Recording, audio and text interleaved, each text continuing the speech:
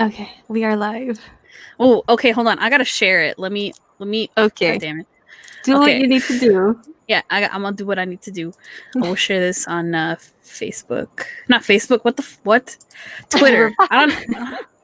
You're probably on Facebook. That's probably why your mind was like Facebook. No, I did no. Oh.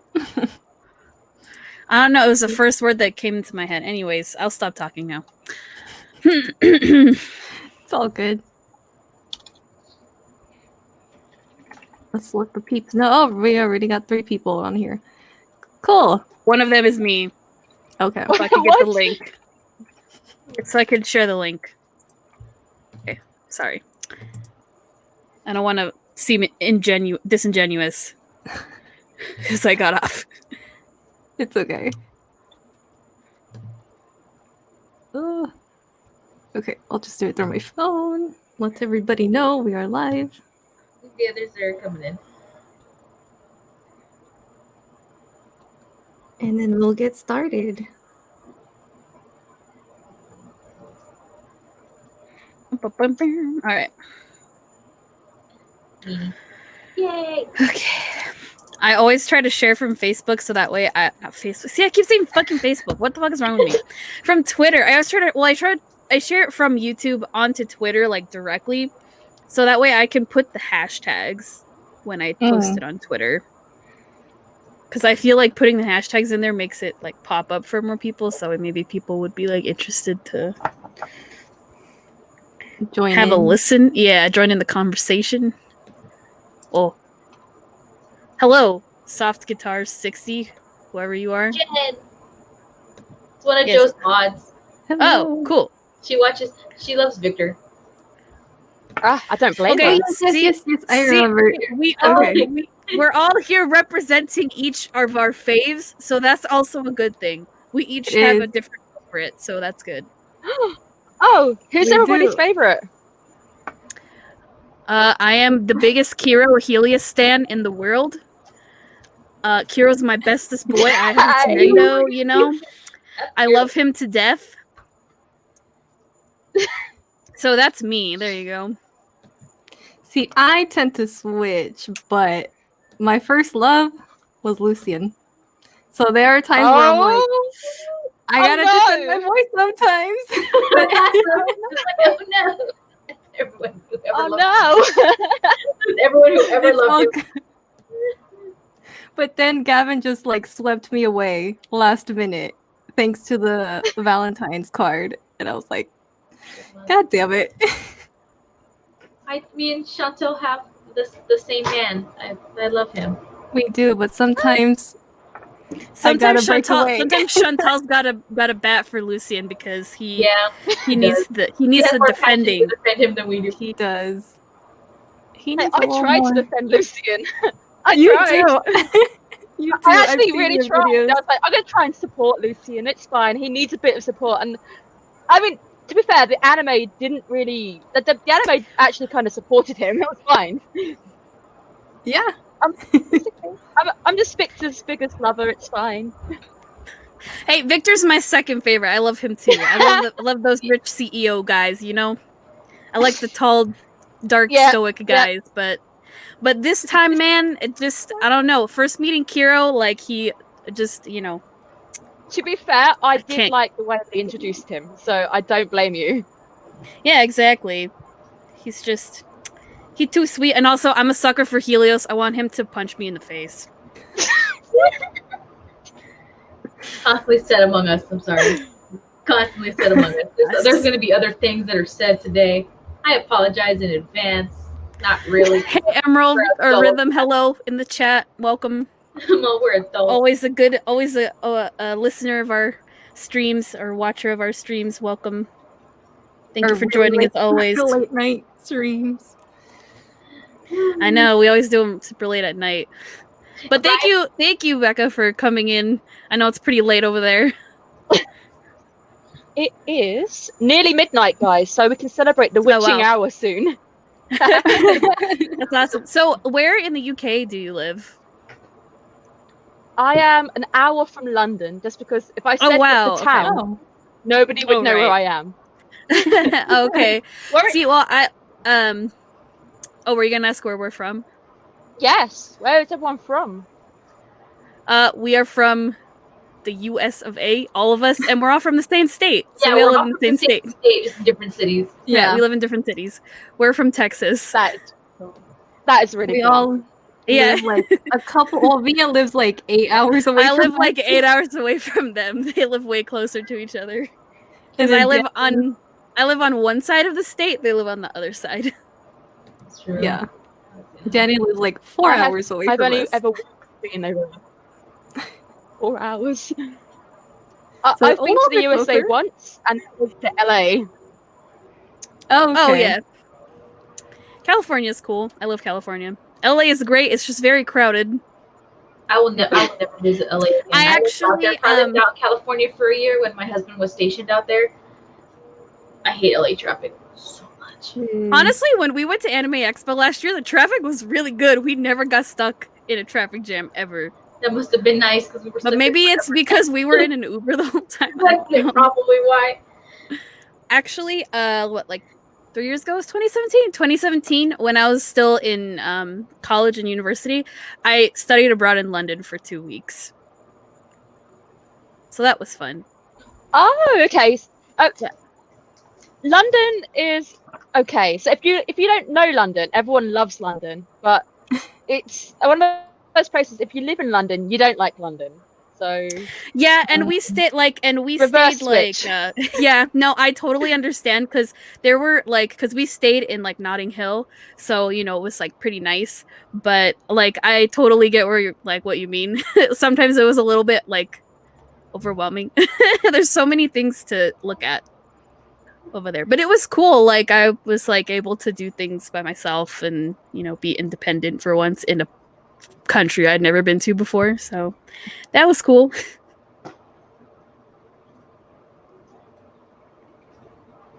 Thank God you speak English over there. That was just glad it was in a country where they don't speak English primarily, because I would have been totally lost. But it was cool. It was really fun. It was. Uh-oh. We lost her. Oh no. The great country of Texas. I mean, I guess you can kind of some people consider it to be a country, I guess. There we go. okay, I'm back. Sorry about that. Oh, Okay. it happens to us all the time. We're good. That comment made me LOL. Which one's Honestly, the great country. I mean, you could fit France 2 times inside of Texas or something. Our state's really big that you can fit what did they say about Texas is so big that you can fit whatever amount of countries in it, depending on the size or whatever. You can fit several the state or the surface area. I mean, Texas is. It's not even. I mean, Alaska's bigger than Texas, but whatever. Still pretty big. Yeah, no, it's still really big. Yeah, we're still pretty. I live on the little teeny bitty itty bitty tip. I live on the border of Texas and Mexico, so that's where I live. Everything in America is so big. So you guys are 4 hours apart, but over here, you could be halfway across my country in 4 hours. Yeah. I heard someone say that too. A friend of mine's also from the UK. Her name, she was like, "Yeah, you can basically go here to there, and it won't take that long." I was like, "Geez, that must be nice." It's pretty driving for hours on it. I mean, yeah. To be fair, because also in the UK you can take the train everywhere pretty much. Right. And the train is a lot faster. I feel like here, you have to drive. I can't take the train across the state. It's not. You have to drive.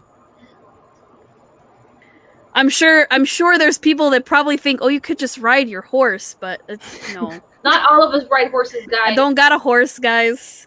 I mean, there was, oh my god, okay, so I think my brother was in elementary school or something, but some girl moved here from Indiana or something, and she legit thought that when she moved to Texas that everybody was gonna wear 10-gallon hats and ride horses to school and all that stuff.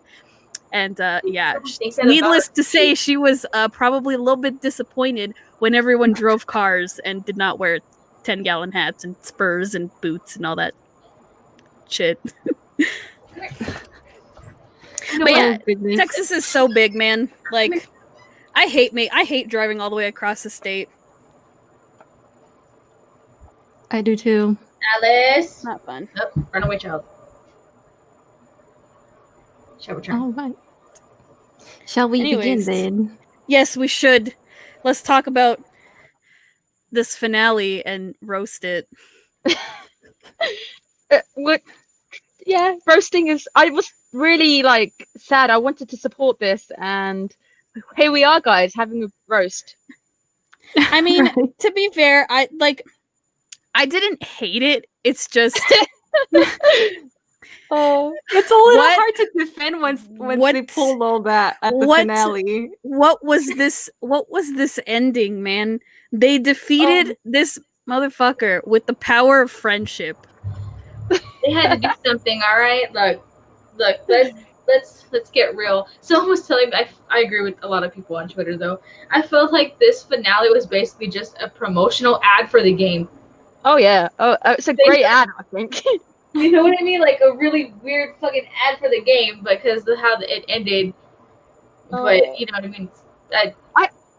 I feel like they knew they were not going to get a second season, so we're like, okay, we've got to try and cram in an ending of some sort.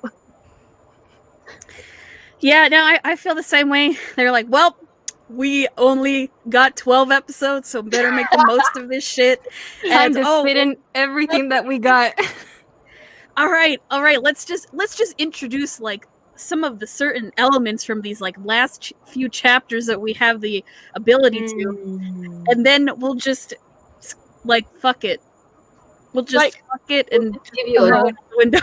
whack ass ending for it. What was the point of even introducing Shaw at all? Like, he appears to say hi to Yeah. Gavin. And I know. why? Why did you bother? Right, he didn't even Was he- like stay for like 5 minutes. Was he just an Easter egg? I guess. I think it was. Was it just to get people to who played the game to continue watching it? It's like, oh, Shaw's here. Okay, I'm gonna keep watching to the end to see if he shows up. Nope, never I was again. sadly disappointed. Dude, all the endings we thought were gonna happen did not happen. I expected Shaw to show back up like he did in the half of the break of the chapter for the first half of the season, where he shows up on the bus and MC's like, "Who the fuck is this kid?" And, you know what I mean? Like he shows up and we're like, "Who is this dude?" Like I wanted that moment, like with him. I know we knew his name like in like what a few episodes before that, but that's not the point. I just wanted him to show up and people like be like, "The fuck is he doing here?" Again, and then that'd be it.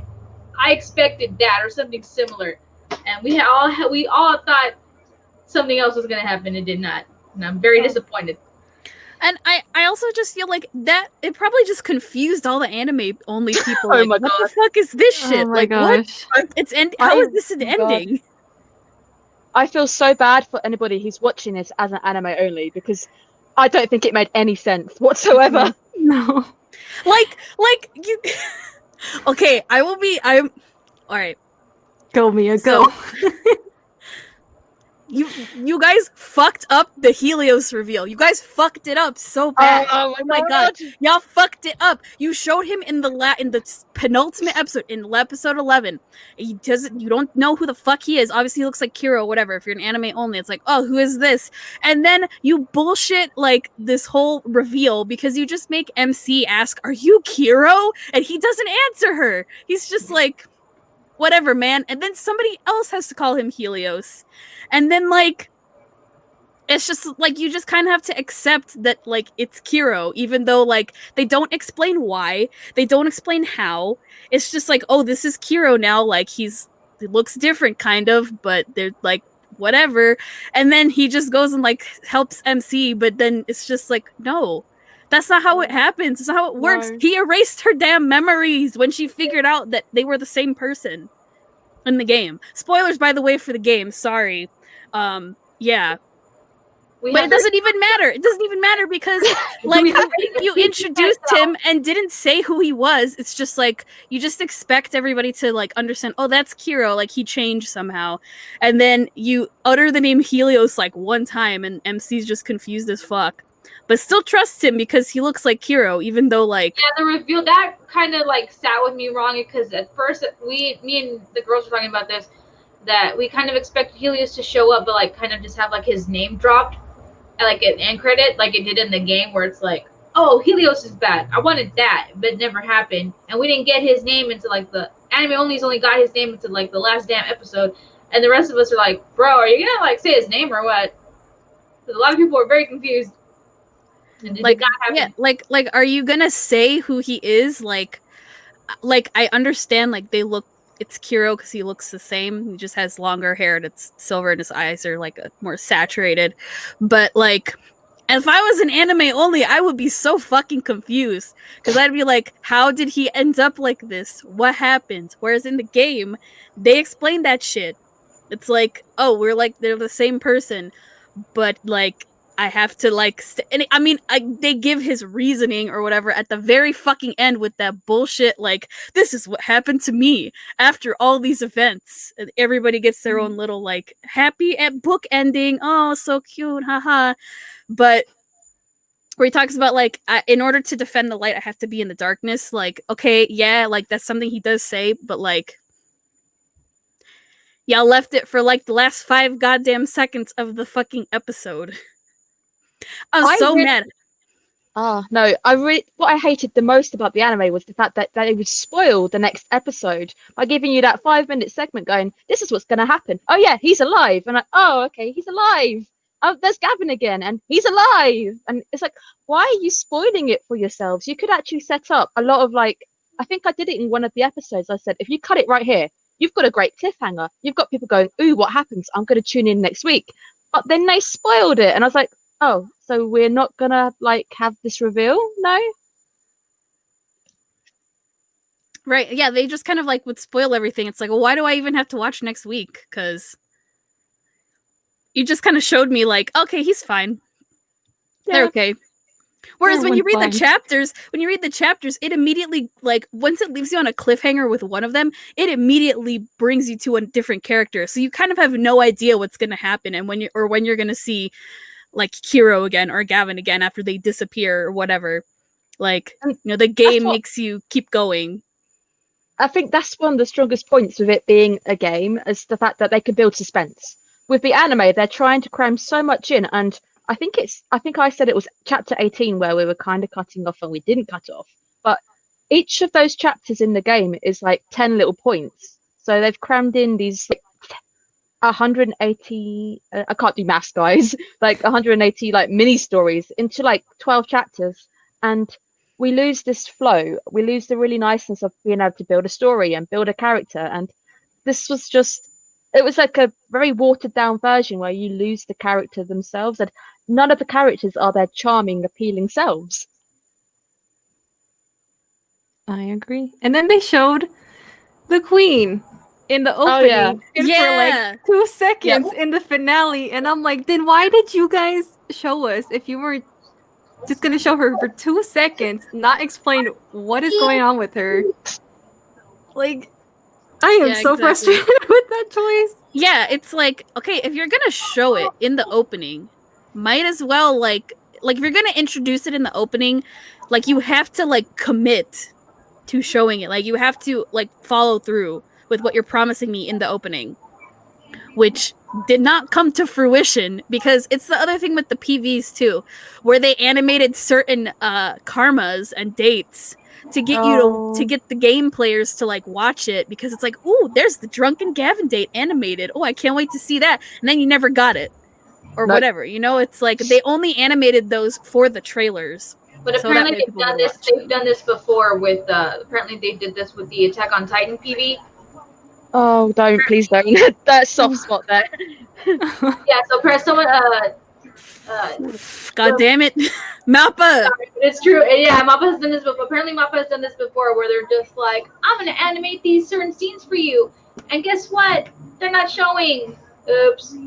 Or it's kind of like, it's like basically that's what it is, just to get you to like watch it. Like we talked about this before too, where we're like, we suspected that when they animated the dates that it would be it would just be to draw in those who play the game in to watch the anime. So it did its job, but you know, it still kind of sucks. Oh yeah, no, they use their marketing tactics so well, like, because you know for a fact, everybody's like, ooh, I love that date of my favorite boy. I can't wait to see it in the anime.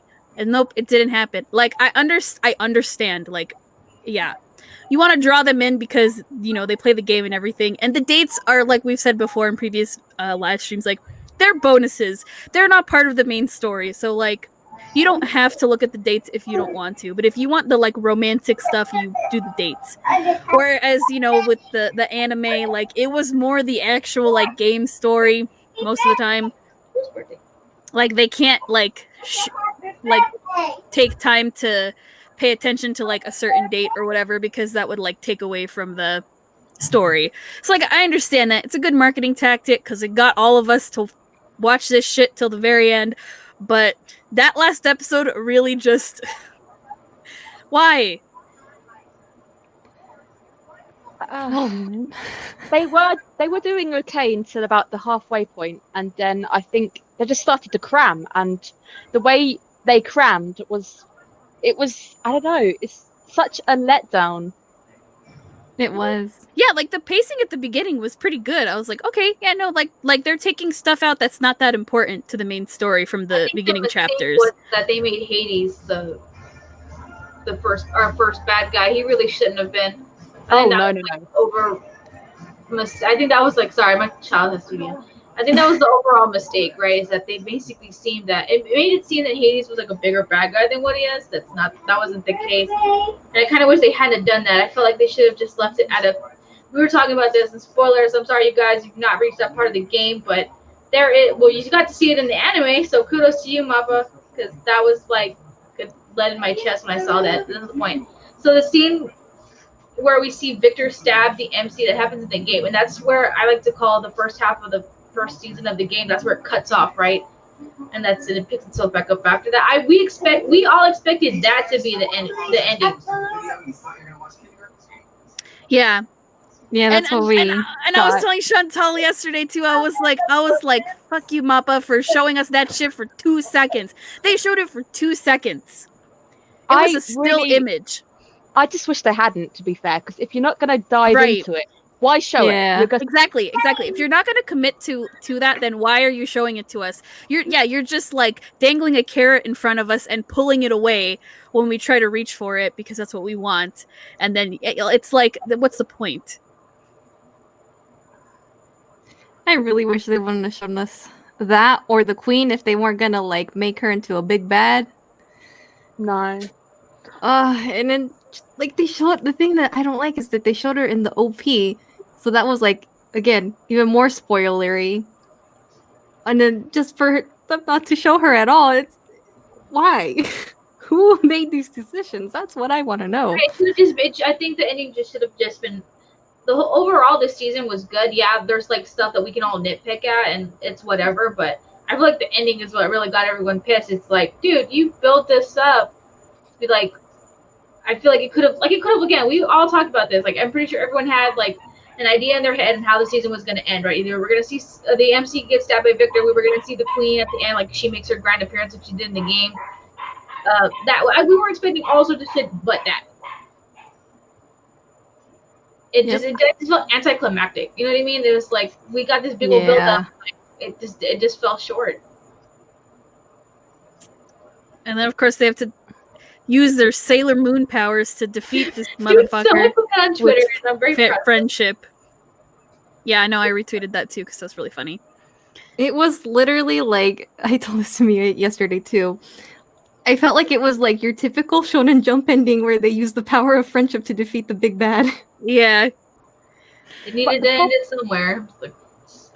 But the problem is with the ending they've given us, like, she's like, oh, I can no longer see the future. My powers are, like, gone, blah, blah, blah. But then they say, but then this is still out there. This is still going to happen. So it's like, you just commit to an ending, but you didn't commit to an ending. This isn't even a proper ending where you've ended it. If she hasn't got powers anymore, end it there. Don't give us the queen. Don't give us, like, the Victor stabbing thing. We don't need it. Just end it before that if that's where you want to end it. But they didn't. They were like, oh, let's throw some more stuff in here and confuse everybody.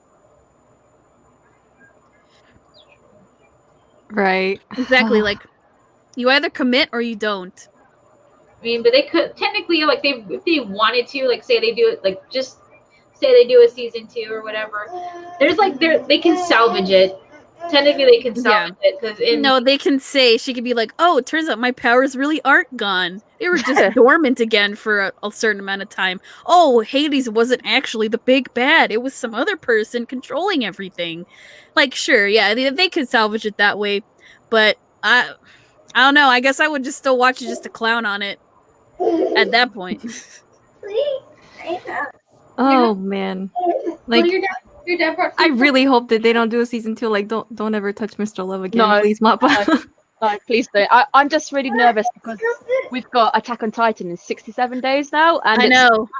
and it's like you're gonna ruin everything that has been built by Wit, and I don't trust Mappa right now. They killed God of High School. That was a train wreck. That was ruined. And then you've just like you've ruined my baby. Mr. Love is ruined. Like thanks. And then Attack on Titan. No, please. I know, right? Especially since this is the final season for Attack on Titan, so it's gonna end like the way however it ends.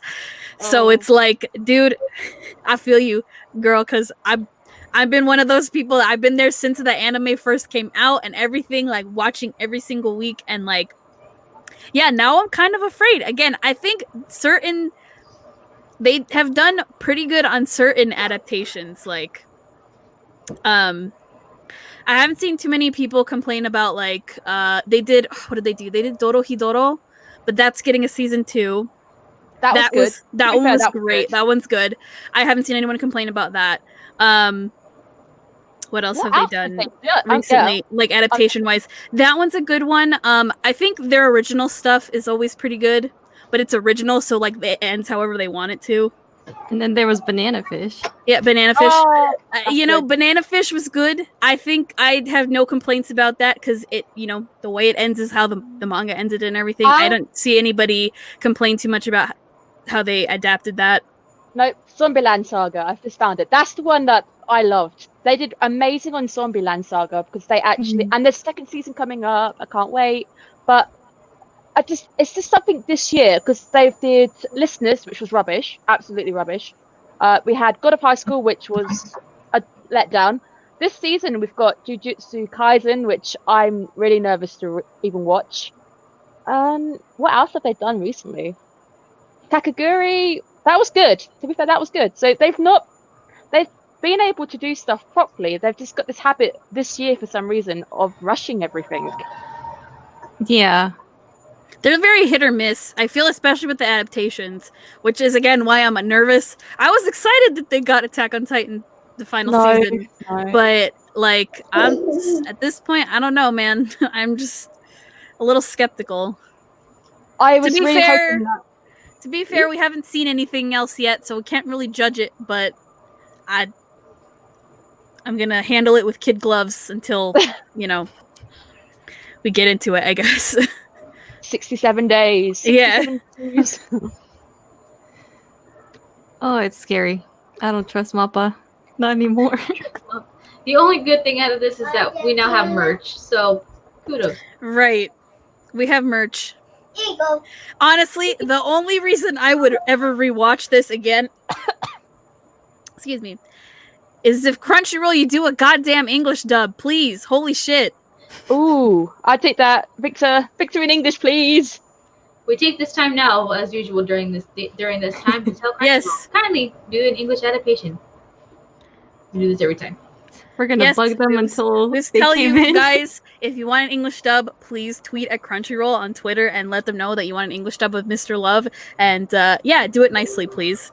Nicely. Again, I will watch it again 5 million times. I will still watch and clown on the ending, even if it's in English, but I still want to watch it in English, please. Right, I'll watch it in English. Like, come on, you're putting out dubs out the ass. You can do this. Exactly. Not hard. It's really not. The others got nothing better to do. Give them their English voices so that way the subs make sense with what they're saying.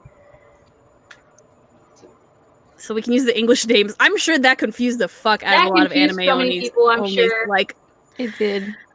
But you know what? All that matters is the game. People who play the game understand. So I had no problem with it. But I mean, I get it. It's confusing. Yeah. I mean, to be fair, they have like 4 different names. So yeah.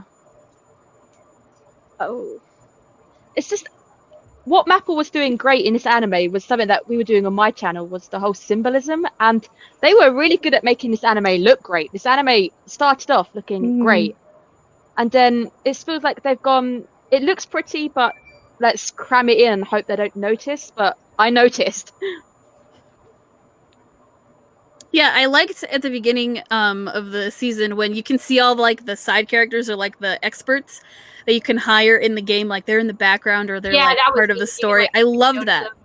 I loved that. Like I loved being able to recognize these characters and be like, oh, there's so and so and there's so and so. And I loved the secondary characters. I thought they were great. Like I have no problems with like Anna and Kiki and Minor and anything like that. Like I thought everybody was great.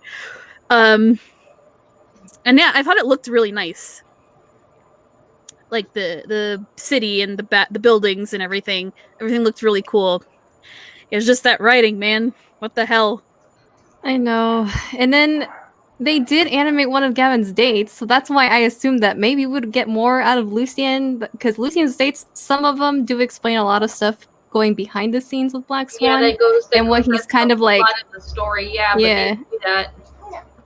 So I was like, oh, maybe we'll get that, and nothing.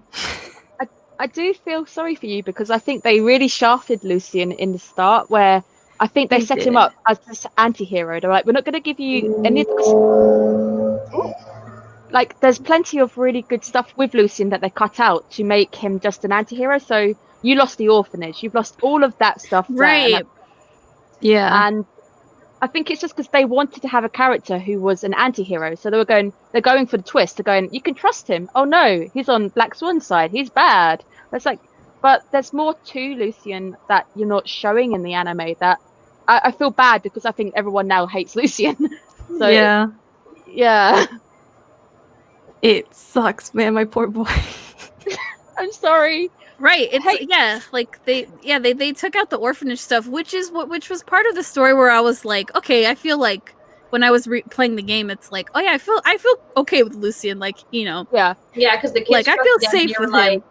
Yeah. You're like, oh, if the kids trust him, you know, there's got to be some redeeming qualities about him. If these little kids, right? Are like, oh, it's the professor. Let's go say hi. You know what I mean? Like, you feel good around someone who's good with kids. Because then when there's the later parts where he is more with Black Swan and you're kind of like, Lucian, what are you doing? It's kind of like, it's more of a shock that you're kind of like, wait, but like we did all this like great stuff together. We helped out those kids and all this stuff. Like I know you're a good person. Like, why are you doing these things? And then you kind of slowly learn like why he actually does it. So you kind of get a better understanding and you kind of appreciate his character more. Like once you know why he's like for Black Swan or like with them and stuff, after, you know, you experience all these nice things with him, I think, yeah, it helps you kind of appreciate what he does, like in terms of the story.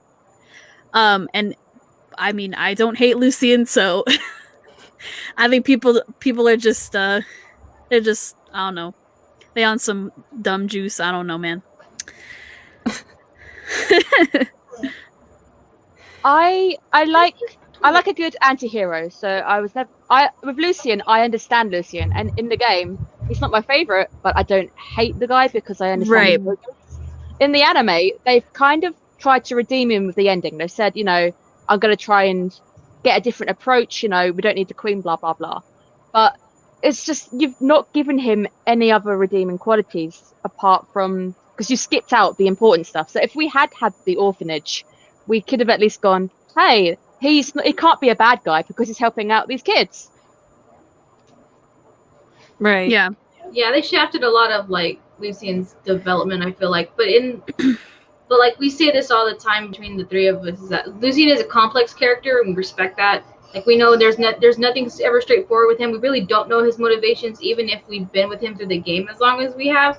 Like he's still very much shrouded in mystery. Despite what the game or despite what the anime gave us, we're like, no, there's just so many things about Lucian that we just still don't know. And he's just a very complex character.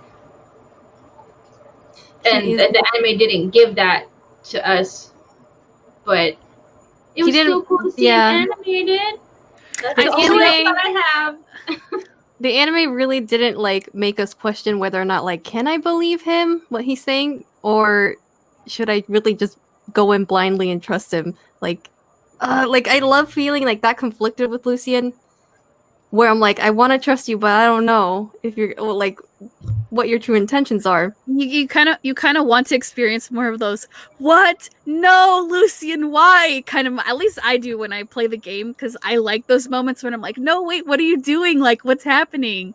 I thought we were gonna do this, and then like all this other crazy stuff starts happening. Like, I love those parts of the game. Happens. How dare you? Yeah, I love those parts of the game for all of the characters. You know, it's not just for one of them. But yeah, I feel like by the end of the show, we got really kind of like watered down versions of the characters by the end of it.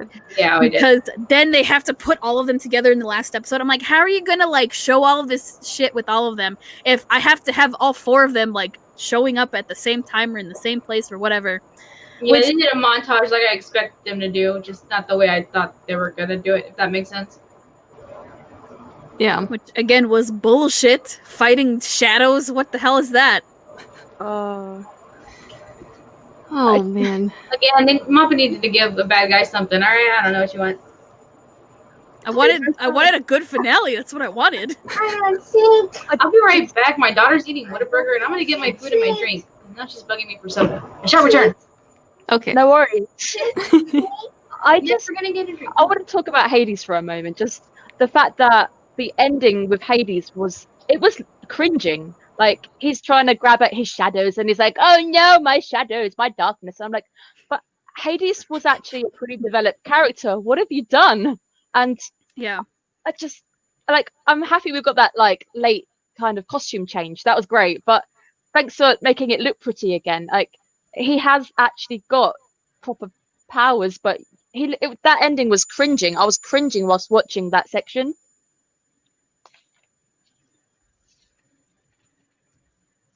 Oh man. Like, his in the story, doesn't Lucian go in with MC to go fight Hades, if I remember correctly? Yeah. So that's what I was expecting, especially when he showed up to like get the guy that was gonna go after MC, and I was like, oh, is he gonna go with her?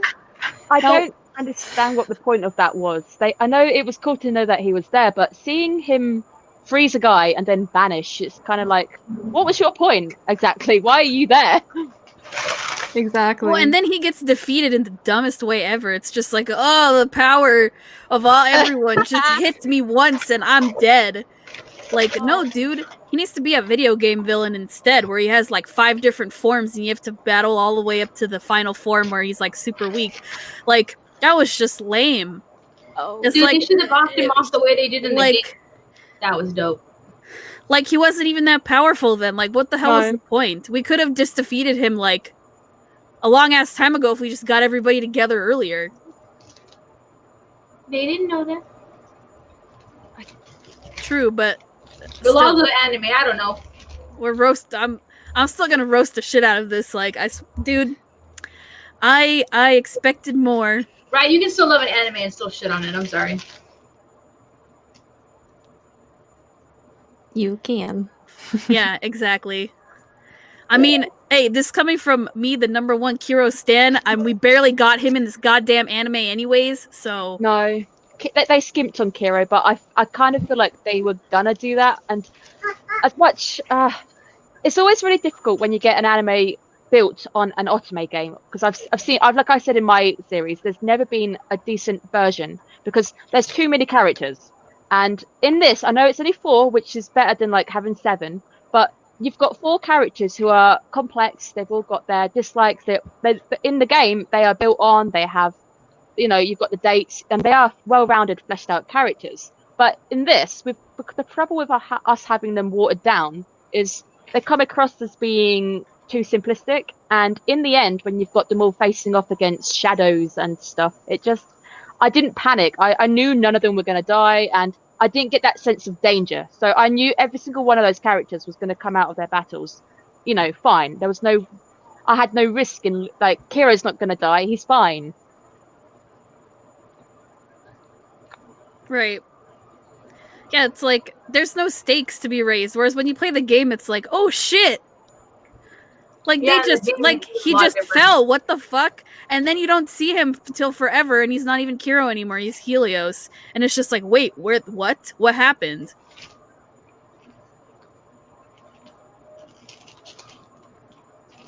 They Or gave when Gavin a M- lot, man. Or yeah, A lot of screen time. Some parts I'm like, I don't think you should be here, but okay. But I guess I they also really think wanted to. I think it also depends on how popular the character is, so they're going to use the more popular ones a little bit more, which is unfortunate. I mean, because you want to give all your characters the same amount of screen time. I mean, you know, I understand why. It's a marketing thing. You're going to want the people who really like these characters to want to watch it or play it or whatever, you know? So I get it. It just kind of like sucks when you have to kind of like cut time from other characters to like make room for your more popular ones, because then you miss out.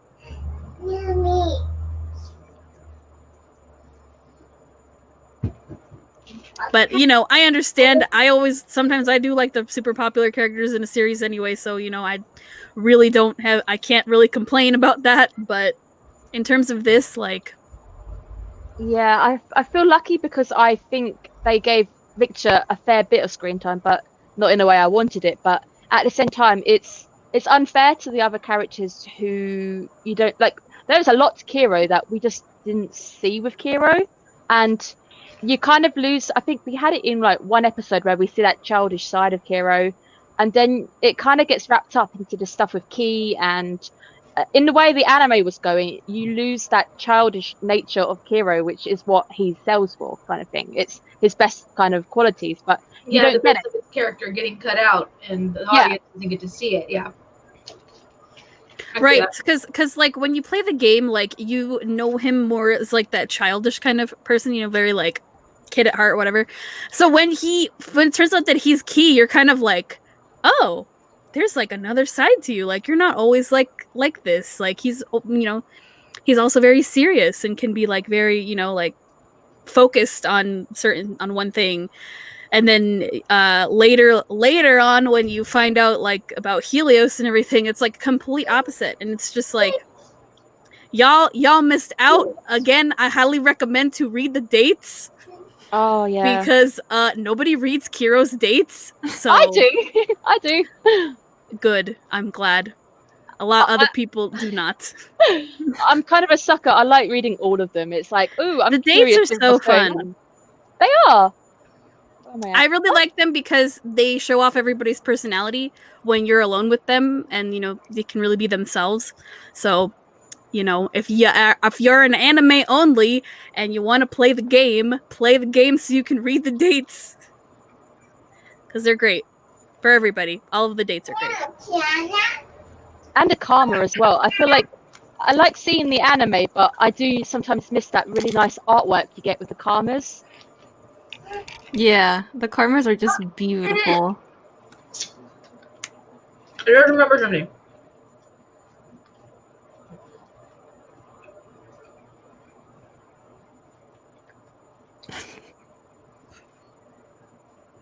Don't choke, Dani. Don't choke. Oh, here we go. Someone from the Taiwanese server told me why the episode is called Bonds. So I'm pretty sure in the majority words, well, let me rephrase it. I went blank. In the East Asia server, it is not referred to as karmas.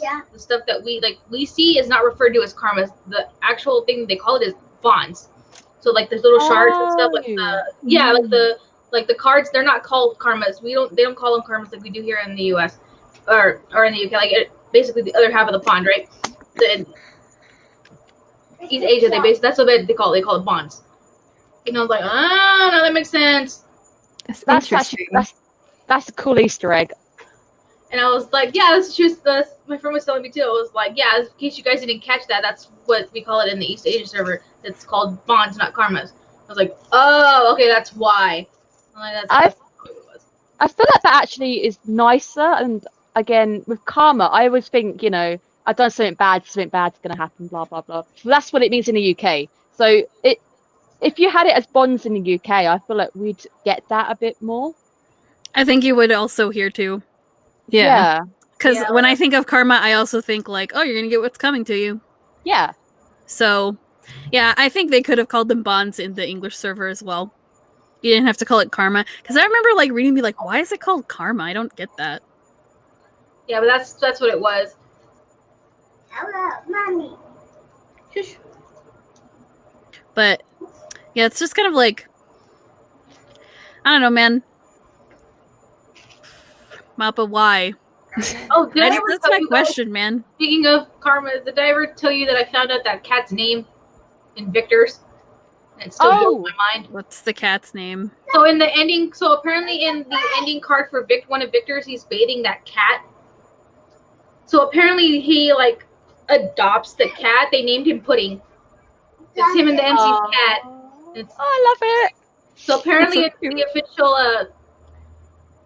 Asian Twitter. The cat actually like I guess whoever runs Victor's like the cat's name is Pudding. I love that. I was like, are you like someone told me from the other server? They're like, yeah, it's Pudding, and I'm like, are you like shitting with me right now, or are you just, like that's legit? They're like, no, and she showed me this, like the screenshot of the account and stuff, and they're like, no, the cat's name is Pudding, and I was like, it would be freaking Pudding. Fucking empty name anything. We didn't really we had that one episode on Pudding and then it kind of vanished, and I would have liked a bit more Pudding. Right. Kind of wanted they had so much they could have done with Victor, but like most of the time they just fucking showed him working all the goddamn time, and it's just like it's like yeah, but that's all he does half the time. Let's not front. Victor usually puts work first before everything else. Like in all his damn dates. I'm sorry, I love Victor too, guys. He's my second favorite, and yes, I do his dates, so I know this. He's always putting work first, and then it's like, damn, he's like, let's go do something, let's go do couple shit. He's like, I literally have this report to do for the company that I'm interviewing the next day, so no. And she's like, the fuck? So, like, I know this. Trust me, I know this. It's always like that with Victor. That's all he does, you guys. I just wanted more. I wanted less of like the CEO kind of part of his attitude than like the but like I also wanted that to be part of the story, like which would have made sense because I liked him investigating stuff on his own. My thing is I just didn't want to see him in the fucking office all the time. That's what I mean. Is like literally every other like time you see him, he's in the fucking office doing nothing, like just sitting there. So like I really liked when he went to like New York or whatever to like go investigate the shit. Like that was interesting. I kind of thought maybe like we would get more of that, and we kind of did at the end, like in episode 11 or whatever. Like we did get that, but like it was at the very fucking end. And like I know he disappeared and stuff and went into the future and whatever, but like I don't know. There was a lot more they could have done with like all the characters. In terms of like how they fit into the story and like their part in the story. But whatever, I'm not a writer for this series, so my input does not matter. I kind of wish I had been on those boards though when they were writing it, because I really feel like they could have done so much. There was a lot of potential. If anything, they could have really slowed down, or we could have had the first season being all about building that company, because MC does run a company, and it kind of vanishes halfway through the anime. That Miracle Finder kind of just, it's gone now. I'm doing all this other stuff, and I'm sure Minor and that lot are coping without me. It's fine. And the fact that she does go off a lot on her own as well, and you're like, but you run a company. Yeah, I know. It's like at the very end, it's like I was surprised she was still sitting in the office, like at her desk, like, doing stuff. I'm like, do you even still like work here? Like, do you still even need to be here? Like, I'm pretty sure they can all handle you. Because every time in the game when you go and do something else and you're not actually at the office, like they all handle it by themselves. Like they're all always good. So I don't know. But yeah, I totally would love to have been like a fly on the wall, or just like, in the meetings, like, hey, I play the game. Would you like my input? I'm going to stand by what I said in my review. I think the best episode for me was episode 4, Room 404, because they actually managed to do a lot of really decent stuff of linking in with real life mysteries. So the bent trees all linked into the Russian forest, which is a dancing forest. In that episode, we managed to get real life kind of mysteries. We had her actually doing her job. We had the stuff with Gavin, which really nicely lined up. And if you watched my channel, guys, we went through the actual symbolism behind the Gavin scene, which then linked straight into the other scenes.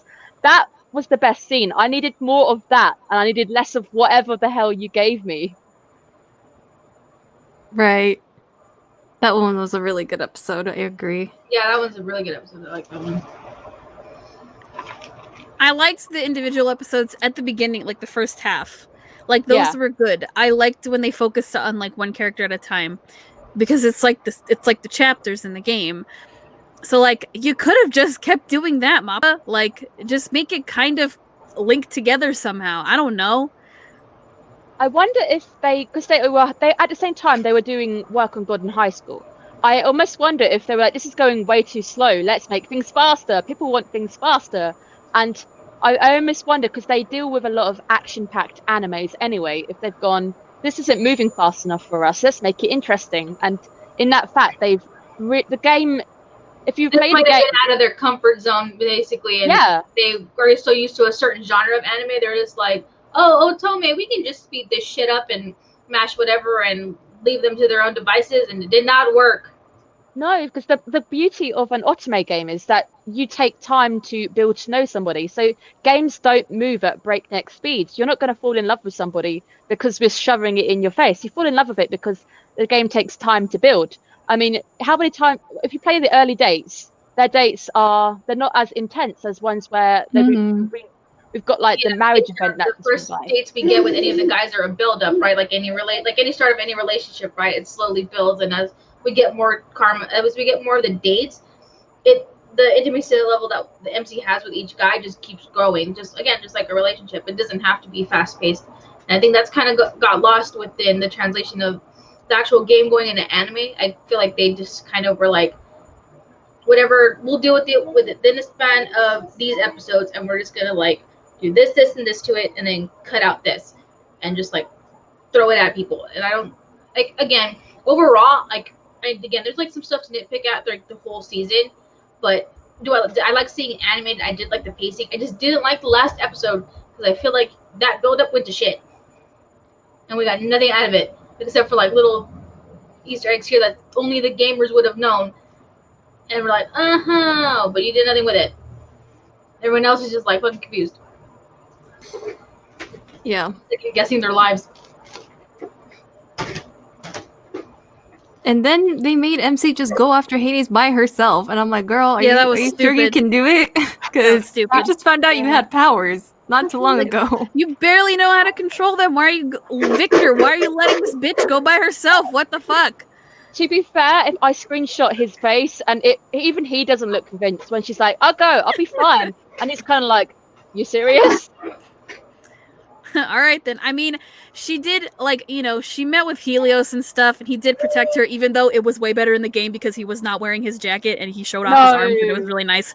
I'm so sad. I'm so sad we did not see his tattoos. I'm so mad. That was actually really badass. I'm so mad. I'm so fucking mad. Anyway.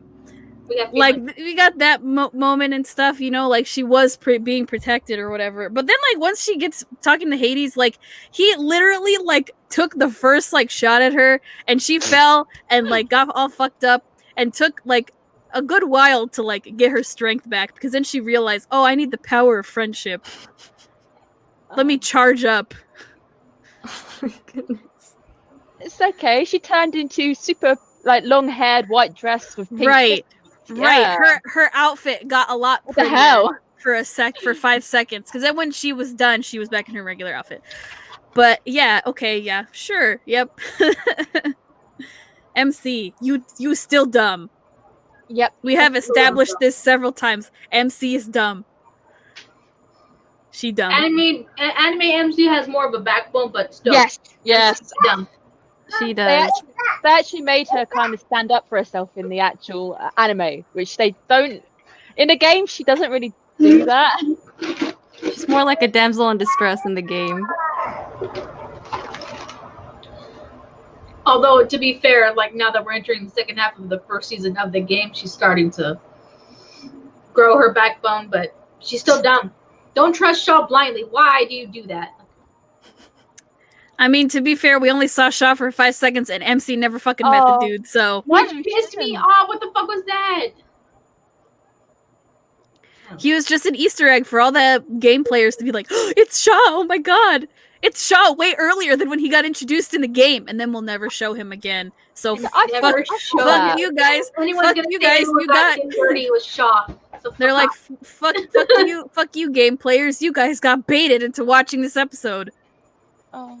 And the rest of the series to make sure Shaw showed up again, except never That's probably what happened too. That was probably what happened. Like me, they're probably thinking, oh, he's probably going to show up in the bus, and like we saw in the game, and it never fucking happened. No, we saw him once. That's doing a character dirty, okay? Let's get that straight. Right now, you can say what you want that happened with the other characters, but Shaw got did dirty. Like, he was only shown once. I feel like all these characters got done dirty, but Shaw got done dirty the most. Because he showed up for literally a whole ass scene, and then fucked off. For like less than 5 minutes, and was like, never seen again throughout the rest of the series. And then, of course, it's like, that also is confusing, because it's like, who the hell is this? Why does he know Gavin? What is happening? Right? Why the fuck did you bring him in if you weren't going to show him later on in the season? Because then what if there's somebody, I'm sure there was somebody who was like, where is that guy that showed up in that one episode for 5 minutes and talked to Gavin? Like, is that guy going to show up again? I keep seeing people talk about that guy, and it's like, oh, well, sorry. You have to play the game to find out who the hell that is. And why he knows Gavin, and why he knows the MC. Oh, wait, but he didn't even meet the MC in the anime, so... Maybe people might not even think he is even a character you can interact with in the game. I don't know. They never showed him again. Yeah. It's okay. Shaw hates me. I just like to wind Shaw up. He hates you? I really, every time there's an interaction with Shaw, I seem to really irritate him, and I pick the wrong options, and he just hates me. I always pick the wrong options too. Every response, I irritate him on purpose. Yeah, it's a game now. It's just like, hey, wind up Shaw. I don't think he hates me too much in the game. Maybe we got that vibe going. We got that pop punk vibe going. Like, you know, he likes all that same shit that I like. So, you know. I actually maybe think I had that's an why. interaction this morning. What did he tell me this morning? I think he made a status and I said something and he went, oh, you need to go and change all your music then. And I was like, oh. Oh, okay. yeah, the music. Yeah. Oh, then your music sucks. So it's like, Yeah. dude. You asked me a question and I answered you. You're being an asshole. Well, I mean, if y'all don't like pop punk, I don't know what the hell's wrong with you, man. I only did the opposite response just to get a. I'm sorry, I can't. Okay, look, we can all discuss this to like hell or high water, right? But I can't look at him and not see my other best boy, and then it pisses me off all over again because I'm looking at him and I'm thinking about the other past chapters with Gavin, and I'm like, no, I fucking can't. Not with you. No. So I do the opposite because I don't want to do that. One brother already did me dirty. I don't give a damn. Let's talk about Gavin for a moment anyway, because they really screwed up his arc in the anime, which kind of sucks. So we had the whole, I got an abusive dad and he blames me for my mum's death. And then at the end, I'm going to go and join his corporation to go with my abusive dad. It's like, but you've kind of screwed up your character growth. Like Gavin actually had character growth, and there's a lot to him, which is definitely not mentioned in the anime. The anime. But it's kind of, you've really screwed up this. And at one point when he's flatlining, how confusing is that going to be to your anime viewers who don't know what's going on? Has Gavin died? What's going on? He's been tested on, kind of thing. And then I even got confused at one point. I was like, oh, that's his dad, right? And then it was his dad. And I was like, that for a moment just got really confusing. Well, and I'm a game player. Well, in the game, for us in the game, like we suspected that was Gavin's father because throughout like the dates in the game and stuff, like as we're going through it, I had a suspicion that the commander for the army was his dad. It was just like certain like dialogue said back and forth between them. I'm like, yeah, this is your dad and you don't like him. I just got that vibe, and then the anime is like, no, that's his dad and he's an asshole. And I'm like, you know what? Yeah. Thank you for that. Thanks for that clarification. Misha telling me we're talking about, they're like, yeah, like we just had a suspicion that was his dad. It just was never stated outright in the game. And they only confirmed it in the anime when he said, like, oh, I joined my dad's, I'm gonna work under my dad now, from what I remember. Because Yeah. even in the flashback, they just show him, and it's kind of like, you just have to assume that, like, That was his father. that was his dad. It's like, that's his dad, I guess. Like, okay. I'm gonna assume that's his dad or someone that's important in his life at this point in time. And so, like, yeah, then he showed up again, and you're just kind of like, oh, it's that one guy from that flashback that we saw in the fire episode. And then he's like, oh, I joined my dad at the end, and you're like, oh, I guess that was his dad. But to be fair, though, he does it in the game too.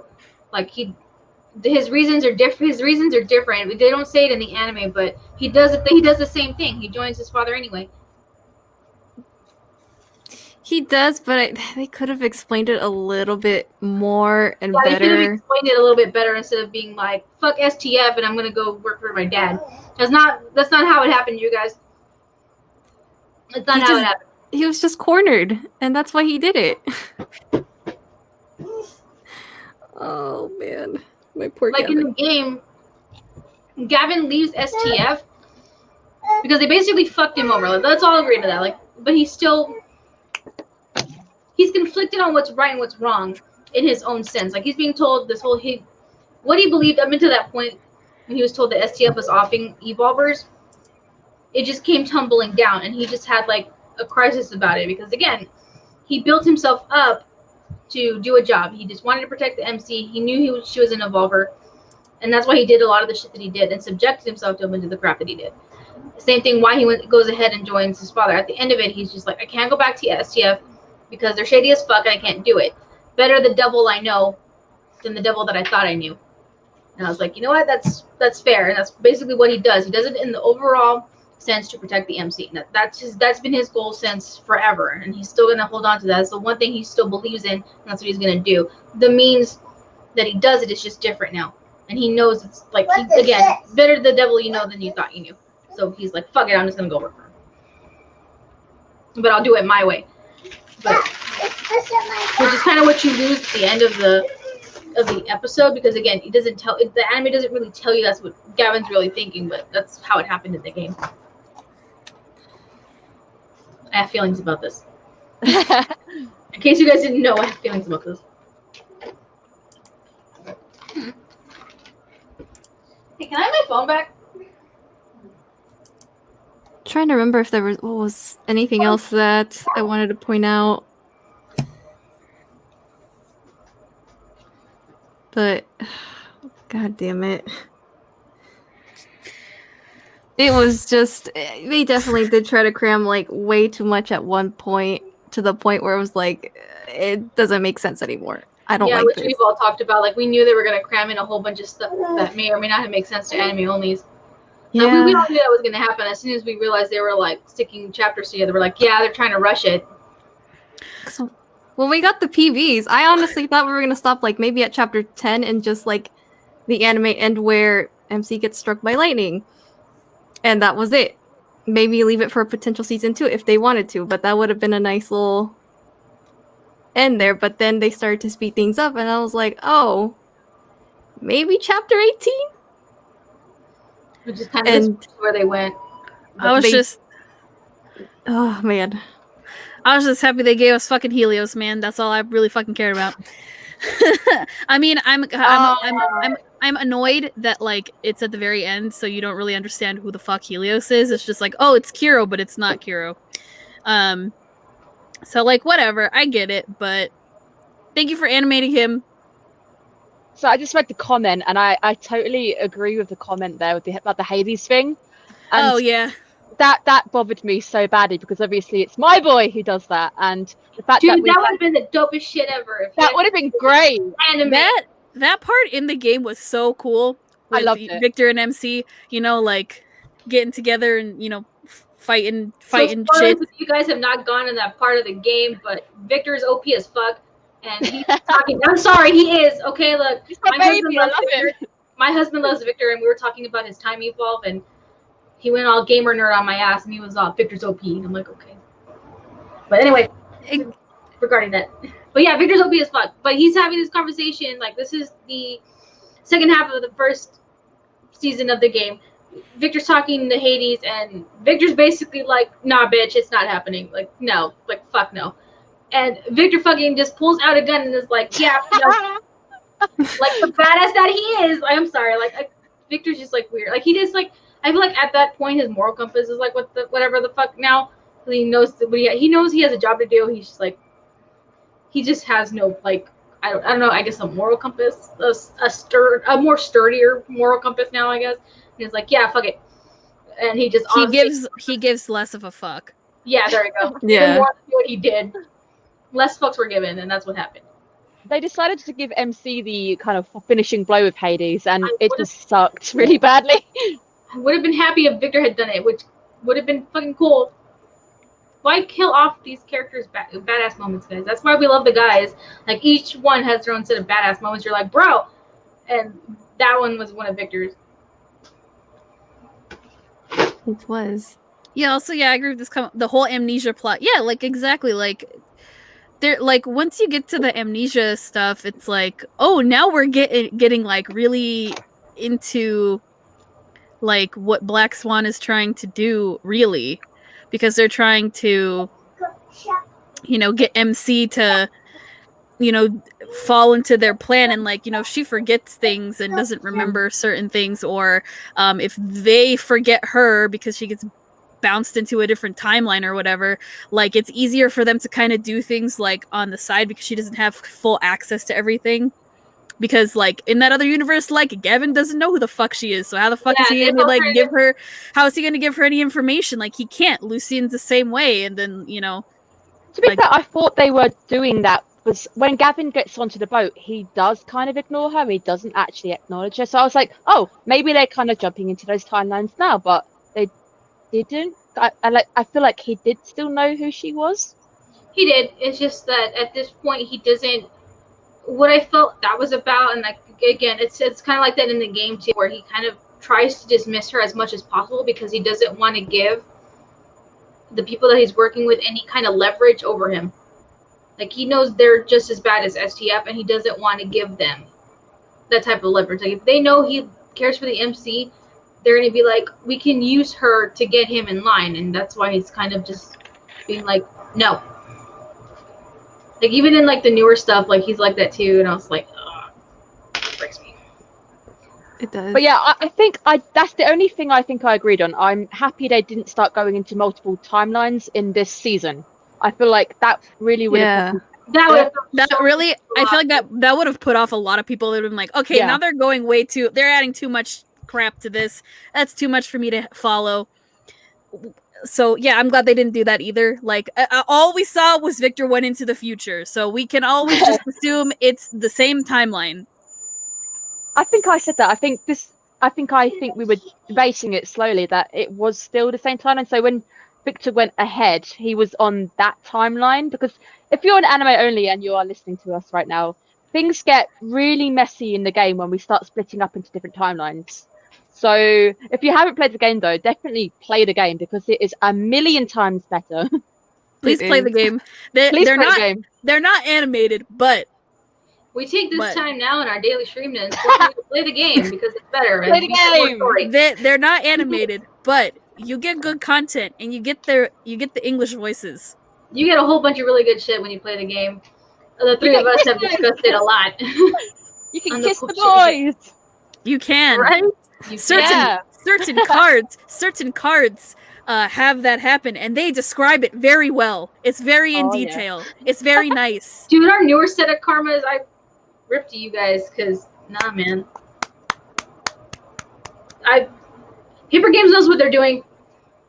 Bastards. Oh yeah, man. Some of those dates, man, especially whenever MC is kissing one of them, and the way she describes it, you're just kind of like, damn, girl, like, are you really sure you want to go into detail of what's happening? Like, this is a private moment. I don't know if I should be reading this. Bruh, she doesn't. I'm telling you. I'm waiting for those new sets. Dude, wait till we get those freaking Valentine's Day ones. I'm so sorry for the English voice actors. I feel so bad for you for various reasons. I don't. Just because I know y'all are going to get embarrassed, but it's some good ass content for me to buy. The only person who has any idea what's going on is Bill Rogers, and that's because he plays the game, so he knows. If he doesn't, I'm sorry. Like, that man knows He's part of our community. He knows what's up. He's the only one that's going to be not surprised. He's the only one. That is Let's true. go. I just feel bad for Joe, Gavin's VA, because he gets Bruh, clearly he gets really I'm embarrassed for it. because Dani and me are like always watching him play his games that he does. And well, somebody will always mention Gavin in the chat or Mr. Love, so And it's not always me. Don't look at me. It's not always me. I don't know Poor about man. that. Like that last time, that wasn't me. It was somebody else. Oh, we know. I think it was me. I feel like once in a blue moon, it's not Dani, but it's Right, usually once in a blue moon, Dani. it's not me. That other time, 2 streams ago, was not me. Yeah, it was me. Are He you gets sure about that? so- I'm pretty sure, like 50% sure. I think, what was it, Oh. Thursday stream? It was me, I think. I'm agreeing with Alpaca right now. Lucian's voice is so ASMR. If I listen to Lucian's voice on like Yeah. the headphones, Bruh. I get like tingles. It's like that voice, man. Stop it. It's such a nice voice. Exactly. See, if you guys play the game, you get their ASMRs. They have You get some really ASMRs. good It's pretty shit, guys. awesome. You It's get really some great. good stuff. You get some good stuff. You get some weird shit, but you also get some good stuff. It's true. Some of them are like, why, bro? But the other ones are like, yes. Like, I don't know. Victor and the ear cleaning one does my head in. It's Victor, like, oh, Victor is always cleaning you. He's always I know. cleaning MC. He cleans her ears. He washes her hair. He cleans food off her shirt for like 10 minutes without saying anything. it's weird. Right? Victor It's just very wants an strange. excuse to get his hands on her. He's like, out of all I the guess guys, so. I feel like he has priorities where he's like, I'm gonna be a proper gentleman and not do this, but I'm gonna like kind of sneak my way into it. Is what I feel like Victor does. See, that's Victor's ASMRs. In terms of like the other boys, they're more like Lucian's is always really like sexy, kind of like. Oh my god. You know that boy's trying to get into your pants, right? I'm just yeah, he's like, the he most always obvious has doing it. like sexy scenarios because he's a doctor, right? So it's like, ooh, it's a doctor. He's gonna take care of me. Okay, Again, Lesbo Rogers. just Who's like, against Lesbo Rogers? like you know, and then like, I feel like Kiro and Gavin have the same like Your eggs in the box, baby. level of like, well, it can be like really cute, but also like really sexy kind of ASMRs. I mean, in one of Kiro's ASMRs, he does accidentally burn your hand because he's making you ramen, but it's okay. He apologizes. That's And the fine, ramen is good apparently, so whatever. But there's another one where you're like measuring him for clothes. And Oh yeah, you cut- told us about you that get one. Yeah. you get close to him in certain places and he's like, I can do this myself. And MC's just kind of like, bro, what's up? Why you getting all nervous around me, man? I'm just measuring you. Even though for me, I'm like, it doesn't take 10 minutes to measure somebody for clothes. Just saying. I'm pretty sure she was like, just like subtly filling him up without like actually like the measuring tape was a lie. I felt like, you know what I mean? I feel like it was an excuse. But he gives you a massage in another one. It's very nice. That one's very good. With Gavin, like you lie in bed and he counts sheep for you. Like Dude, that's the nice. That's best great. one. The Nice, best you know, one. it's very nice of him. I No, appreciate that Man, shit. there's That like one, so many jokes on that that ASMR. one- honestly, that Gavin ASMR has helped me fall asleep. Like legit helped me fall asleep lots and lots of times. So And I it's really embarrassing appreciate that jokes, but shit. It's very day. I don't give a damn what he says. Don't give Nobody can fall asleep to Lucian. That voice is too sexy. a damn. True. Telling you, man. But the sheep one was like the best one, and we got the best giggles out of that as the community, mainly for like other shit. But highly Remember that recommend the guy- ASMRs. You have to pay for them though. They're like $10 each. But you know, Or the- just shell out cash for your favorite boy. It's fine. I spend money on him. I don't give a damn. At this point, I'm like, Alex has my soul in my wallet. At this point, The wedding event broke me. I had no money that month. I didn't get what I wanted either. Oh no, really? No, I didn't get a single. I didn't get anything. I didn't get a single one of the wedding pictures. Oh no. Oh no. Did you? Oh man, I got all of them except for Victor's. Oh, my boy. I know. I wanted to get all 4 of them because I wanted to read all 4 of the dates, but I only got 3 of them. But I got Kiro twice, so that's all that matters. dude, I ended up what? Chantel, you got Gavin's and Lucian's. I got Lucian's twice. And I was like, can you give me another card at this point, please? Dude, the wish tree did me dirty up until like close to the last day where it was a free pull. No, I think it was my wish coupons that I like just hoarded for that. And then I was like, screw it, I'm just whatever. I can burn the wish tree later. And then all of a sudden I fucking got 2 of them. I got Victor's first, which was real fucked up because I was like, dude. And then the next thing I know was Gavin's, and I was like, wish tree, you're good, man. You gave me 2 out of the 4. I'm okay now. You redeemed yourself. The fucking sun, man. What the fuck, man? It's fucking with my camera. It's really weird seeing the sun. It's like I can't even see the moon right now. Yeah, the sun is like right there, and the window is like right. Like, yeah, I don't know. I never come back. That's What just time is better. it over there? For me, it's 5:45. It's my fault. And then for them, it's 6:45. They're an hour ahead of me. Yeah. Oh wow. We still got a little bit of sunshine left. Oh yeah, the sun doesn't go down here till like 7 o'clock. A little bit after 7. It goes down at 4 o'clock right now because of we're a bit further up north and we're getting into like cold, disgusting month. So 4 o'clock. Mm. Well, I'm in the desert, so In the desert. it's I am. Whoa. What? Kiro's watching. Is he? What? Kiro, are you watching? I love you. Yeah, this bro. You Is he? probably already knew that, Kiro, if you are watching. Just kidding. No, with the wedding dates, I did pretty good. The most recent, not this most recent event, but the one before that, where we got like what the hell were the other cards? Not this other one, but the one before that. I don't remember. But the witch tree did me dirty on that one. I don't remember what the hell it was called or whatever, but all that matters is I got the fucking Kiro Stardust date, and that's all that fucking mattered to me. And you can watch that video. You can watch that video on my channel. Those, yes. Fucking witch tree did me dirty, man. Oh, and I did get Victor's SP card. So I have the moving Victor. I have Gavin's SP card. Who wants to swap? Anyone get his SP with me? I know. I don't have Gavin's SP. I have Victor's SP. I had 2 Gavin swap SPs. me. Somebody swap me, please. Dude, one of the kids that I have on my Discord, she got his SP, and I was like, dude, you don't even like Gavin. She was like, if I could switch with you, I would. I would switch you. I want Victor. And I'm like, I did not get a single one. I was really mad about it. I swear, if I don't get the Kiro one, I'm gonna riot. I don't know. Oh, that's right. Kiro's and Lucian's are Lucian's different. and Lucian's are coming next. Watch me get Lucian's. They're gonna give me Lucian because I don't like Lucian. I know what's gonna happen. I'm crossing my fingers. You know, I have had lots of good luck with Kiro, except this last event with the turn back time or whatever the fuck that one was. I didn't get a single fucking card. I didn't get anybody. Same here. I got no one. I had to pay for like the R cards. So I got 2 of those. Well, I got all the dates. So I got all the R cards, so I have the dates. So that's cool. You know, I'm fine with that. But I would have liked to have the damn SSR so I can use it in my goddamn teams and shit. Like, that would have been nice. I did on the last Wish Tree event. Literally the last damn day, I was like, goodbye coupons. And then fucking Gavin showed up, and I was like, you know what? I'm good. We're done. We're good. That's all my luck for the day. We're good. I was so happy. I can't control the fucking sun. It's just looks weird. Oh, well. It's because it's Use your many 2D boyfriends to block out the sun. Mommy. Yes, it's bendy. Hold on. Let me see if I can fix it. Danny, I noticed that you play Obey Me. Who is your boy in Obey Me? I love Mammon. Actually, Oh my god.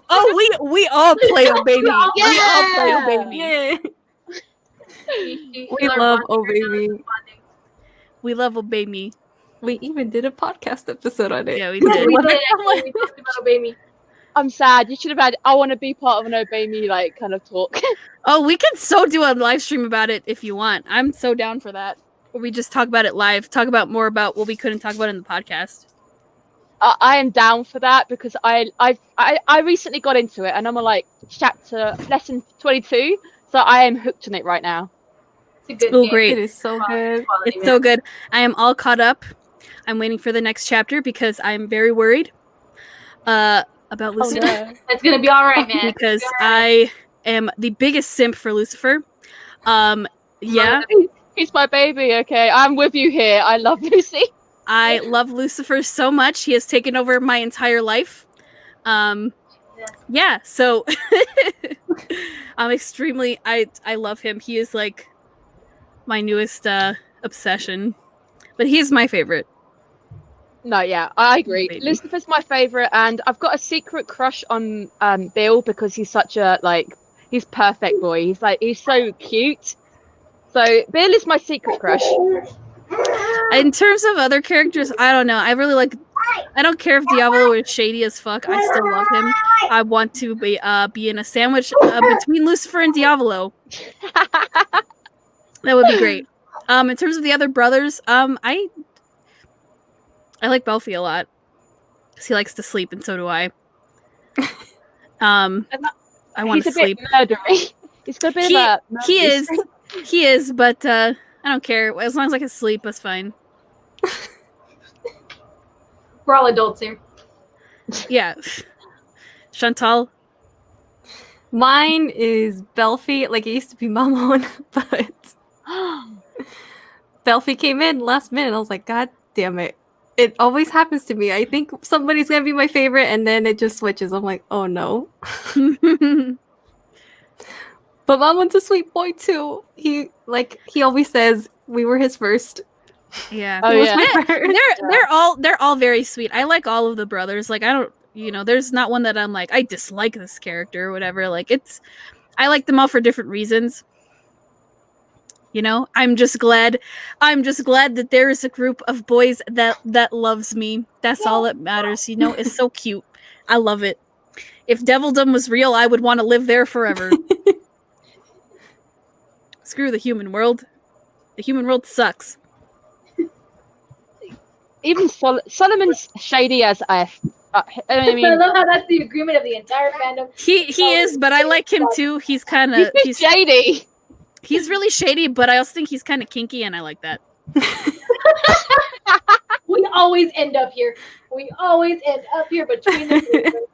It's usually me that starts it. See, it's because I'm single as fuck, so I feel like it's okay for me to be as thirsty as I am because I don't got nobody, so whatever.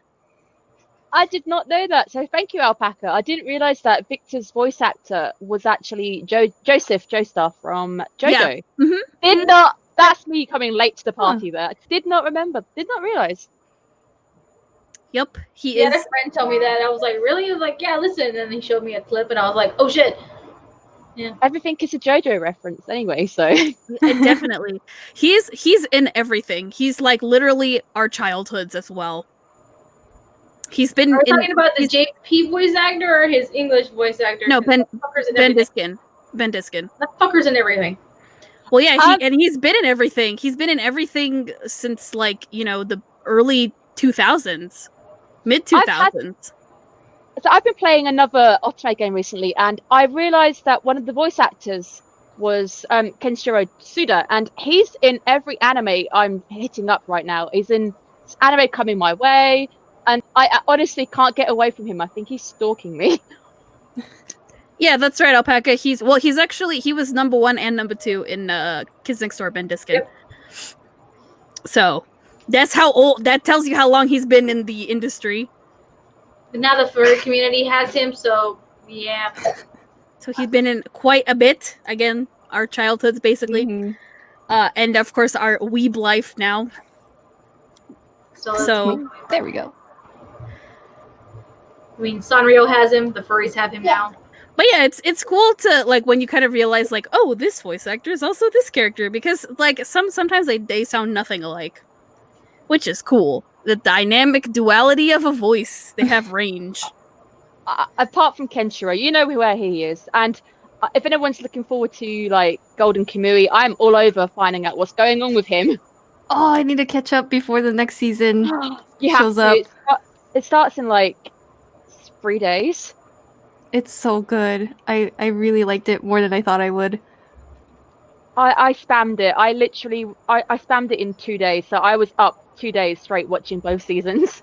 Oh my gosh. It's amazing. I did not realize I'd love it so much. It's so gory, but it's amazing. It is. Woo!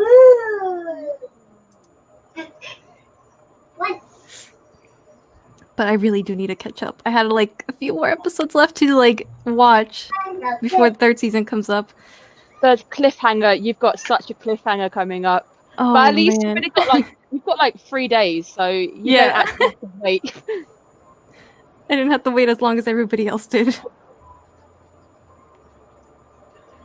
Alice, wear headphones.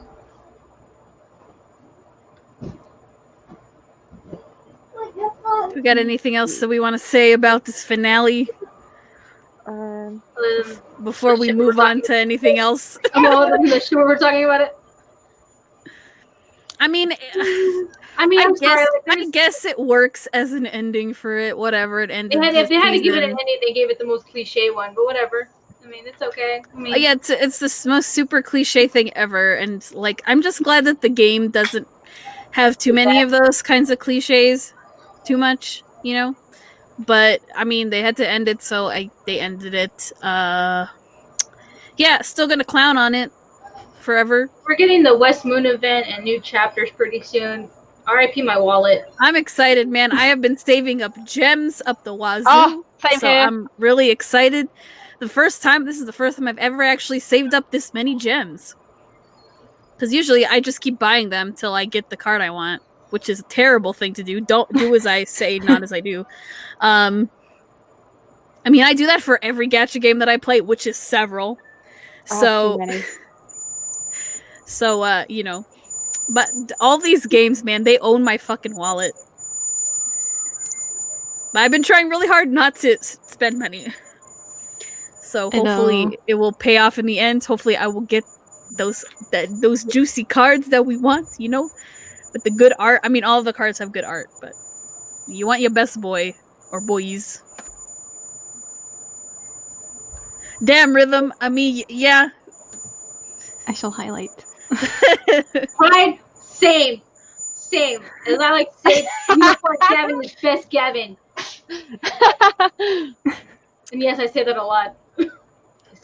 It's interesting that like they kind of put them in their like alternate outfits basically in the like second and last episode.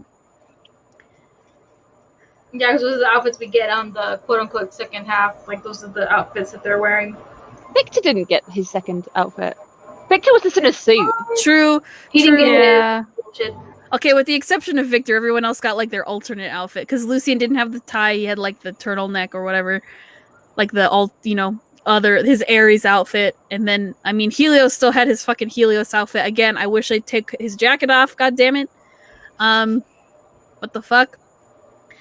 But hey, and then Gavin got the military uniform. Military uniform. And MC wore the same shit. At least they give her a variation of her outfit in the season 2 of the game. That's the only Exactly. upside. Well, and I liked the outfits they gave her in the OP, and I'm like, wow, gee, I wish I could have seen that.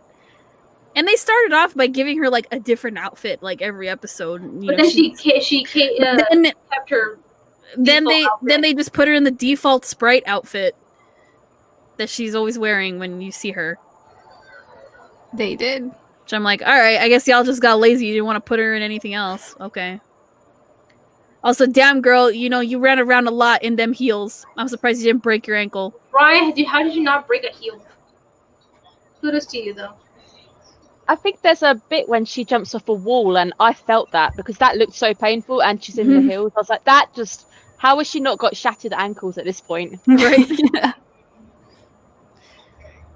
Like, honey, I know it works with the outfit, but like, listen, if that was me, I would be wearing some comfortable, at least flats, dude, not heels. They can still be nice shoes. They don't have to be heels. Lucian's cards are the most elegant. Lucian's collarbone. Damn, I mean, we can be thirsty if y'all want. Shit.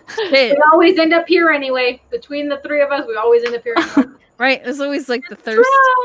It's true. Yeah, she does tend. I mean, I feel like she tended to have the same outfit in the second half of the anime. Because at the beginning, like she was wearing something different all the time, and her hair would be up sometimes and sometimes not. So it works a little bit, and then you get the default outfit, and you're like, all right. That's why I liked the boys normally like will wear the different outfits for different dates. I think that was mainly the point, right? Was that the guys are basically the eye candy, not the MC, so that's why they put them in a lot of different outfits. That's kind of true for Obey Me, making a quick deviation. Like, you're a sheep. You are literally a sheep. Right? Why is that our icon? Why? So that way MC could be anybody. Yeah. That's fair. Yeah, that's fair. Yeah. But like a cuter animal, because it's that's why they don't assume your gender. So if you are male or non-binary, like that's why they just use they them pronouns. I have noticed that in Obey. I think it's one of the first ones I've noticed that you could be anybody, but they love you for who you are. Yeah, you can be anybody, and it could be your OC. So like if you're female but your OC is male, like your OC can be male or what have you. That's why I really like. That's what I really like about Obey Me. But yeah, that's why the icon is a sheep, and why you can't really like change it. Unless you want to change it to like an icon of one of the boys, because they want to make sure like you associate it with yourself, whoever you are, and whatever you identify as. So I think that's also why I've said in the past that these adaptations of an otome game don't work, because you lose that attachment to the character, because the MC is you, and when I play like Mr. Love, I am MC. So when you suddenly get an anime and there's a girl who has to play the MC, it takes away that kind of attachment you get with a game. That's probably why they didn't give her a name, just so you feel like more connected. Or it's like, oh, it's going to be our female viewers. It's just she doesn't have a name, so they can be themselves. But it's like, when I play an otome game myself, I always make it my name, because I always want it to be me. Like, if I'm going to play it, it's going to be me playing it.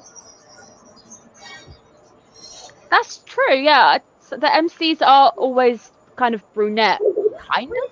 I don't think you, apart from in Obey Me, you don't really see... You see a hand in the cards, and that's about it. But they make it look very neutral, like, it's just a hand. So it could be anybody's hand. It doesn't look more feminine or masculine. It's just very general, hand. I do think Asmo is... he's legitimately, canonly, I think he is bisexual, because he does... Oh, for sure. Totally. And I like that about Obey Me, I think. Me too. Like, I get it. Like, that's why sometimes, like, the games do have, like, their, like, canon names. Like, it's the name you start off with. Like, you can change your name, or you can keep it as this. So, like, I get it, because if they make an anime adaptation, like, they want to use, like, the name for the character or whatever. But, yeah. I mean, I would love an Obey Me anime. I think that would be great. I don't know how I would feel in terms of, like, what they would do with, like, MC, but... as long as MAPPA doesn't touch it, I think... Right, exactly.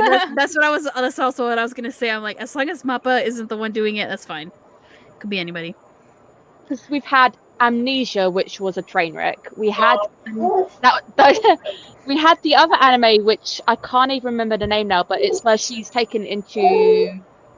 in Tokyo, but she gets transported by a magical guy into like feudal Japan. Oh, you're talking about Meiji Tokyo Renka?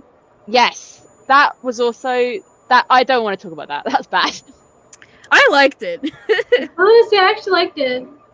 It could have been worse. Tokyo Renka, but I never played any of the games, so I like the anime. Is better. The game is much better. Again, with most of these adaptations, the game is always better.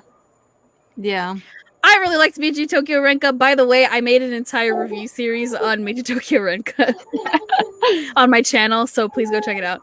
I did it when the anime was airing, but I liked it. I have it on Blu-ray because I liked how it looked. I liked the boys. I thought they were all cute. I liked it until the end episode. Let's just say that. Oh, really? Yeah. Okay. Oh, is Old Guy not your favorite? No, it's the fact that she just decides to go back. That she decides to go back. Yeah, no, that's yeah, that was also a problem for me. I'm like, why the fuck did you do this, bitch? Why wouldn't you just stay? I think I liked all the boys, but it was like you've chosen to go back, which is fair. You want to show that love isn't everything, kind of thing. But in the sense where you've kind of built up this relationship with all these characters, and then you've just kind of gone, screw it, I don't need it, and going back to my life where that's it done now. Right. Yeah, that's fair. Yeah, I'm sure the games are better, but I was just an anime only watching it. I enjoyed it. It was cute. It was fun. It was harmless. It wasn't anything like. It wasn't fucking Brothers Conflict, so. Oh god, no! Never mention that again. Fucking terrible. Mention that again. That's terrible, and so is what is it? Diabolic Lovers. I fucking hate Diabolic Lovers. My god. I can't with Diabolic. So, it's abuse. It's just so much abuse in that anime. It definitely is. She just lets them do all these verbally abuse her and stuff. Like she just doesn't do anything. And I'm like, why would I want to be in love with you? You're so mean. I couldn't get past episode 1. I tried, and people were like, "Oh, you're gonna really like this anime." And I got to episode 1, and I was like, "Yeah, nah, I'm good, thanks." I powered through it. I live tweeted my reactions to it. Oh dear! And it was like, I couldn't get behind any of it, and I was just like, I don't like any of these characters. They're all terrible. Season, and I was like, why did I waste hours of my life? And I was like, I don't know if I want to watch the second one because I don't like anybody. I hate them all. I even hate the main character. She doesn't do anything. She just lays there and lets them suck her damn blood. The only parts I enjoyed was when they were moaning while they're sucking her blood. Like those scenes were hot. That's fine. You know what? Some good ASMR there. It was nice. But that's pretty much the only thing I enjoyed about Diabolic Lovers. And then with Brothers Conflict, well, I could clown on that fucking series for the rest of my fucking life. That's fucking terrible. It's not a good show. I hate the story. I think it's so creepy and weird. But I will watch it over and over again just to clown on it because it's so fucking hilarious to just like talk over and riff on it. Like, man, we need to do a Brothers Conflict episode because I want to roast the shit out of it. The sad thing is, I watched it such a long time ago. And it was so bad, I don't remember anything about I literally remember nothing. I just remember it being so bland. I was like, I'm done. Well, that's my thing also. I'm like, because the main character in that show, I'm like, why do they like her? Because she's a girl? Yeah. That's the only reason why. There's a woman in the house now. Oh, we're all guys. She wears a skirt and has a vagina. We all want to smash. That's basically it. And then it's like, dude, that's like your stepsister. That's fucking ew. I know this isn't a hentai, but like, anime always has to go there. They do. Yeah, but when you have several of them like actually canonically kissing her, yeah, I don't like that. Also, when you have like the oldest brother who's like 33 years old wanting a 16-year-old, yeah, that's fucking no. Thank you. That's a big no for me. That's a yikes in the chat, dog. But I will clown on that series forever. I can get through it because I just make fun of it the whole time I'm watching it. Whereas I feel like we're super biased though with like other series because we all love Utapri. So as you can tell in the background, at least for me. The anime is kind of wacky and stupid. Like, I know the games are a lot better. They get more in depth, but I like the fucking characters so much. I think the Utapri anime is very endearing, and I have a fun time when I watch it, even though they do dumbass shit. But that's an otome adaptation. A little bit, but you're there for the guys, and that's what. Yeah, that's an otome adaptation that I do not have a problem with. Also, like, you get a song every single episode, so you know what? The music's always good. That's all that matters to me. With Utapri, I'm between two boys, and I feel bad for being between two of them. Oh, like, who are your two boys? Please let us know. Here it goes, guys. I'm Ren, so I'm a big Ren fan, and I like Tokiya, so between two.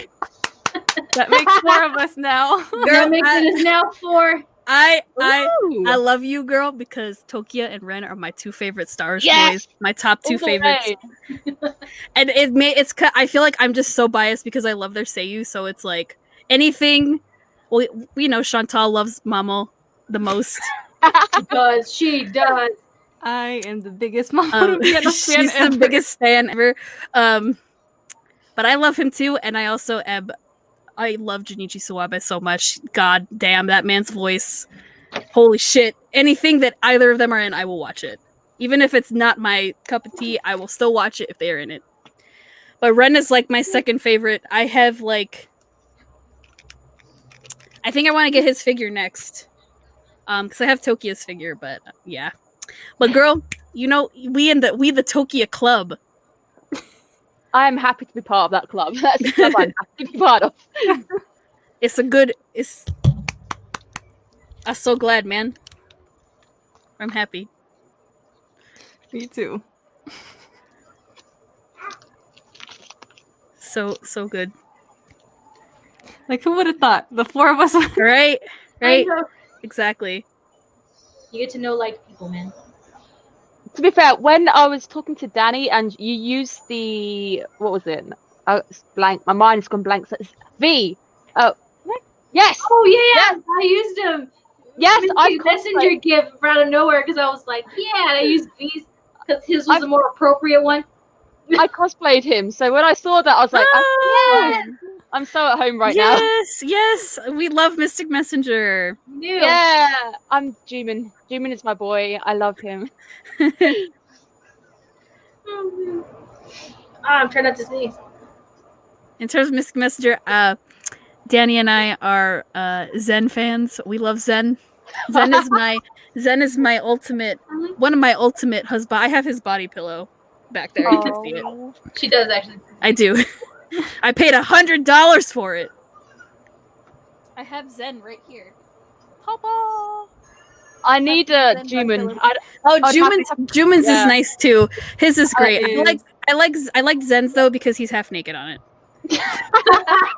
Of course. And then Chantal loves 707. My boy 7. You got your 7. He was cool. He was cool. I can see why.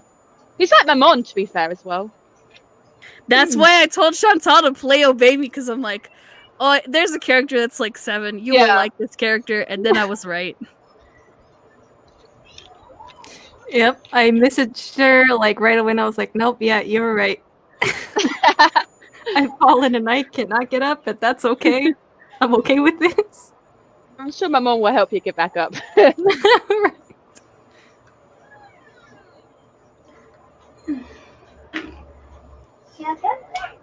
But I like Jumin also. Not as much as Zen. Because I really like the romantic, flirty types. Which was weird because I thought when I played Obemi I was going to really like Asmo because he's like really flirty and stuff. But no, it was Lucifer. For me it just depends. Like I tend to like the same kind of character types, you know? But sometimes there are exceptions. Which is why I'm sure it's a little surprising that Kiro is my favorite and Mr. Love, but not to me.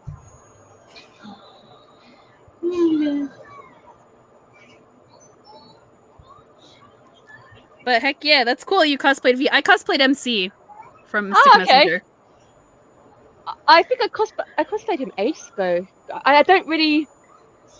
I need to do a Lucifer cosplay. It's kind of my next on the list. Oh, that would be so cool. It would. Yeah. I have patterns already. Yeah, I did MC when I went to Dragon Con in 2017. Oh, I've been told too many. Basically, I'm international cosplayer for Europe, so a few people have told me that I need to go to Dragon Con, and a friend is pestering me to go to Dragon Con. So hopefully, when the world gets back to normal, that Dragon Con is on the list to do. Dragon Con is fun. It's like I'd never been to Atlanta before, so that was my first time visiting there. It was really cool. It was really hot because it was in the middle of September, or at the beginning of September. But it was really nice. It's all of downtown Atlanta, and like it was cool. There was a lot of cool Like I was like one of the only Mystic Messenger cosplayers there, and most people were actually like the other characters in the game. But someone did recognize me and ask me if I was MC from Mystic Messenger, and I say yes. Oh, Bless, they knew. They did know. the scenes over there is just the cosplay scene over here is nothing like the scene over there at all. Like you guys make such a big. Like, I have to go. Apart from France, I'm not going to include France. France really does do their thing over there. But when I heard that you guys have like the entire town and there's like clubs and there's like different themed nights and speakeasies and kind of thing, I just like that. Just sounds amazing. It's really cool, and that's why when we went to Anime Expo last year, Chantal and I went together. It was like that's all of downtown LA, pretty much. Mm-hmm. Not the whole place, but it's like an entire 2 blocks of just anime stuff and cosplaying and big lines, and we ate at Smashburger twice, like 2 days in a row. But it was cool. It was fun. And of course, being inside of Anime Expo is like, I don't know, it's like the mecca of all like anime conventions. It's a lot. It's a lot. But it's But fun. they get a lot of good people. I think the other one I want to do in America is Kitakon. Yeah, the one in the hotel, which is I have no idea what state it is. It's just a big hotel convention where everyone kind of gets together, and it looks amazing. Well, I think we wanted to go to Anime Central this year, which is in Chicago. But before we could kind of like make plans to like buy tickets and stuff, the whole world shut down. So they canceled it. Thank God though, because that was before we even bought tickets, so like that would have sucked if we had bought tickets and then had to like get a refund. So but we wanted to go really bad. I have like money, like I think airlines owe me money still from that. So you're lucky that you didn't kind of get wrapped up in any of that. True, yeah. But I know we do want to go. We want to go back to Anime Expo again, and another big con. That'll be fun. I know. We went last year to go see Mamoru Miyano. That was his first American appearance. Yeah, so we got to see the Utapri movie, like when it premiered over here, which was awesome. And then we got to see Mamo and Takuma Terashima, who plays Otoya, in the flesh. Oh, jealous. Which was like, I don't know, a religious experience, pretty much. It was crazy. We had a lot of fun. It was really cool. There was a lot of people dressed as Mamoru Miyano's characters, and Mamoru Miyano himself, like his little weird characters that he has for like his concerts. Yeah. It was pretty fun. It was awesome. But yeah, I recommend going to Dragon Con. It was fun. A lot of walking, but it was fun. I think at some point, it depends what's going on in the world, because my friend is going to drag me at some point. I think he's getting to the point when he's just going to kidnap me and take me to Dragon Con. Well, from what I can see of your cosplays on your Instagram, I think you would, get a lot of good pictures from people. I think they would want to take a lot of pictures with you. That's a good thing. I like that. Yeah, so it's really cool, especially because Dragon Con's a really cosplay heavy convention. Like pretty much every other person you see at Dragon Con is in cosplay. So and the cool thing about Dragon Con too is like it's not just an anime convention. So it's like all kinds of media. So like I got to see a panel with Matt Smith and Karen Gillan and from Doctor Who, because I love Doctor Who. So like I got to see a panel of that. I was in the way back, but I still got to be at a panel where they were talking. It was awesome.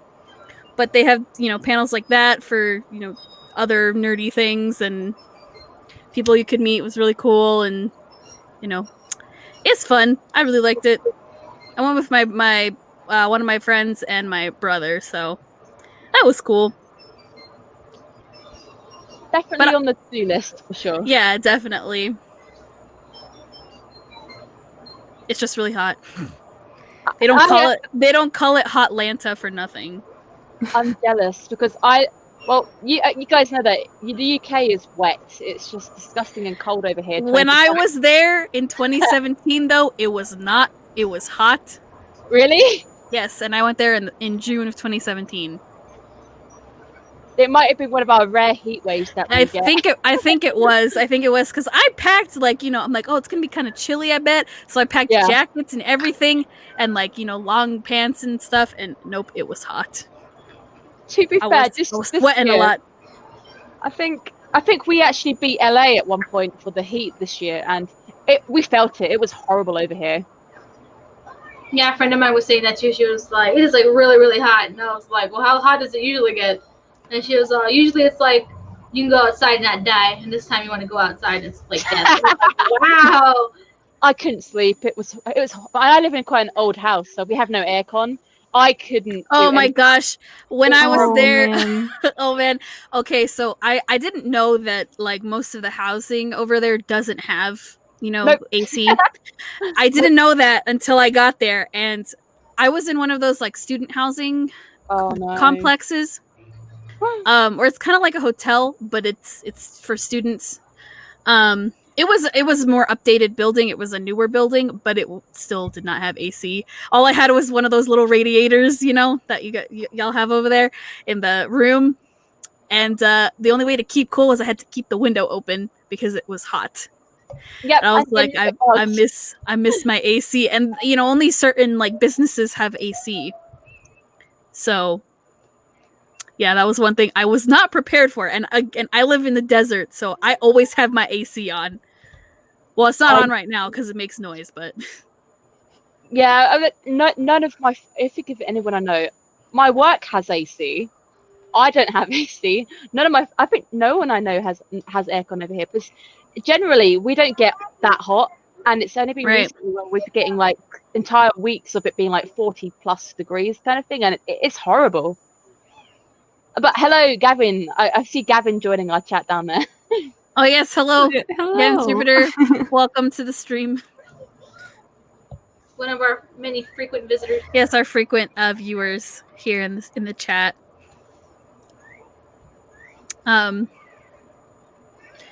So just curious, do you have any favorite dates? Since Victor is your favorite, I'm curious to know if you have any favorite dates. I've actually got the London one as my actual avatar at the moment because I really like the London date just because it's the first time he kind of gets really panicky because you get separated from him in the crowd. But at the same time, I know where that is. So I've been to that market. I know exactly where that date takes place. So it's a special one because it's one I've been to kind of thing. So I could pretend that I could see kind of Victor in a phone booth kind of thing. And plus, he looks so good in the jacket he's got on. It's really a long winter coat. It's cute. I like that date too. I think I have also been to that market when I was in London, and I think we did go to that market as well. It's really cool. I really liked being there. Did not want to leave. London is fun. My normal haunts with London is Goldhawk Road, Leicester Square, and kind of Chinatown. Chinatown area is great. Oh yeah. We went there close to the evening time. That was really nice, really cool. I went to some of the clubs there too, and I was like, it's a little poppin', Yeah. I think London really is the best place to be at kind of nighttime areas because it is quieter. It looks prettier as well. London's not the cleanest city in the world, so at nighttime it actually looks quite nice. And plus theatre. We've got lots of theatre in London. Exactly. No, and that was why I went to study abroad because I was my major was creative writing, but my secondary major or my minor was English and American literature. So that was for a class that I had to take. So we did go to see a lot of plays, which was awesome because I also used to do theater. So I love it. So it was great. Studied theatre, so I approve. It was great. It was so fun. And two plays I saw just because I wanted to. Like, we did all the ones we were supposed to see, but then I bought tickets to go see Aladdin and The Lion King because I wanted to see them, because I've never been to Broadway, and so that was like the only way I could see like the Broadway versions of the shows. So that was great.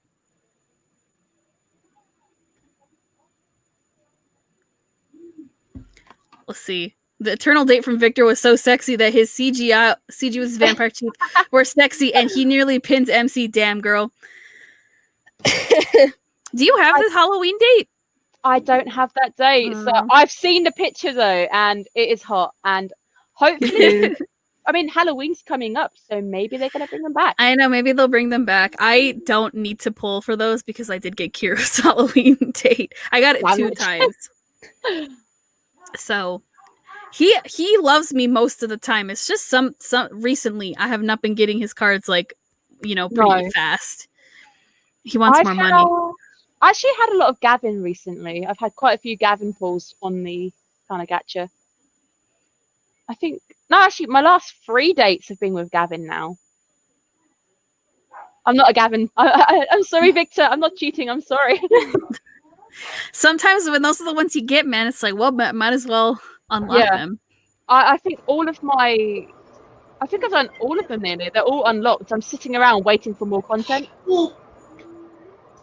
See, I have so many Kiro dates that like I'm trying to unlock all of his first before I move on to someone else, and it just takes me a long time to accumulate the purple gems.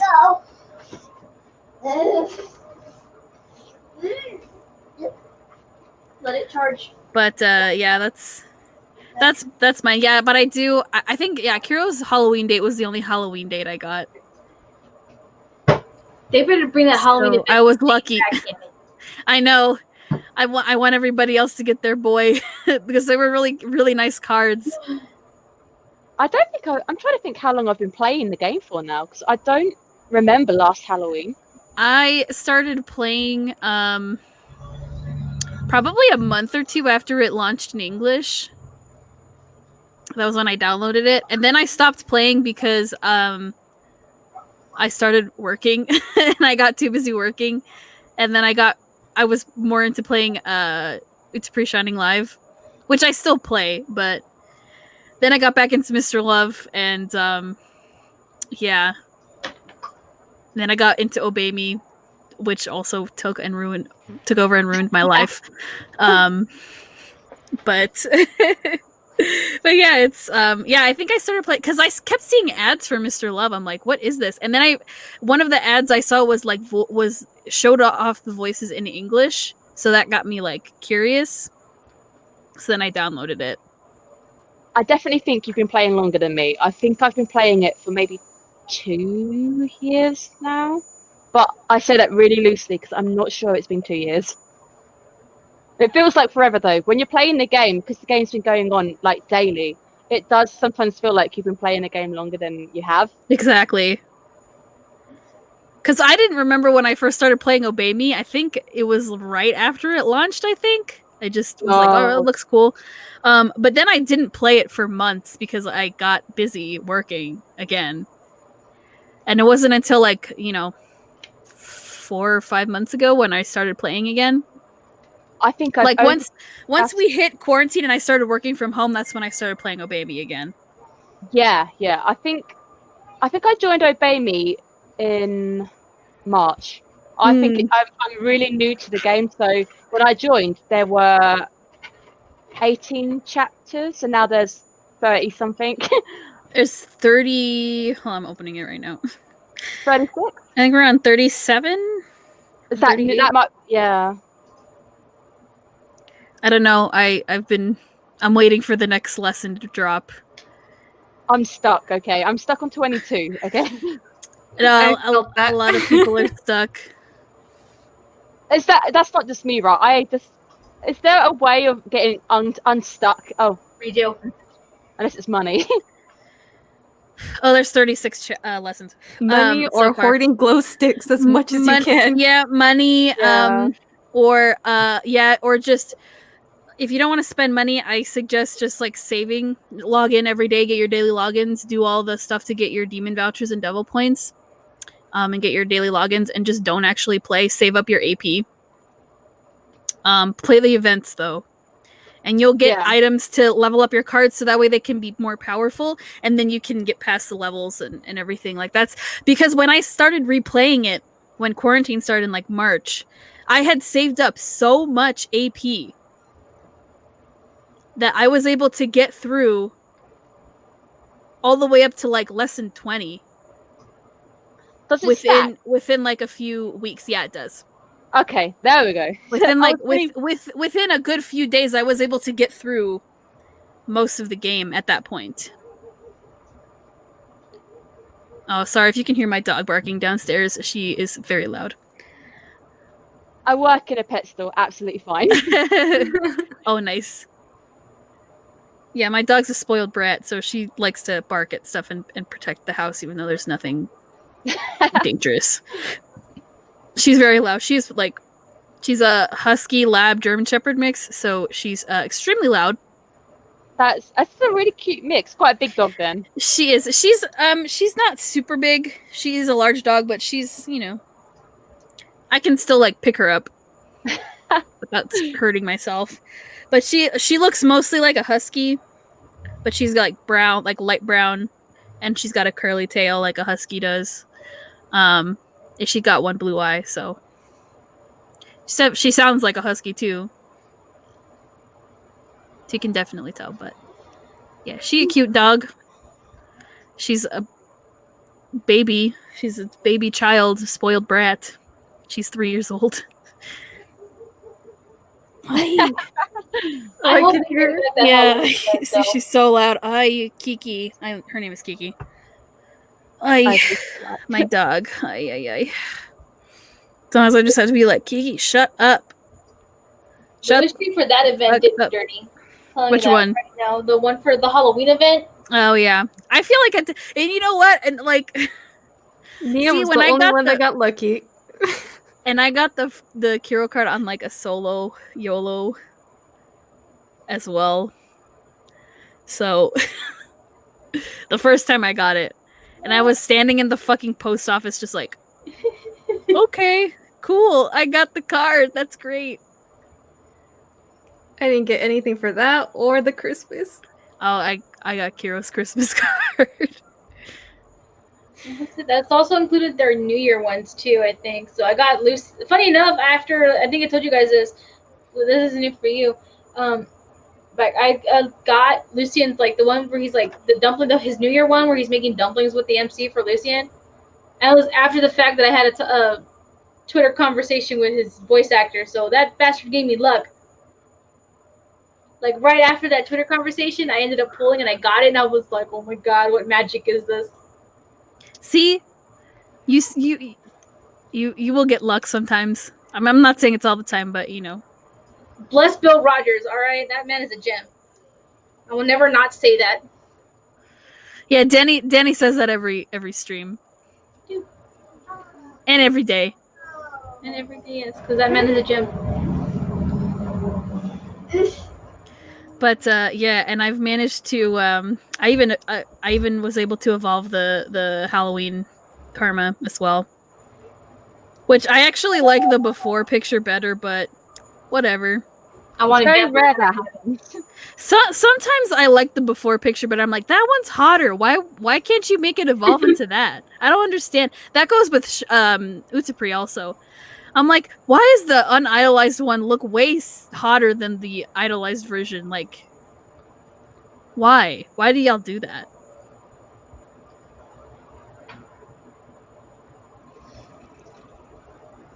I don't know. They're nice pictures. Right now. I know. I'm looking at my karma too. I have mostly evolved all of my Kiro SSRs except for one. Mommy. Because I am a hoe for Kiro. And I want to evolve all his cards before I evolve everybody else's. Mine are all evolved. Anything I get which is SSR or SR, they're all evolved. Oh, wow. Too much time in this game. See, and you've been playing probably less than I have, and I have not evolved everything.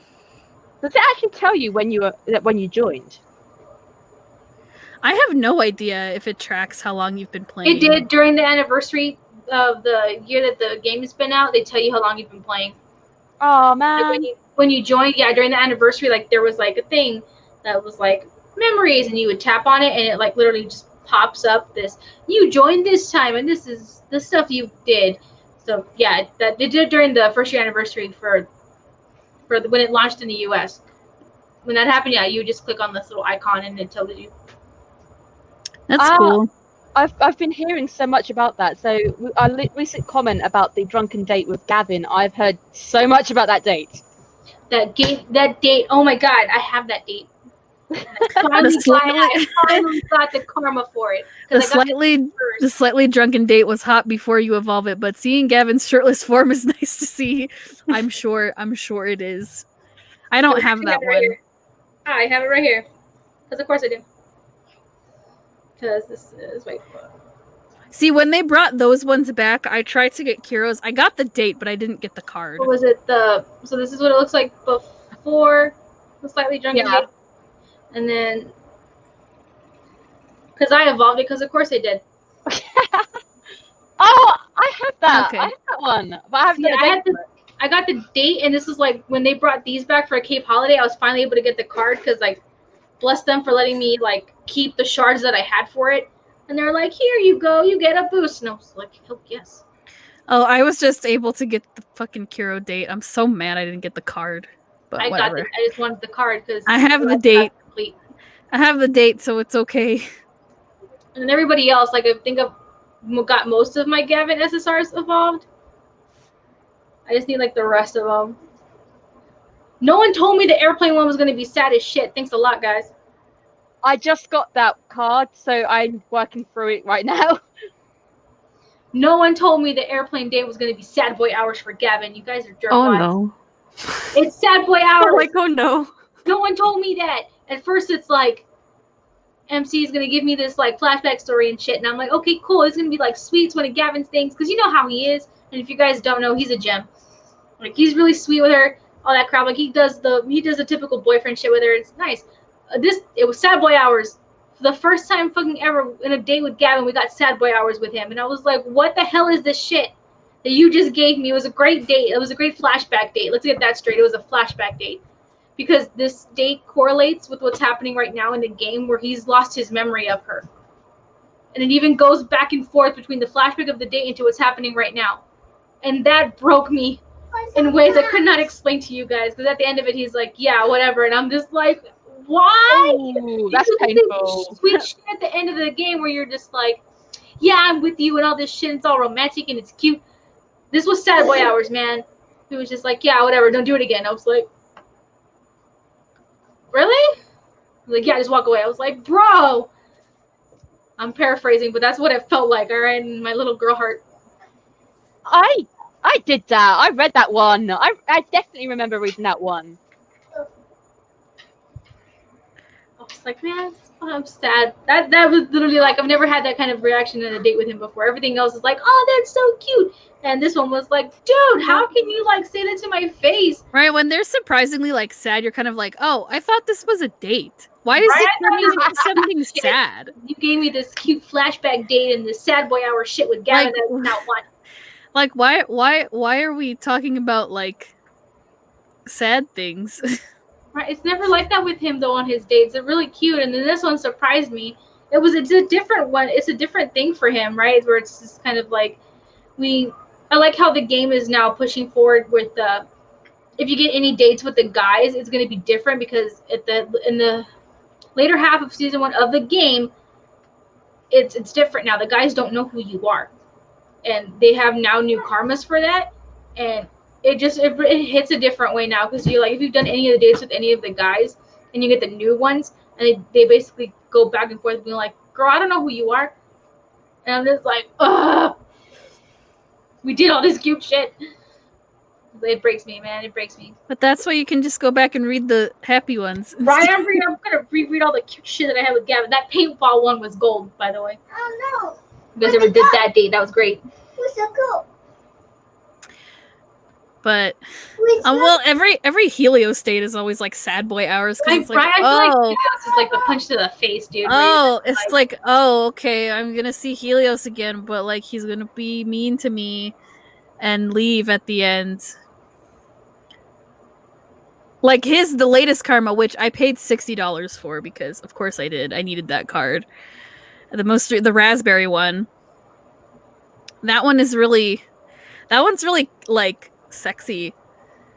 Because he's like in pain, like you take him to like this doctor and he like stays there and like MC kind of leaves for a little bit and then she comes back and he's still in the room, but then he kind of like tries to leave, but she basically stops him and she's like, no, let me, like, you need to stay, you're gonna like, you know, injure, because he's like really injured, like, you know.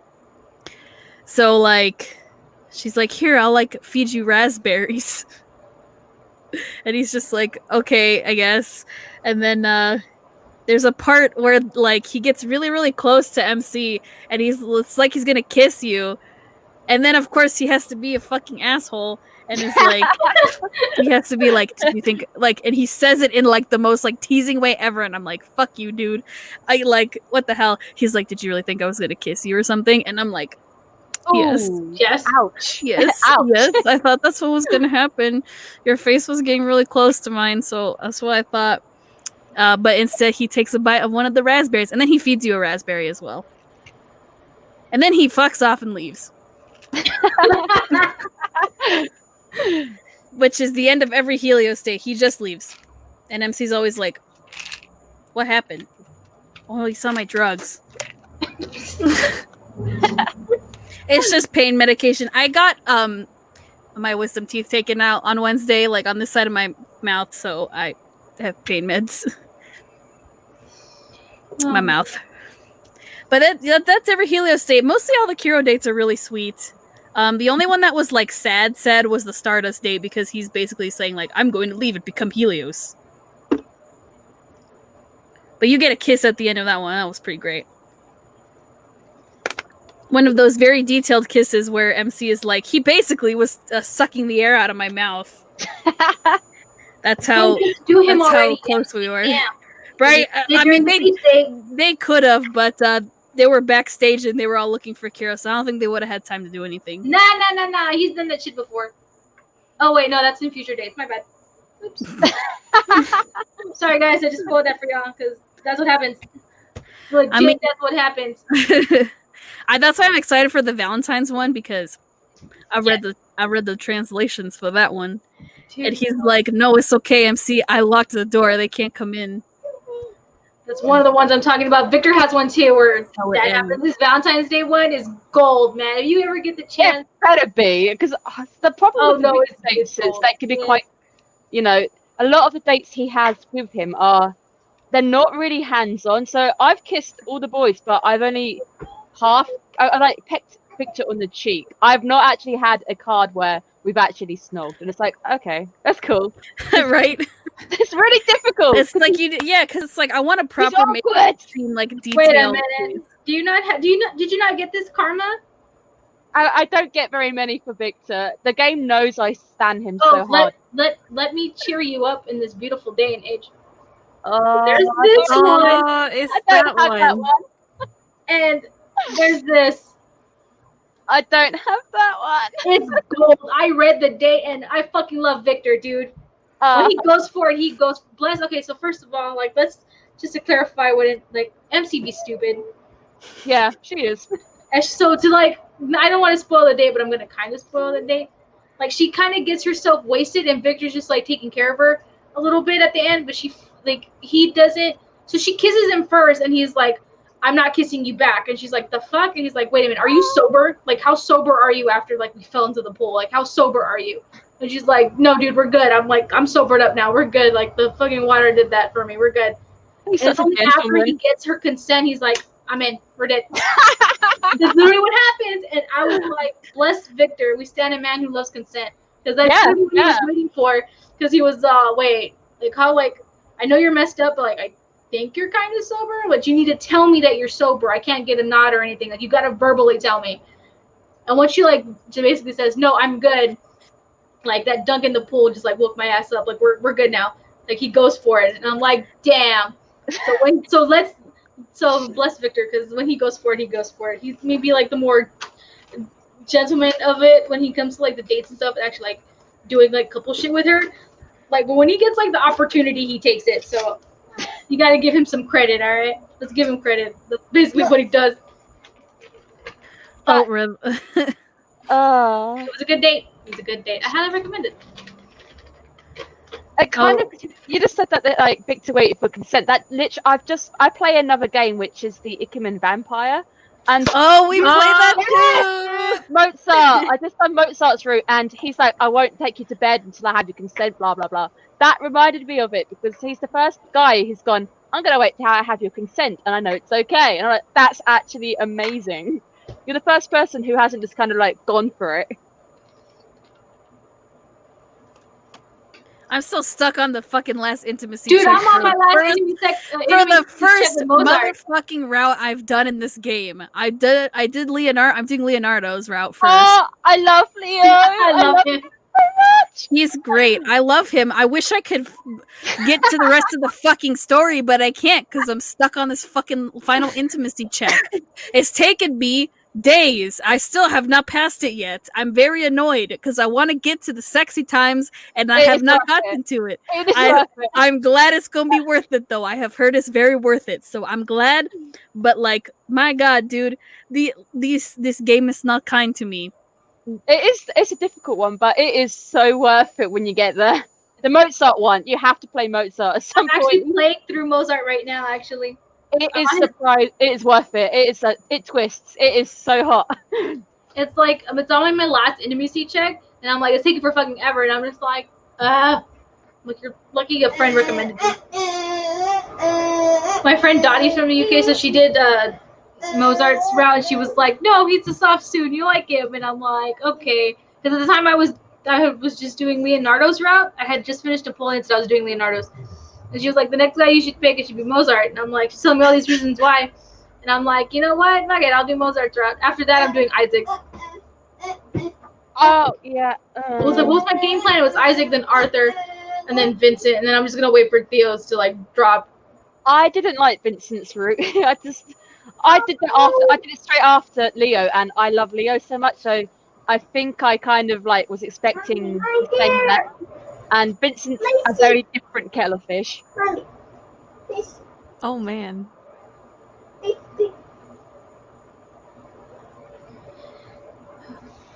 Yeah, I'm enjoying Leonardo's routes. It has made me cry several times. Yes, so yes. you know that tells you I'm very emotionally invested. I mean, all of these games have made me cry. Obey has made me cry. Oh my god, less than 20, dude.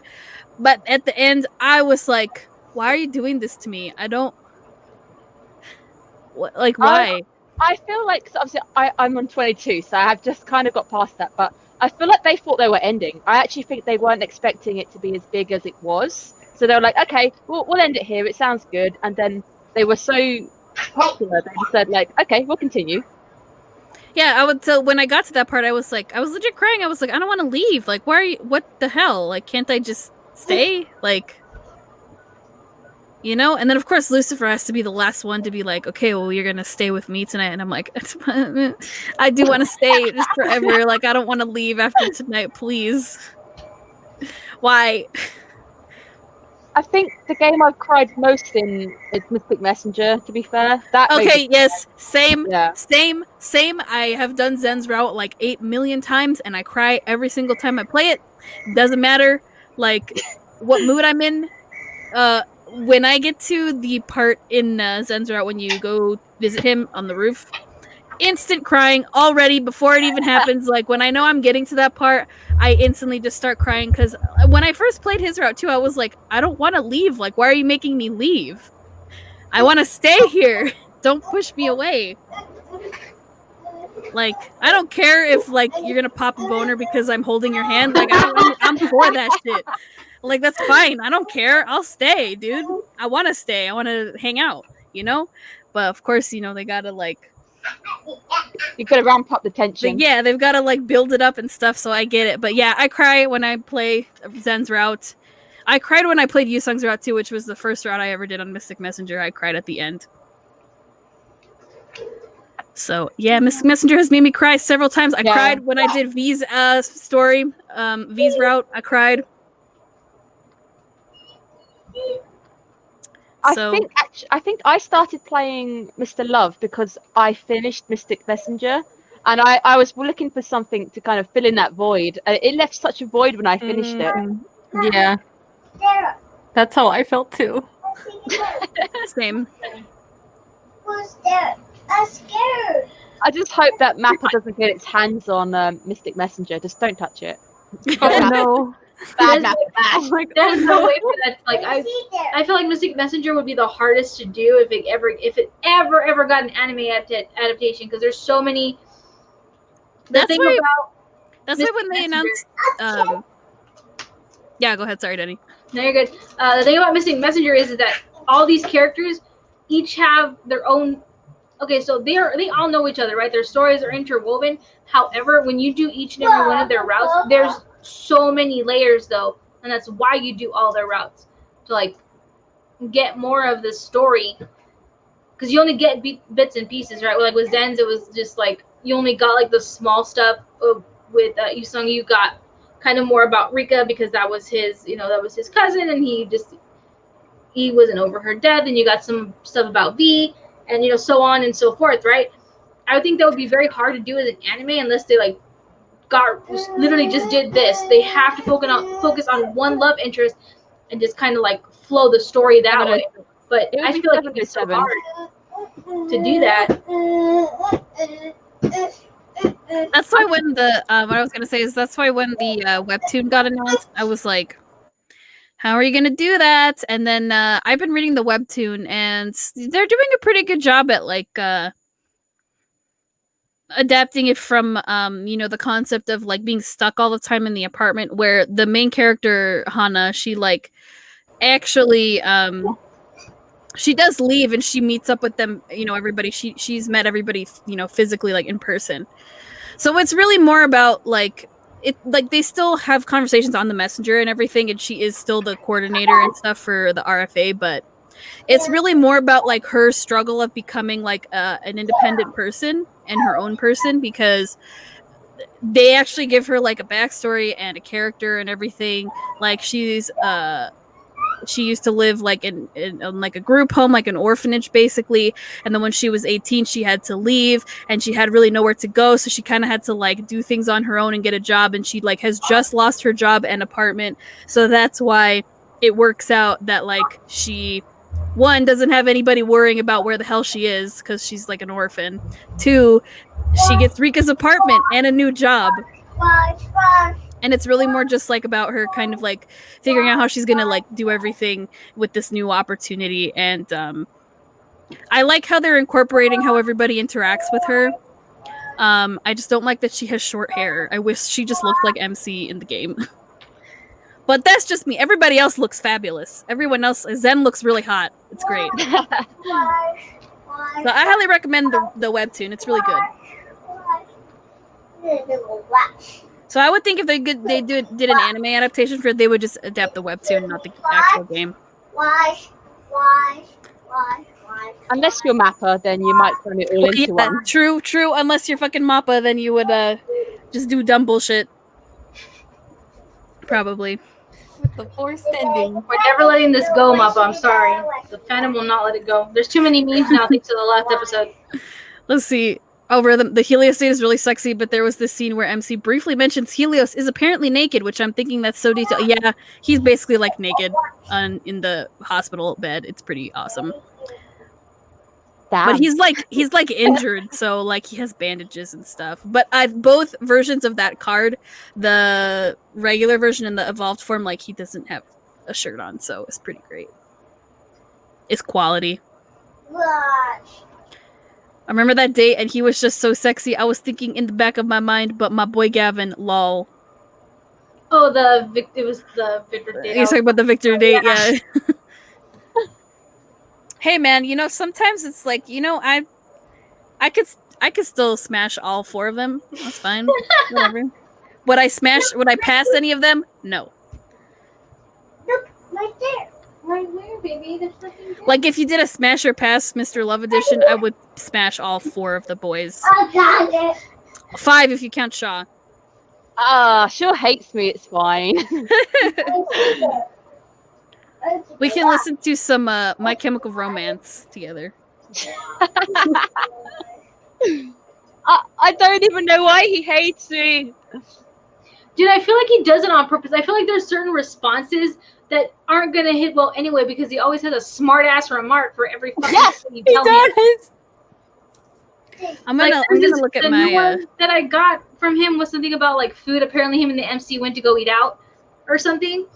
And the one I got was, why do people order more food than they can eat? And I basically put, I'm like, I always take the leftovers home. And I said the same thing. fucking Shaw was all, yeah, that's what you should do. And I'm like, fuck out of here. I'm like, damn, you wanted an answer, I gave you an answer. It's being a smart ass. I'll The one where they went to go see a show at Livehouse or something, like they were going to a concert or some shit, and she had his ticket, and he was like, did you get lost at the door again? I was like, dude, can you just like be where you're supposed to be? And just like sit there. Okay, I'm reading mine. I have the Shaw thing. Why do people order more food than they can't eat? And I picked the answer of, I always bring home the leftovers. And he just says, that's what you should do. Yeah, that's the one I do. Yeah, but we picked that one. But like he always does a fucking smart ass remark for everything. Why do people get sad on rainy days? Oh, he offended me on that. Which answers did y'all pick for that one? Slow songs. It was like stuff about music being slow, and slow songs are good. And then he's like, you need to change your music. Slow songs go well with rainy days. Yeah. You need to change the songs in your playlist. Well, I mean, that's my rainy day playlist, dude. All the other ones, yes, I will have all the mine was crazy a shit I like. response. I didn't pick those answers. I picked the one I was like, you don't get it. And he was like, well, explain it to me. And I'm like, no. The latest one of his I got is, let me say it one last time. It's Shaw, not Thaw. Oh, that one. I got that one. I wrote, someone misspelled your name again? He says, are you here to gloat? Yeah, I said, yeah, because I can spell your name right, dude. Did you guys get this one with Shaw? It was like, only the real cave bar worth a visit, though. One in Loveland City can't measure up to it. And my response was, that's too far away. Can't you just make do? And he was all, no. She's like, well, why do you bother? Like, fuck, dude. Like, okay, no, I got a conversation. I got that one too. I picked a different answer. I said, actually, I find it here quite nice. Yeah. Good ambiance. He says, it can't even compare to my live house. Yeah, okay, dude. No, it doesn't matter what answer you pick. Shaw always has a smart ass remark, so it doesn't like matter what you say. It doesn't matter what you say. I feel like he does it on purpose because I feel like he's trying to make sure that the MC doesn't like him. Oh, this one, he says, so you like crappy food. This is why we can't have nice things, all right? Surprisingly, my intimacy level with him, like, since we got him, I was like at a level 5. This one is nice. Got a pair of new drumsticks. I'll give it a try someday. And I said, I've always wanted to learn how to play the drums, which is true. And he says, you want me to teach you? I got that one too for the please my response. Please teach me how hard I need to bang this drum. And then if you would like, you can bang something else afterward. Dude, I'm okay, so because we're going there. Because we always go there, guys. We always go there. I wouldn't be surprised if I'm telling you, I'm pretty sure Livehouse has seen some pretty weird shit with Shaw. And by weird I mean him banging probably some random person in the bathroom or something. So that's probably what I think would happen. Wait, you want to? Oh, I got to this one. It's a good day to skip class. And I said, it'll be a wonder if you ever graduate. Are you looking down on me? I am a top student on scholarship. Yeah, he was like, my grades are good or some shit. I was like, what? I mean, I can't really say because it took me like 7 years to graduate from college too because I'm really lazy. So, I get it. But I was not a scholarship student because I'm dumb. It's not because I'm dumb, though. I graduated that late because I'm just lazy. I'm a procrastinator. It was worth it, though. Still got the degree, so that's all that matters. I think that's the first... No. 10 o'clock tomorrow night. There's a new performance. A seat has been reserved for you. Thanks, man. See, he's nice sometimes.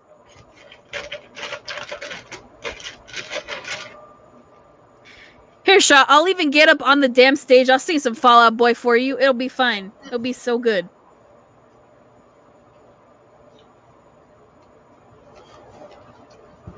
We can collab. Did you guys ever get this one with him? He was a prompt reply is basic courtesy. Oh, yeah, I got that one. What was your answer? Hold on, let me get to it. Let's see.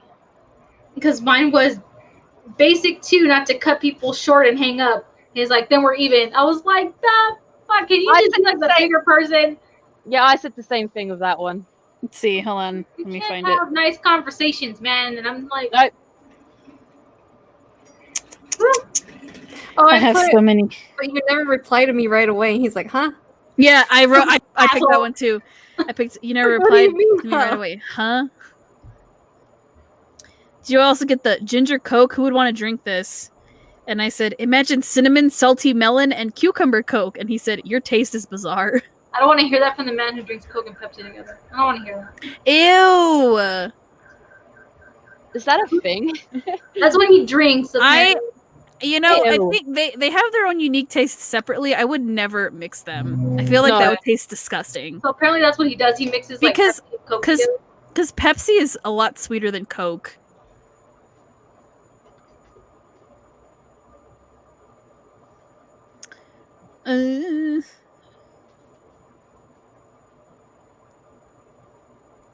Yeah, some of these from like all of them, it's like, why are you posting this weird question on this, like on your social media status? But again, I feel like he responds that way to the MC because he's trying not to like her. That's what I think. But again, I'm trying not to like be positive with Shaw for various reasons. Like, no, I can't do it. Can't do it. Oh, did you guys get the one he says, new wave punk, synth's voice is more syrupy than toffee? And I Yeah, said, I got that I'm one. going to dance to it 30 years later. And he said, you can also do that now. All right. Just fucking ask her to dance then. You're Like, just dude, walking come around on. in circles and not telling her what you want to do. So you're a shady bastard. I've just got so many Gavin. I didn't realize how much me and Gavin spoke. I know there's a lot of those. A lot of the I've noticed a lot of the ones you unlock for these is like it's always like more of a certain one than others, like more often.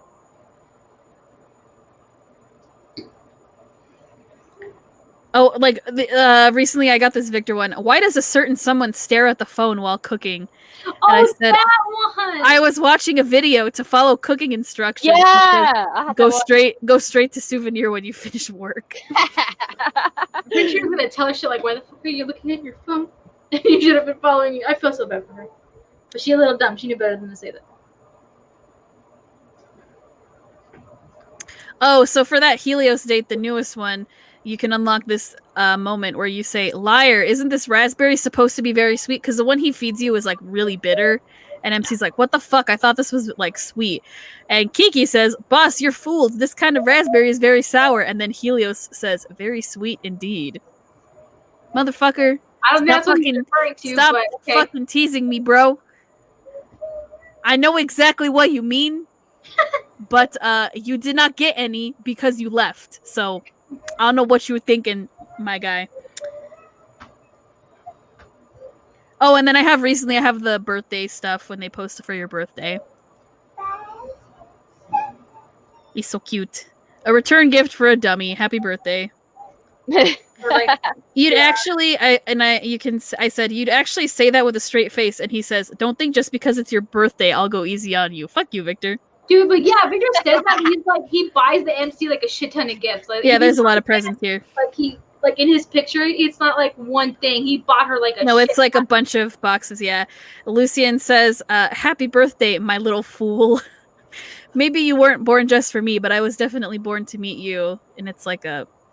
Was it the necklace or meteorite shard or some shit? Yeah. that he gives her? I just said, I'm very happy to have met you, Professor Lucian. And he says, I'm very happy to have met you too. Very cute. Gavin's is the guitars. He says, a special day for my most special someone is special to me too. And I said, since you gave me this guitar, now you got to give me lessons. And he says, yep, I'll hold up to my end. This guitar's got a lifetime warranty. That smooth fucker. And then I'm really Kiro... with that response. Kiro gives a little music box of himself, and it says, I've been happy since last night thinking about your birthday. Everyone's been asking me why. Well, it's because of you. I said, thank you. I can feel the warmth from my little son. And he said, Miss Chips, I hope you're always happy. I am, because you exist, my guy. It's so cute. Speaking of Kiro, I got did you guys get this one with Kiro? It was breaking news. The bag of dried fish chips I bought yesterday opened itself. Yes. Yeah, I did. I was maybe you fucking opened it. He's like, no. I said something different. I said, that was my response though. I said, perhaps there's something strange that, and he writes back, LOL, I'm not scared. And then it says, your Kiro has disconnected. I said, is it the spirit of the fish? And he goes, the collapsed morality of the cat. I've caught the culprit. So I think it was a cat. Fucking Kiro, dude. I love his fucking I love his post. There's one from him that says bubbling hot pot, perfect for a summer night. I said, did you block Saban from seeing this post? Yeah, I did. He says, let me check again. Poor baby. He just let the man eat, god damn it. He's on a diet all the time. This poor bastard. Oh, this one was really cute. Warm in winter and cold in summer. Are all girls' hands so magical? And I said, I think it's just your brain is playing tricks. And he says, I still think it's magical. Being with you is very comfortable. I put, which other girl are you going to ask that question? That's what I did too. Yeah. So my bad. I post another one praising you right now. Let's see. I think my phone realizes that I love Gavin so much that a bunch of these are Gavin. Gavin's and Victor's. Oh, this one's funny. This is secure one. Never try to wear ripped jeans when you are in a hurry. Otherwise, you might actually rip a hole. I said, pitiful, but funny. Is it mendable at all? He said, you could still mend my broken heart. Aww. That's cute. What about Candy? Oh, this one's really cute. The person who wants to wake me up was still asleep. Confused.jpg. I said, I swear I did set the alarm. He says, your alarm doesn't seem to be working properly. Maybe I should wake you up tomorrow. Yes, you can wake me up tomorrow, honey. I always sleep through my alarms anyway, so. Well, this one's cute. I'm losing HP as my phone's battery is draining. I remember that To one. save Kiro or Kiro's phone? That is the question. He says, I don't need my phone if you are around. Does that mean I'm the only person you talk to, Kiro? Or probably he just wants to ignore his phone. Probably. Basically, like Too many people are trying to get Yeah, into it. right. Like too many people are hitting him up his phone. He's like, I don't want to work. I just want to be fat. Just watch movies. Oh, this one's cute. Face emoji is really addictive. I highly recommend it. And I said, your attractiveness is beyond AI's calculating capacity. He says, you have improved again in the art of flattery. I get with him sometimes. Some of these are really cute, and some of them are like, why? Because he knows he's attractive. Like Shaw shouldn't have social media. Oh yeah. He shouldn't. I'm sorry. Again, we like and respect his character, even though he's a smart ass, but the man should not have social media. Like, fucking stay in class.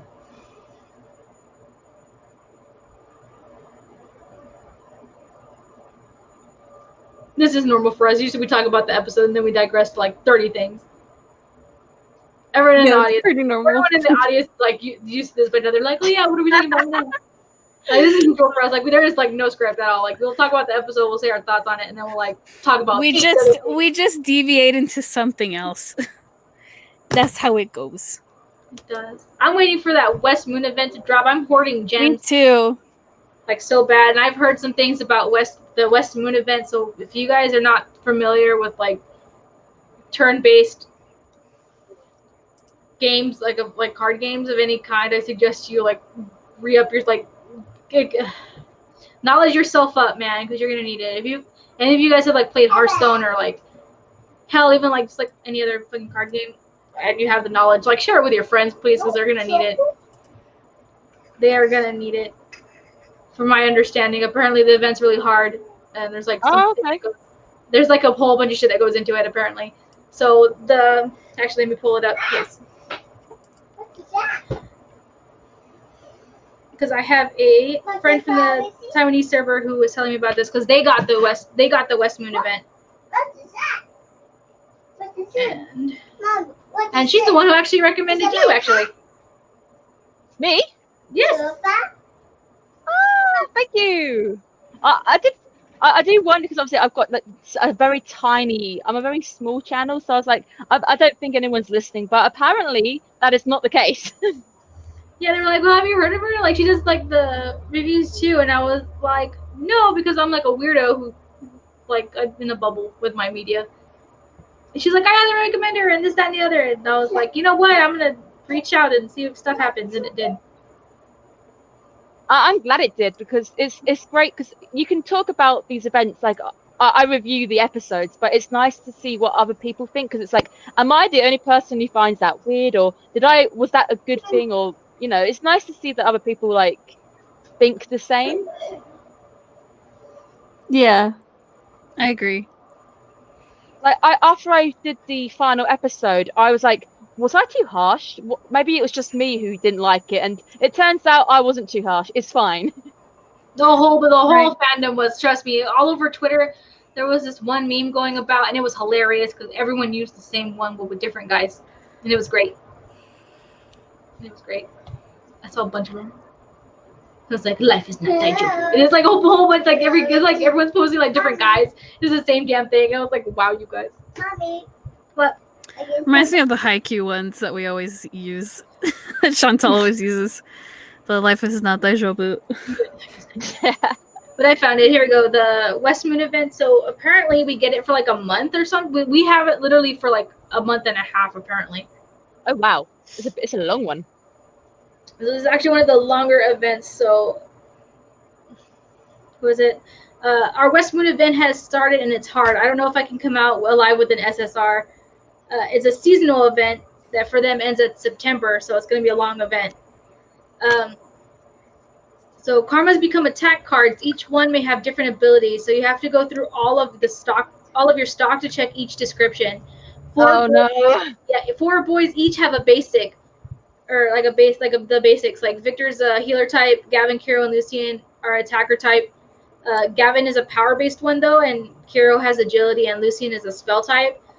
Karmas you have raised in Loveland World serves as a basis to your card specs, but you have to also additionally raise all of your cards specifically for the West Moon World. So apparently when you log in, there's like there's gonna be an icon for the West Moon event. You tap on it, and those are the cards that like the karmas that pop up. Those are the ones that you have to like literally get a hold of. Like you have to set them up and then raise them up. And so so it goes. So that's what she means by in that one. You have to you literally have to level them up, like specifically while you're in the West Moon event. Mommy, it's just chocolate. Ask your dad for chocolate because Mom does not have anything. I said it's so chocolate. Okay. When is that event happening? We're supposed so they've started. I don't know when we're getting it, but if it goes by anything, everyone's saying all over the server. At least for our end, it's like we're gonna get that's the next event that's coming up for us, and then we're getting new chapter drops pretty soon. Yeah, we're due for some. We're due for next chapters, which will be after. Apparently, it's after West Moon event. God, so is that going to be like what around Christmas when we're going to get new chapters? Probably. Yeah. Well, we'll look forward to that. I mean, it's already October, so it's not too far away. Dude, just bring back the Halloween event so I can get Vampire. Yeah, give me Halloween, then you can give me West Moon. There she is. Good morning. Good morning. It is 2:00 where I am. Hello. Oh, it's almost it's 7:13 here. It's 8 over here. Yeah, it's 8:13 for me here. Everybody's in different time zones. It's quite cool. Yep. It is. I mean, I'm only an hour behind these two. Yeah, So. That's I not look too forward much. to the but West Moon event it's- though. Damn, that's a long ass event. So it started in September and it won't end until December for them. So I was like, shit, that's a long ass event. So we might actually get it for like the New Year. That might be our New Year event. Oh, that's our New Damn, Year then, event. then does that mean we won't get new chapters till next year? Jesus. Probably not. I'm pretty sure we'll get new chapters. Ugh. They'll update whatever, and then they'll do that other behind the curtain shit that they were supposed to add on to. And then I for the think New Year, that's it'll next. probably be the West Moon event. Oh my god. Happy New Year, have this event. No! I bet you anything, watch. Like, you guys had a good holiday. We brought back some other events. We gave you new chapters. Oh, here's this turn-based card shit that you're probably not used to. Have fun. And good luck getting those SSRs, because you're screwed. Oh no. At least you get Happen. at least you get like a good amount of time to kind of like get used to how to play it. No, you have not missed anything. We're basically shitting on the finale. We roasted it. We can roast it again. I'm just kidding. Well, we're basically talking about the how, roast. like we fucking went at it. Like we didn't. Overall, the season's great. There's of course like we talked about, like there's certain stuff to nitpick at, but like the finale was atrocious. Like there was like too many things that they just like that fell by the wayside. And as our per usual stream, we're talking about random shit. They did a shitty cliche ending, and we were annoyed. It's like they were making a beautiful omelette, and then it got so bad that it's gonna throw it on the floor, and that was your finale. Right? Oh, such a- Enjoy. You can still eat it. 5-second rule. Oh my god. Like they would think we would even pick it up off the floor to eat it, even though there's a 5-second rule. It's got a picture in it though. I might pick it up. True. Very true. It's the chocolate. Let's see, Rhythm. This one. Behind the Curtain has been a lot for me. Yeah, it was a lot for me. Like, I lost brain cells reading the whole Dude, Behind the Curtain stuff. Chocolate fries. Chocolate fries. the fries aren't chocolate, you weirdo. They're normal fries with potatoes. Mom, What? I like Mr. Chocolate. Yeah, I'm still reading through that because like No, I read it all. I need time to read Yeah. it all. I read it, and I think I mentioned it in my video that a bit of information you learn about Kiro is, I think they released that event knowing that they would be spoiling it in the anime because they kind of, you needed the information. As an anime only, you probably don't know what was going on, but if you're a game player, what you've just recently learned about Kiro kind of really tied in because they almost ended on that exact information. Mm-hmm. Yeah. Yeah, because that's where you get the whole "I need to be in the darkness to Yes. fight for the light" part. You got that from this recent thing. So, I mean, I appreciated that. That was nice to get to see like the More Kiro. backstory and everything. Yes, more Kiro, obviously. You know, I always want more. But it's interesting to see like that it was also Key that like told him that. Yeah, because we never really got like in That's- the main story like any kind of closure with that. No. Kind of glad that they went ahead and been like, this is kind of what happened on the side, guys. We're like, that makes sense. Did they tell us what happened to Key in the anime? Anime-wise, they kind of just left it off saying that, you know, he vanished and I was Key.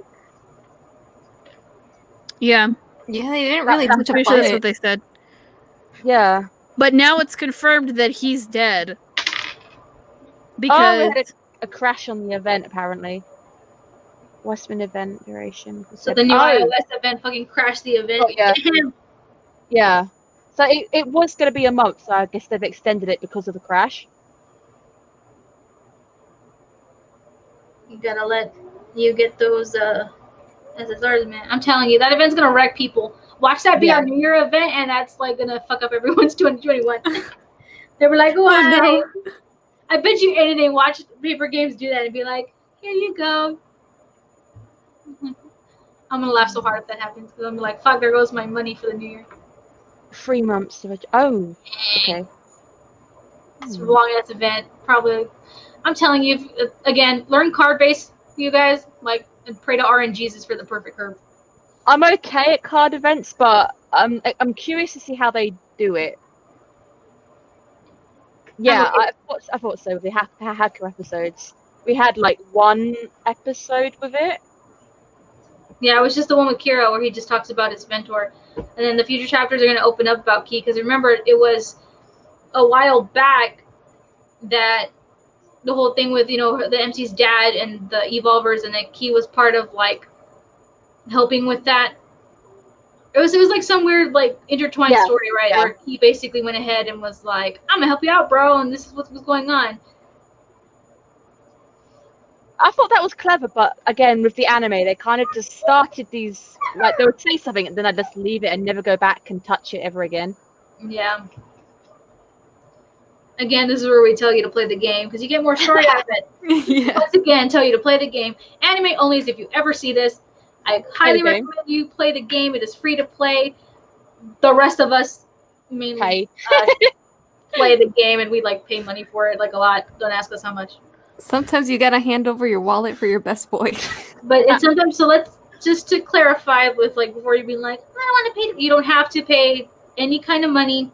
It's just we're weebs and want the cards. So that's why we dish out money. You don't have to use, again, like me and Mia say this all the time.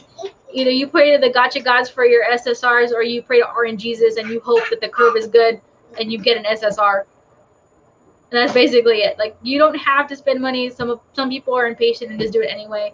Or they're me and just want that SSR because it was worth it at the time, all right, to get Gavin in the uniform. I told Chantel about that too. I spent money on Gavin for his, like, when the new chapters hit, for his, when we got him in uniform. I spent money on that. I have no shame. It was worth it. It's worth it.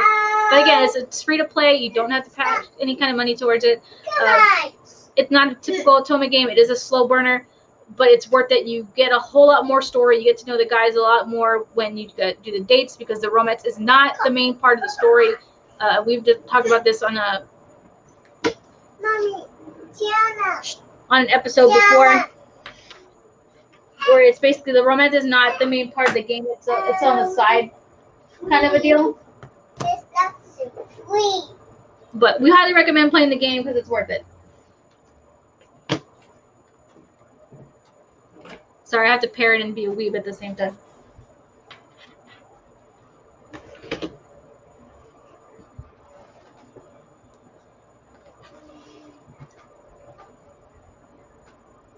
I highly recommend it. Yes, the game is fun. Play it. Sell your soul. The rest of us have. It's too late now. I've sold my soul to multiple games at this point. Parts of my soul. My husband won't let me sell my soul to multiple games, so it has to be Mr. Love. I still think out of all the games out there, this is probably the most detailed and in-depth game, where the plot is so deep and it interconnects in a way where, to be fair, they really were setting themselves up to fail by making an anime conversion of this because of how deep the plot is. The plot is darker than most animes, and I think a lot of people initially when they started were like, I wasn't expecting it to be that dark, and it is a really dark kind of plot. And it's heavy. It's really heavy at times. Yeah, I mean, I guess people kind of expect different when you give a stupid description like 4 potential boyfriends. We're never letting you live that down. Fucking my anime list, you dumb fucks. Crunchyroll used that one too. Did they? Oh no. Yeah. They did, actually. They tweeted out there like, meet the 4 potential boyfriends. I was like, oh no. And I wanted to smack people like, bro, don't say that. Yeah, Chantal and I talked about it in a video. I don't think I think there was like a few moments, but there wasn't really any romantic moments in the anime at all. It's more, you kind of understand that like all of them have feelings for MC. Yeah. It's more like that way around than MC really like showing feelings for any one of them. Whereas in the game, I mean, the way you see it is with the dates. So, you know, yeah, whichever boy is your favorite, you know, you can technically really focus on that one. Oh, live with them now. You can live with them in a house. Yeah. Shit, by the way. I love Tiny House. It's so great. Yeah, my tiny house of Victor has so much furniture now. I'm grinding. Mine, yeah, I'm doing the same with Kiro. I'm doing Kiro first, and then I'm gonna do Victor's next. I finally unlocked the loft, and I got the piano in Kiro's house. I just gotta get this bookshelf that costs some bullshit amount. How much is it? Yeah. 7,300. Why? But to be fair, again, MAPPA tried, and it could have been worse. We've talked about that. It could have been a hell of a lot worse. They tried. I mean, it looked pretty compared to the some of the adaptations I've seen. It did look the part, but I feel like it got lazy halfway through. So we started with some really gorgeous kind of scapes and stuff, and then there's moments when MC's face doesn't quite look right, or it's just moments where I feel like it started to slip. Again, I mean, they probably probably had a weren't big used budget. This probably wasn't MAPPA's cup of tea, and we're just gonna get it out because at this point the fans are rabid. After we showed the preview, I can imagine they got quite a big budget if LAX was behind it. We all know they've got money. They've got our money. They've got a lot of money. Right. You know how much we spend on them? Like, yeah, they got the. Trust me, they got it. Tony, man, but overall, I think that it was a better otome to anime adaptation than we've had in a while. At least it followed most of it followed the main story. We got the main story as chopped as it was. It's kind of a really loose version of this plot. I mean, the first few episodes are great, and then it kind of started to... It was going so fast, it was tripping up on itself. This was Mr. Love Light. Yes, the light version. This literally was, I'm telling you, like, anime onlys will not let this discourage you, like, in any way. Like, again, we highly recommend playing the game because you get so much more out of it. There's a whole deeper plot than what you just saw, like, as the ending. Like, Hades is not the end-all be-all bad guy. There's, like, so much more going on with the story behind the scenes. Each and every one of the guys is interwoven in the story. Now with Shaw, who's, although she's shady as fuck, I mean, we still gotta follow his ass. And no, this is not me hating on Shaw. I just, like, I can't romance him with a good conscience. I'm sorry, I can't do it. But regardless, like, you guys get so much more out of the game than you do the anime, but I'm not, like, shitting entirely on the anime either, because, again, we had worse adaptations. It was good. There are stuff that we can nitpick at, and of course the ending was shit, but again, like, overall though, like, I'd watch it again. Give me an English dub, Crunchyroll. Give me an English dub. And I'll gladly rewatch every damn episode again. Give me an English dub, goddammit. Just to hear Victor eat the fucking pudding and be like, disgusting. Yeah, I know, I want to hear him say, this is disgusting. Dude, that was the greatest thing fucking ever. That was my favorite part of that episode. This is disgusting. Continue to eat it. Bitch still ate it. Bitch still ate it. Damn. I just want to see everybody's, like, badass moments in the dub. I just want to hear their iconic lines, man. Because they, like, I mean, you could read it in the subs. They had, like, their iconic lines, you know, but I want to hear it. I want to hear it in English because I'm so used to hearing it, and I want to hear it and watch them actually, their mouths move and everything when they say it. So please, the guys will do it. Please give me an English dub. Please, Crunchyroll. That's all I ask from you. I will even do your bullshit new tiered membership payments if you just give me an English dub. Give me an English dub. I beg you. Because at pretty much this point, like, I heard some people didn't want to watch this. Again, I understand why, mainly because it's not that it's subbed, it's that it's a lot easier to listen to something in a language that you know rather than, like, look at something, especially when you're busy and all you have time to do is just listen in. And if you have, like, some of us learn, like, it's not perfect, but some of us learn Japanese the old-fashioned way, where we had to, like, watch the episodes on damn YouTube when they were raw and you didn't have subtitles, so you had to, like, really literally listen and understand what the hell was happening, and that's how you learn Japanese. Yes, that's how I learned. because I was that kid on YouTube who couldn't watch fucking basic anime. So when it was posted on YouTube, that's what I would do. And that was my life. I did that, but with dubs. But you know, I some people just don't have the make time sure it has a dub. to like listen in on the originals and just be like, well, I'm gonna listen to this Japanese and just like listen to it. Like some people can't do that. Like, and I understand. Totally understand. Rhythm! Oh my god, your comment is so funny. I still want to hear Big Daddy 1, 2, 3. Me too, man. That joke is way funnier in English. My god. I'm so like, and I forgot that was I said this when we live streamed about it, but I forgot that's the username that MC uses when she's at the Hacker Summit, and it's Big Daddy 1, 2, 3. But in Japanese, it's something different. But the subtitle still said Big Daddy 1, 2, 3. So like, I want to hear them like actually say it because it's so funny.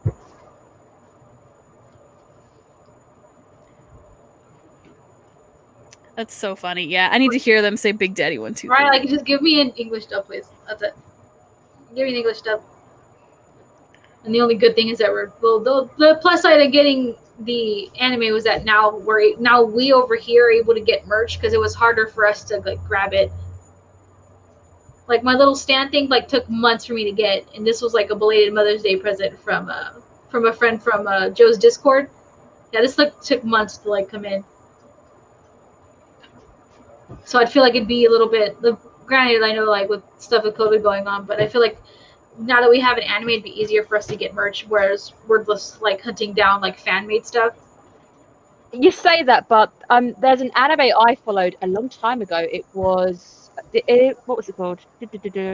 Virgin Souls. It was Rage Behemoth, and you can't get merch anywhere for that anime whatsoever. So all I want from MAPPA right now is just don't screw up Attack on Titan. That is my biggest worry right now. Same. Dude, I'm wondering. I've never seen Attack on Titan. I couldn't get into it. What, bruh? Not for reasons people understand. Like, okay, so like at the time this was coming out, and I'm sorry, I'm gonna piss off a whole bunch of people, but at this point I really don't care. At the time Attack on Titan was coming out, we had how many years before that? We had I think a year or two before that we had like Death Note just end or some shit. I know it was around the same time. I'm like time's like intermersed in my head. I'm sorry guys, like I fucking forget what I did yesterday. But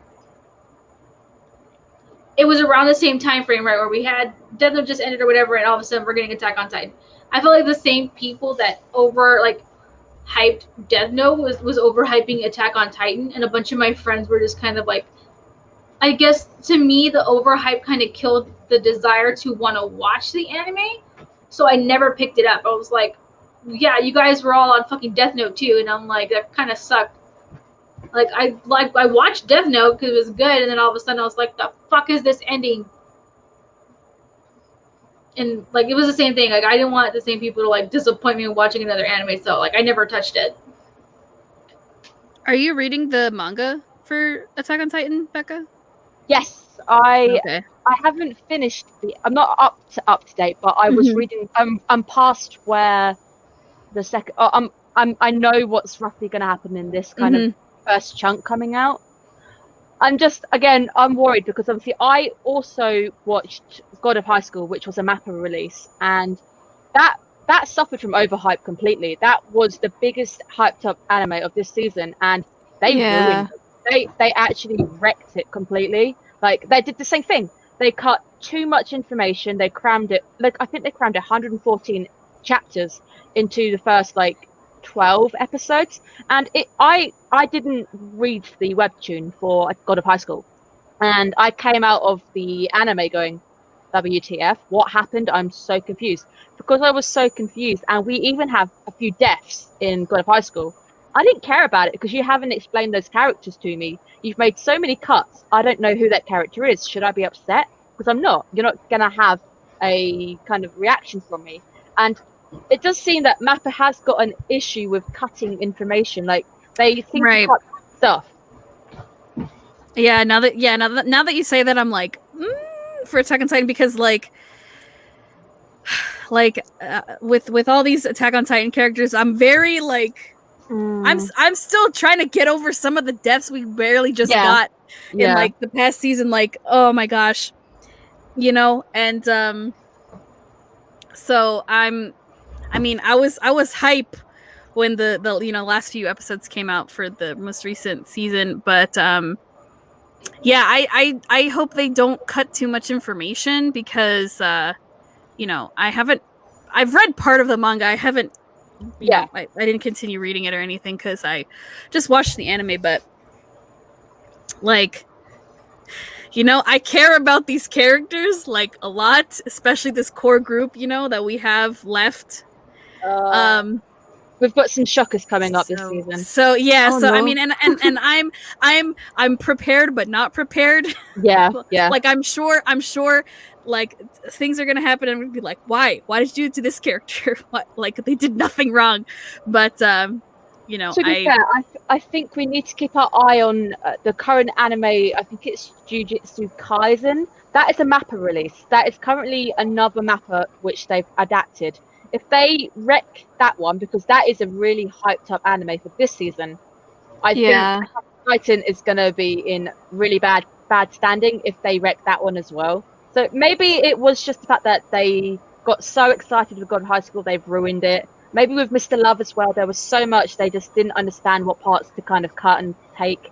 It's just, if they wreck the next currently airing season, God of High, I'm going to be really, really nervous for Attack on Titan in the sense that if you cut any of the vital information on what I've read, right, it's doing a disservice because we've watched it for like how many years now? Right. So, what it came out? What started in like 2013?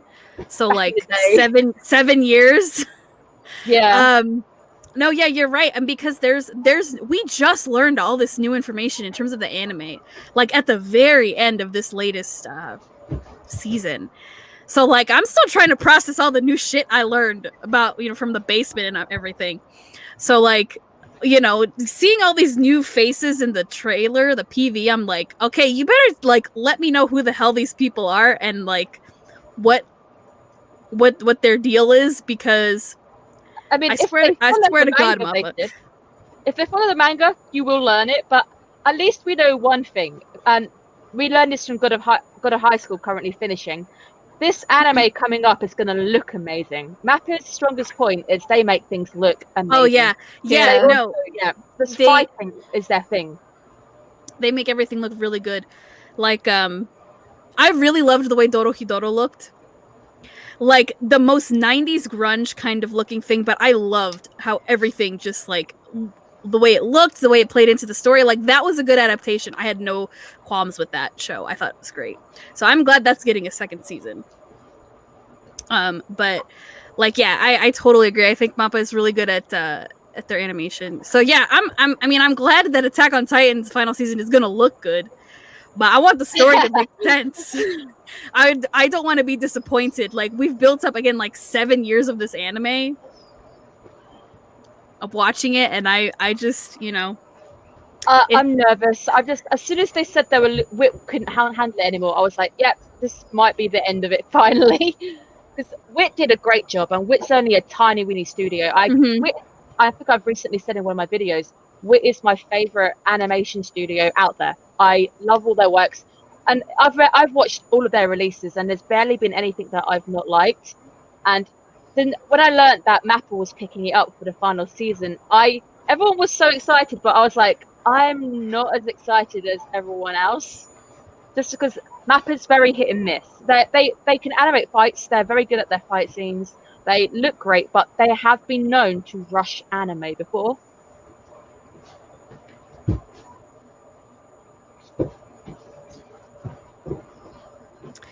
Well, MAPPA, you already have like 2 strikes, so Attack on Titan better not be your third, because I swear to God, man, I just want to know how it ends. Like we put in all of our like focus into it. At least if you've watched it, but like I've really liked how the story has played out and how it's built up after all these years. So don't fuck it up, MAPPA. I mean, that's not saying much, but I need to. I mean, even if the characters I like, something bad happens, you know what? I will be okay with that. I will live with it. That shit's already happened to some of my characters that I loved in this show, anyways. But I'm very nervous and skeptical. Like, I really don't want it to suck, especially because it's the final season. So it's like, this is your only chance, MAPPA. Right, you're hoping it ends on a good note. Yeah. With Attack on Titan, like, you know. At least after it's done airing, I can buy a big ass Blu-ray set or some shit of it, and I will buy it. Just maybe we just won't rewatch season 4 if it's bad. It's going to be interesting. But yeah, I think that's the general feel for last season with MAPPA anyway. Was the 2 releases they were handling were just both rushed. Because I think initially with Mr. Love, they were actually saying this. A lot of the early reviews were really, really positive. A lot of people were going, it wasn't what I was expecting. It did touch base and it made it in a few charts, like top anime of the week kind of thing. But then as soon as they started to rush it around episode 4, it just vanished because they started to ruin what they had. Yeah. Oh man. It was too much at once. It's a lot to adapt as well, but you know, they could have spaced it out a little bit better. Or gotten more episodes. Yeah, I don't think having 12 episodes did them any favors either. I think, but then if they had 24, it's like, are they gonna?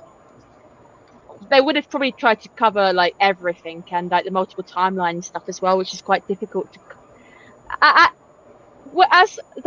I think we mentioned it earlier with the fact that a lot of the Mr. Love stuff happens, especially the later half, in a different timeline, and that stuff in anime is really difficult to convey. And I mean, Steins Gate is the only one I can think of which deals with the multiple timelines and does it really, really well. So I think it's safe for them to end on the same timeline, but at the same time, if they had more episodes, could they have done it better? I don't know. I mean, at least it would have given them a chance to kind of take their time a little bit more, not have to rush things so much. Then maybe it wouldn't have felt so like, wait, we're already here, like 5 or 6 episodes in.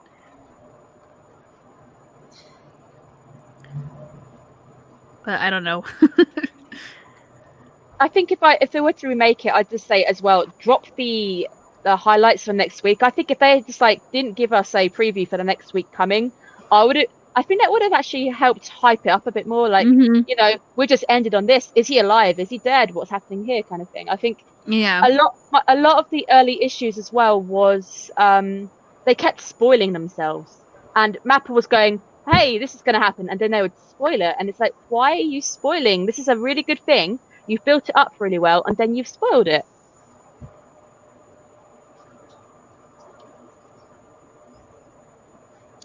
Yeah, MAPPA, why?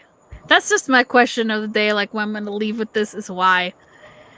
Why did you gotta like? Yeah, they started it so well, and then you gotta end it like this. It just. Yeah. It was, oh man.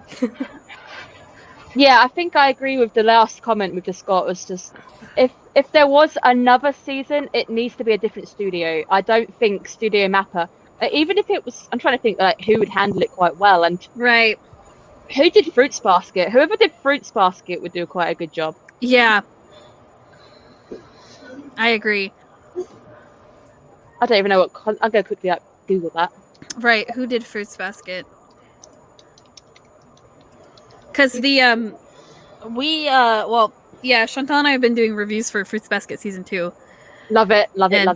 We've like okay, Studio Dean. If Studio Dean got the second one, that because Fruits Basket is a very dark plot, and obviously they've done that. The second season for Fruits Basket was insane. I can't. Oh my gosh! Right? It's like, did you read the manga? Studio Dean did Fruits Basket, the reboot.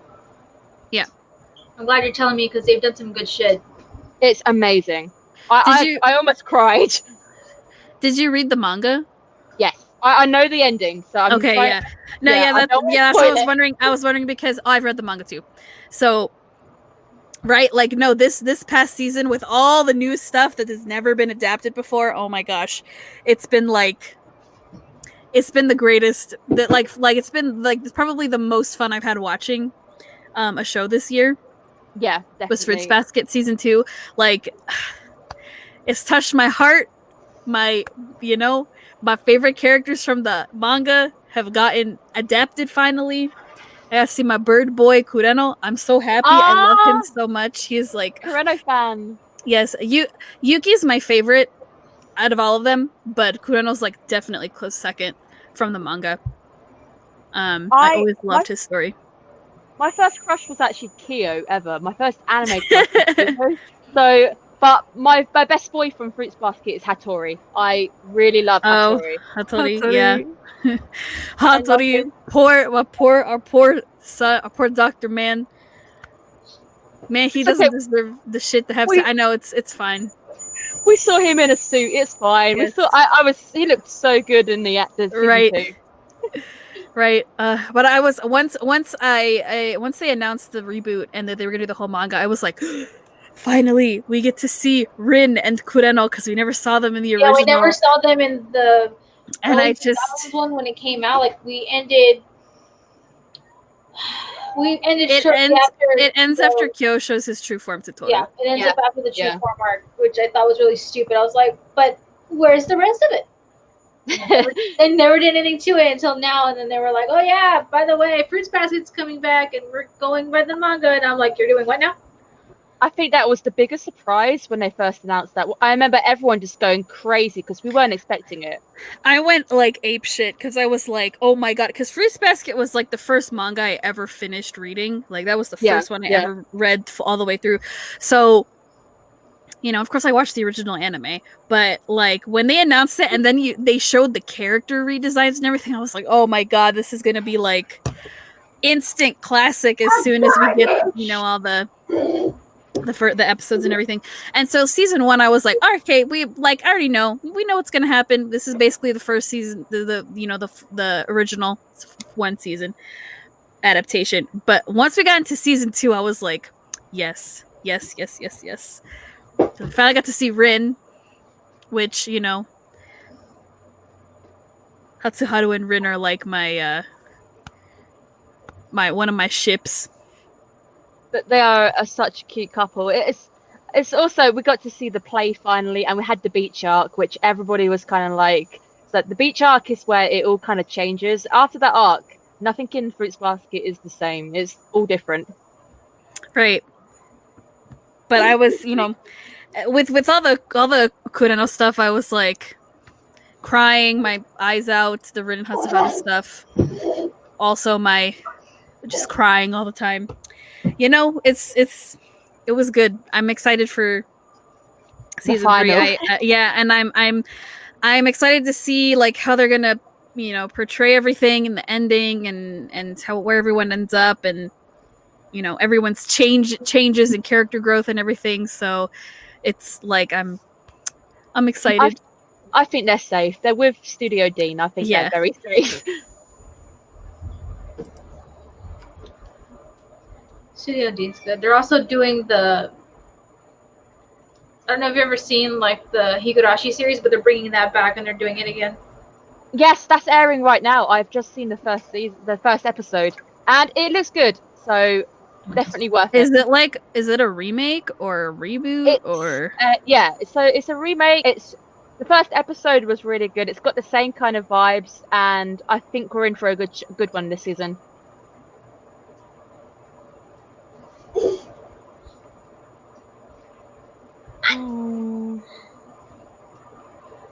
I believe it's all budget and water tests. Yeah, that makes sense. It's foreign content import. Yeah, it kind of makes sense. Little monkey baby. See, I don't know being cautious with their mark. Yeah, I don't know if there's gonna be a season because MAPPA usually doesn't continue unless it's unless they have something planned. I guess. See, I initially heard somewhere that it was going to be 36 episodes, and I was telling everybody this, and then suddenly it was like 12 episodes, and I'd lied to everybody, and I was like, but where did I read this? So I don't know if they have more episodes planned, or if that was a thing, and then it just didn't go anywhere. Yeah, I don't know. To be fair, I only learned about the Mr. Love adaptation a week before the actual release, so I heard really late that they were making it. Oh man. Hat. Yeah, because we I don't heard know. the adaptation was coming up like literally as soon as we came back from LA from Anime Expo. We were like, oh my god. And at that Yeah, I point, we know, were really scared because they only showed like the point of view, like of MC, and just Yeah. the voice talking to you. And I was like, oh, okay. Yeah, so Is it gonna be like one of those? Oh well, yeah, I was like, please don't let it be like fucking Pillow Boys. I swear to God. I don't know if you've seen that one. Makura Danchi. No.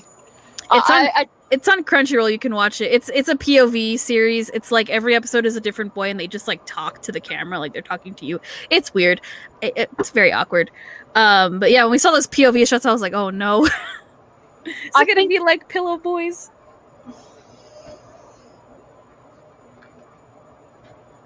So we were already expecting the worst.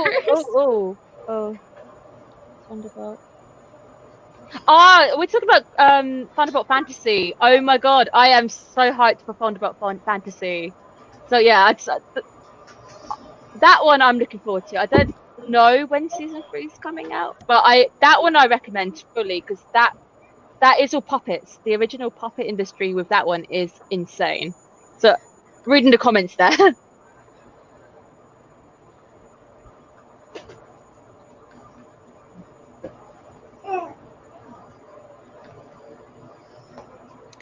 Yeah, I feel like at this point it's kind of a crapshoot with MAPPA, with adaptation wise anyway, because I feel like their originals are always pretty good.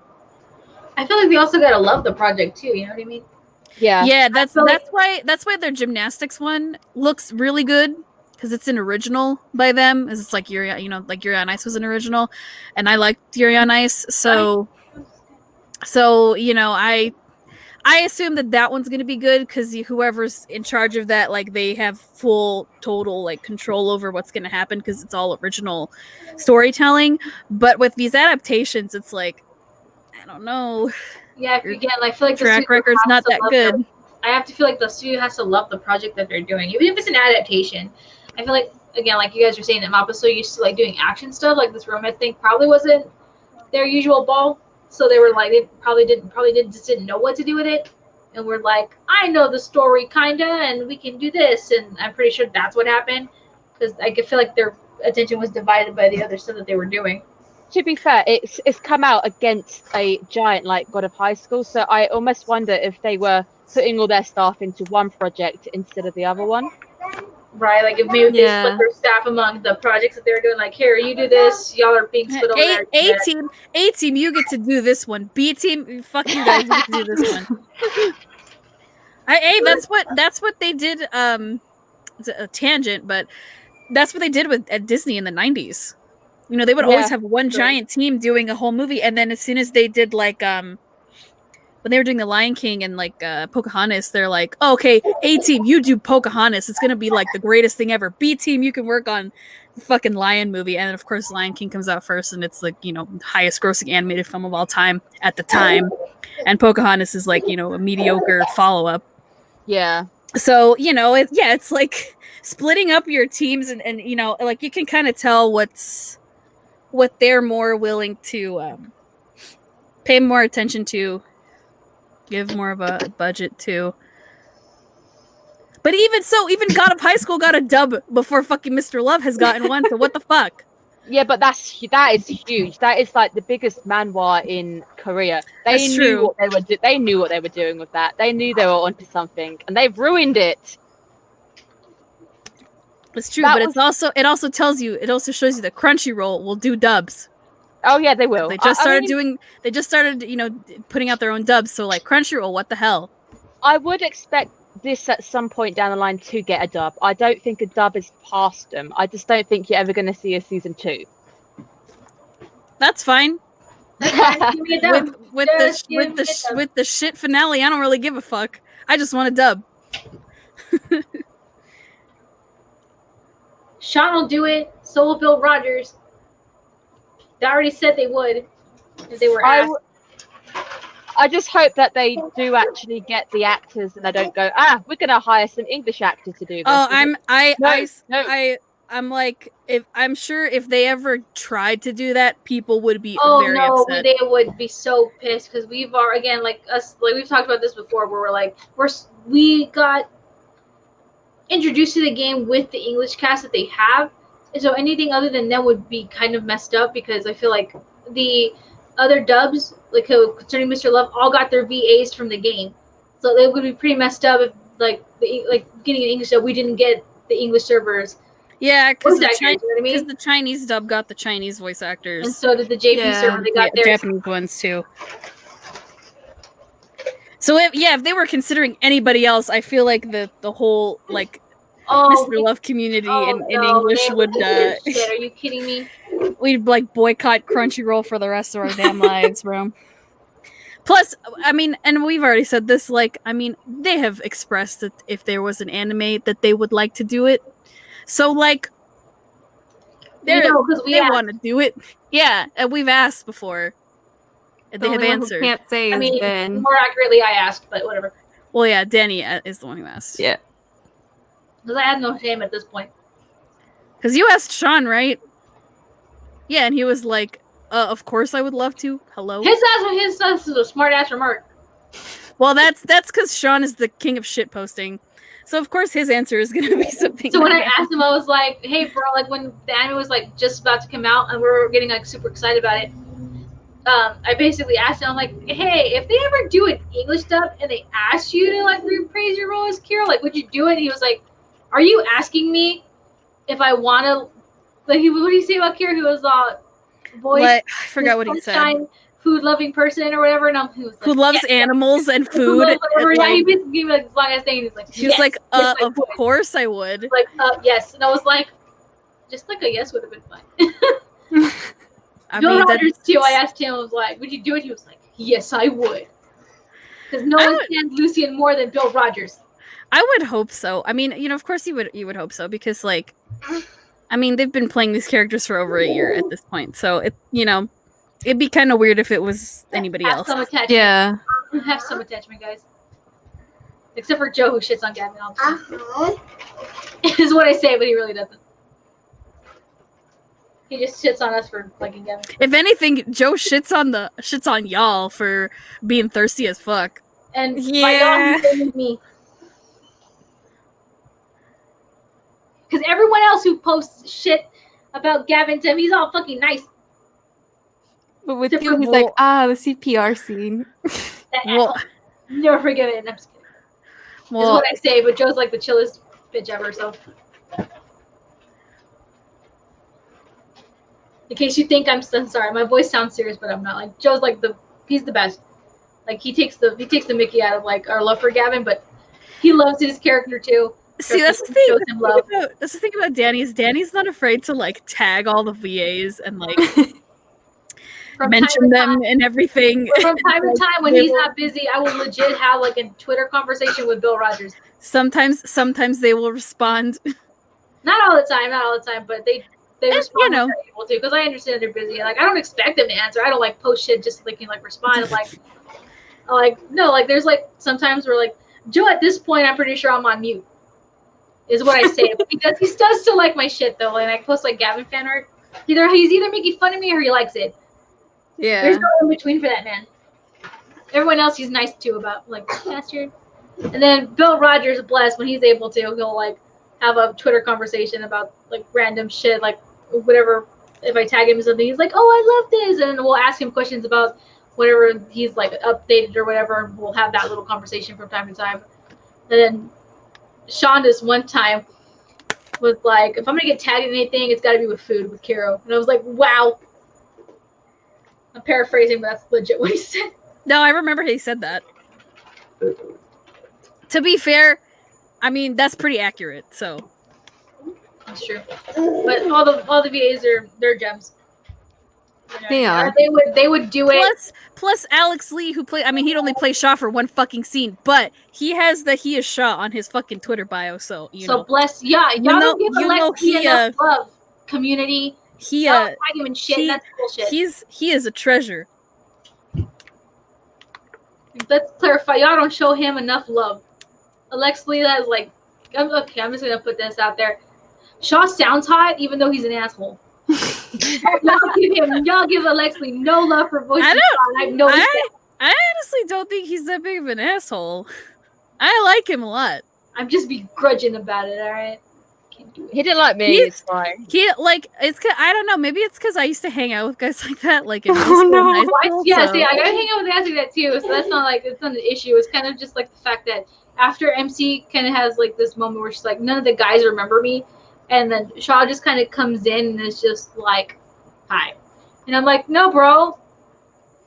And then like, you know what I mean? Like, just we've talked about this before, but there's like I don't know if you like have what you feel about this or not, Becca, but we've kind of talked about how there's a popular theory among the fandom that Shaw and Gavin are brothers. There's like little stuff here and there. It's like a common like headcanon that's accepted among the fandom. No, I could back that. I could see that one being a thing. But like we've talked about that before, so I felt like after getting to know him and like seeing like certain stuff and like again the rumors and secret stuff like that, I was like, I don't know if I feel comfortable having like this comfort moment with someone who's probably someone's younger brother that I deeply care for. Like I don't feel comfortable, me personally. And I'm like, I understand that you're like kind of shady about stuff as you approach me, but I'm like reminded of Gavin when I look at Shaw in his eyes, and I'm like, nope. I must keep emotional distance from you. I must not like you. But I like his character. Like he's a sassy asshole, and I love him. Let me clarify. Shaw's a good character. He's just very different from the main four, where we kind of got these really sweet guys, and like in Victor's case, he's just a jerk, and then he's soft underneath. And he's soft underneath. You just got to get to know him, and that kind of thing. Shaw just straight up goes up and is just like, hey.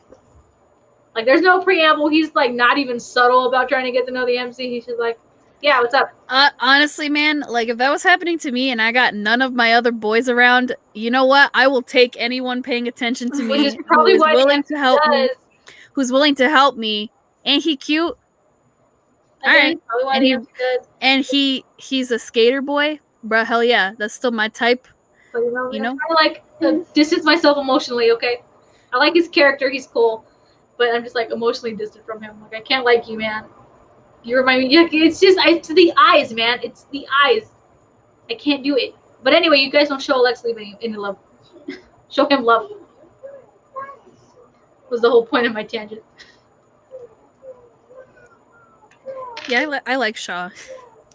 But I'm still a little emo kid at heart. So you know, if they play guitar and listen to pop punk music and ride a skateboard, you know, I got my heart, man. Because those were all the guys I liked in middle school and high school.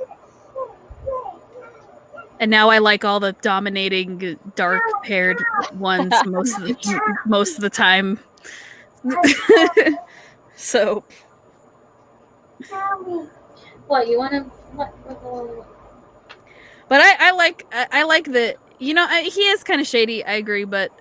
That's why I think he's fun, because I kind of like seeing how he like tries to get MC out of things, especially like the shit too, like the thing with the spray paint, and he's just like, "Girl, really?" And I'm just like, "No, dude."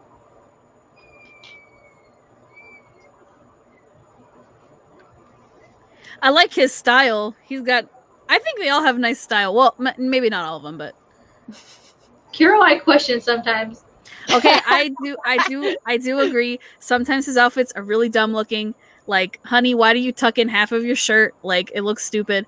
But sometimes, man, he looks really good. Right? Kiro has good style, and then there's some choices that you're like, bro, why? When he's Helios, like Helios always just has like a good style because half his clothes are like always ripped. So I don't mind that. But I like Shaw's style. I think Lucian needs to wear less turtlenecks. Lucian kind of reminds me of Bill Gates. I mean, he kind of like he's got He the dresses evil. like a grandpa. Yeah, Oh, no. he dresses. He's got like this really evil kind of. The way I can't trust him is because he wears a turtleneck. I don't like turtlenecks. I don't agree Right? with this style. That's why I say he's got to wear less turtlenecks with Yeah. his lab coat. It just He's he got looks Bill too Gates going on. he looks too scientific. Like, you know, I want to hang out with you, dude. Like, you don't always gotta, you know, wear that stuff everywhere. I know you're a professor and a doctor, but like, you don't gotta show it. It's just nice, my guy. You know, when Lucian's like in a, you know, just like a button down with it like kind of open and just regular like trousers, slacks or whatever, like he looks really nice. But when he's wearing them grandpa sweaters, dude. And I know you've mentioned that, Chantal. He wears them grandpa sweaters. He does. The one So, like where he's like doing the New Year's dumplings, he has one of like the turtlenecks, like this beige one. I'm like, bro, why did you pick beige? I could get you're colorblind, but fuck, dude. Oh my god! I had to go there. Sorry, guys. You went there. Had to go there. that Sorry. would explain his awful color choices That- sometimes. That would explain the pink tie. I hate his tie so much. Dude, seriously, like I feel like I think that's kind of what it is. Like, wow, I can't believe we're barely touching on that right now. Is that the fact that Lucian is colorblind, that he can't see color, guys, is black and white. So like now his color like choices like with clothes, like some of them like clash and some of them are like, bro, why did you pick this color? And then you can remember in the back of your mind, you're like, oh yeah, he's colorblind. And that's why it looks weird. That's why he needs MC so she can help him dress better. Oh, we know it's not beige, it's white. I'm dumb. I mean, Victor dresses nice. He just will have nice clothes all the time because he rich. Got money. Victor's rich. dude. He rich. He always wears suits. You know, he always looks good. But even when he's like casual, oh god, no, I hate that. Right here. If it was a different color, then it would probably look better. But it's white. Now I'm like looking through all his clothes. To be fair, I think white is also a color that we use a lot for scientific. Whenever there's a scientific corporation, they wear a lot of white. So I think in Hollywood as well, they use white as science. It's a sterile color. Yes, It means everything is clean. To be fair, I think Lucian should have the ear fetish, not Victor. But he looks good Because he's a now. doctor. Yeah, it makes more sense. Right. I know. Why isn't Victor the one doing all the sexy, sexy stuff? You know, for the ASMR. Come on, man. Like, Oh, but why do you gotta were clean my getting ear? Why do you gotta clean my ears for 20 minutes? No. I feel bad for the voice actors again. Bill Rogers is probably the only one that knows what's up. But the new sets that we're gonna be getting after the first season of the game, oh, it's gonna be gold. Oh, it's gonna be great. Like, you guys don't have any idea what I'm talking about. Please, I beg you, go on Tumblr. There's so much good shit that you guys are missing out on, and did you guys? I don't know if you heard this or not, but someone went ahead and posted the ASMR for Gavin's new ASMR, where he's basically laid up in the hospital, and I listened to it. Yeah, that one. I listened to it and I'm like, I feel so bad for Joe, but you know what? He's gonna be really embarrassed. Dude, this is gonna be good, man. And then the one for Victor's, oh my god, I can't remember what they were doing, but Victor got it, alright, that's all I'm gonna say. Wait, what? Convince me otherwise. That he did not. Wait. What are they doing? Let me backtrack. The ASMR, like you kind of this one you didn't get to hear, you actually got to read it, so it's translated. I don't remember what it was, but him and the MC are hanging out, whatever the hell. I think they're in bed, if I remember correctly, or whatever, and they're just having like this conversation, and then things kind of get heated, and towards the end, it's like he basically makes it like, you can't convince me that he didn't go for it. You can't, because at the end of it, it just gives that little like out there hint, like, no, he totally pulled that nightgown off of her. So have fun with that. And that's all I'm gonna say, because yeah, it was great. I'm pretty sure I would say it somewhere on Tumblr. I know what I'm spending my money on when that arrives. Right? Please, gold, man. Please let us know what it's like. I'm telling you. will. It's I can't remember. I gotta find it for you guys, and I'll like send it to you when I find it. But I read the translations for the Kira one. I read the Gavin one too, where he's in the hospital bed. But I read the Kira one too. The Kira one, it's basically like you're just like in bed and you don't want to wake up or whatever, and then like I guess he's like feeling MC up at the end or some shit. I don't know, but that's what the translation said, and I was like, Kiros or Gavin? No, Kiros. Kiros. Yeah. He would feel her up. Whatever. Let him man. MC has to take one for the team, okay? MC has to take it for the team. I wouldn't call that taking it for the team. I would call that enjoying it. Whatever.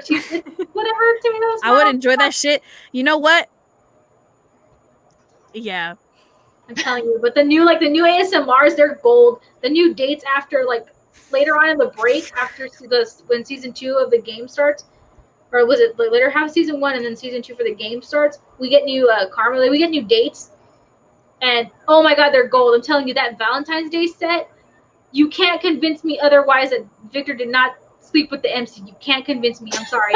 You can't convince me because I read through that date and I'm like, yeah, Victor totally got laid. And you know what? He deserved it because he pulled out all the stops and that was earned.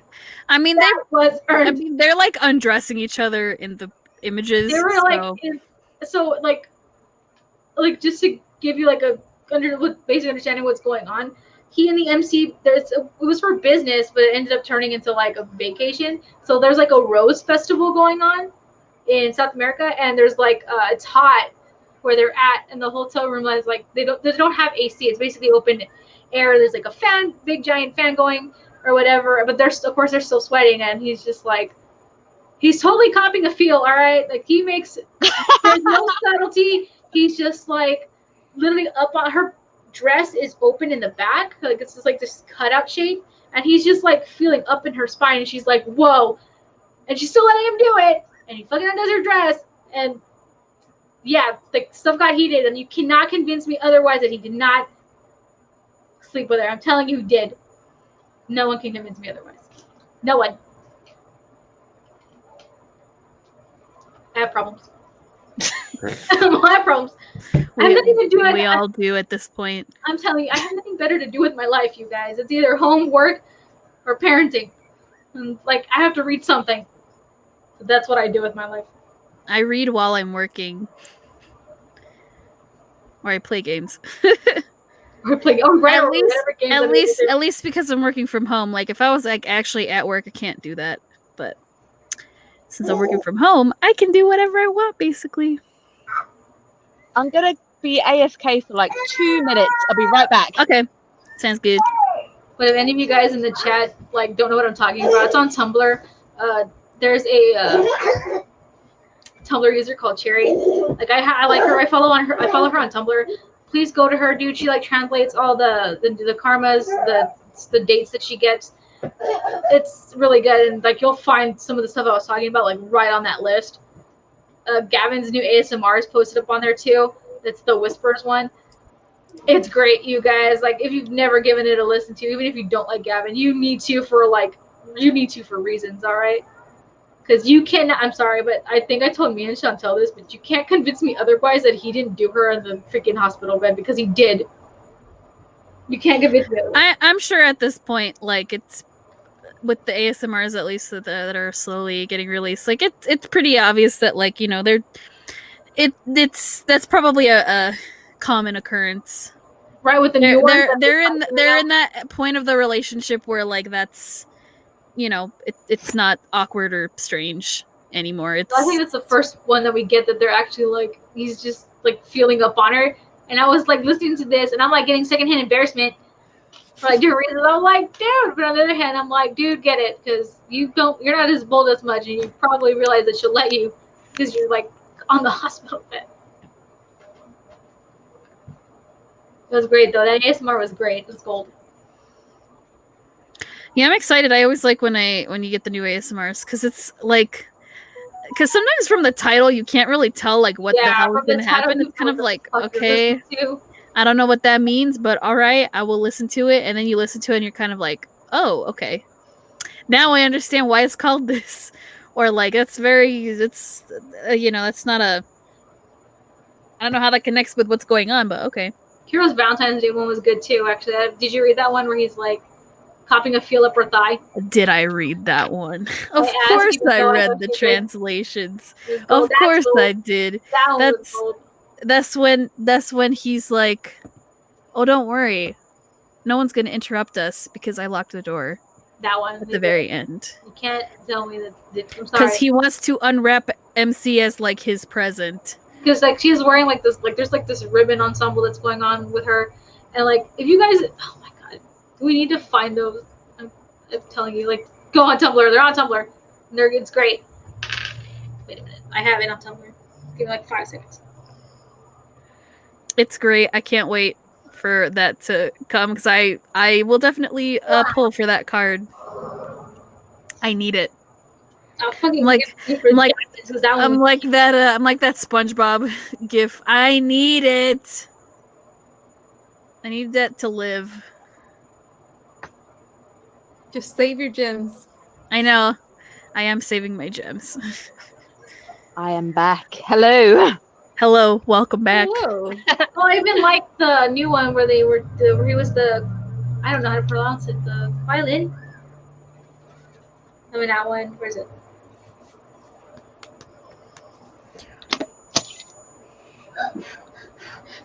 My back hurts. I sit in this chair all day, every day.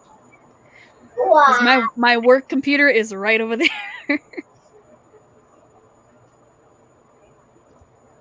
Ugh. Guys, I'm out of water. What do I do? You should see how many water bottles I have in here. I have so many empty water bottles in my room, dude. I can't wait for this one. I will shell out money for this. Oh, the piano one? I will shell out money for it. Well, I can't wait for the damn Hickey card, man. Remember when we didn't know who that was and everyone was guessing? We were all speculating on who it was, and when those cards dropped and we got the reveal, oh, the fandom went rabid. I remember Chantal was like, oh, you're gonna... She's like, did you see who the Hickey card is?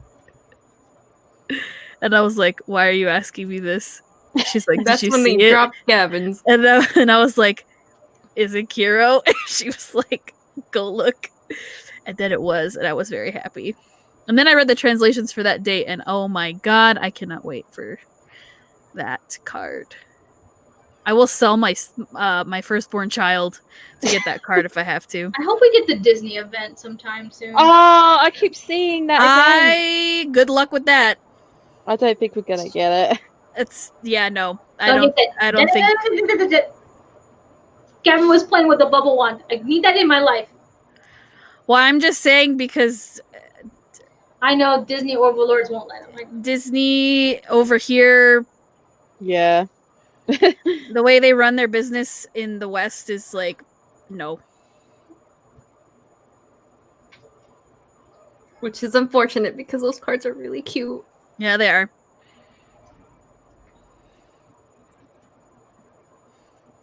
God dang it. No, they're here somewhere. Don't do this to me. That's probably why we won't get Twisted Wonderland either.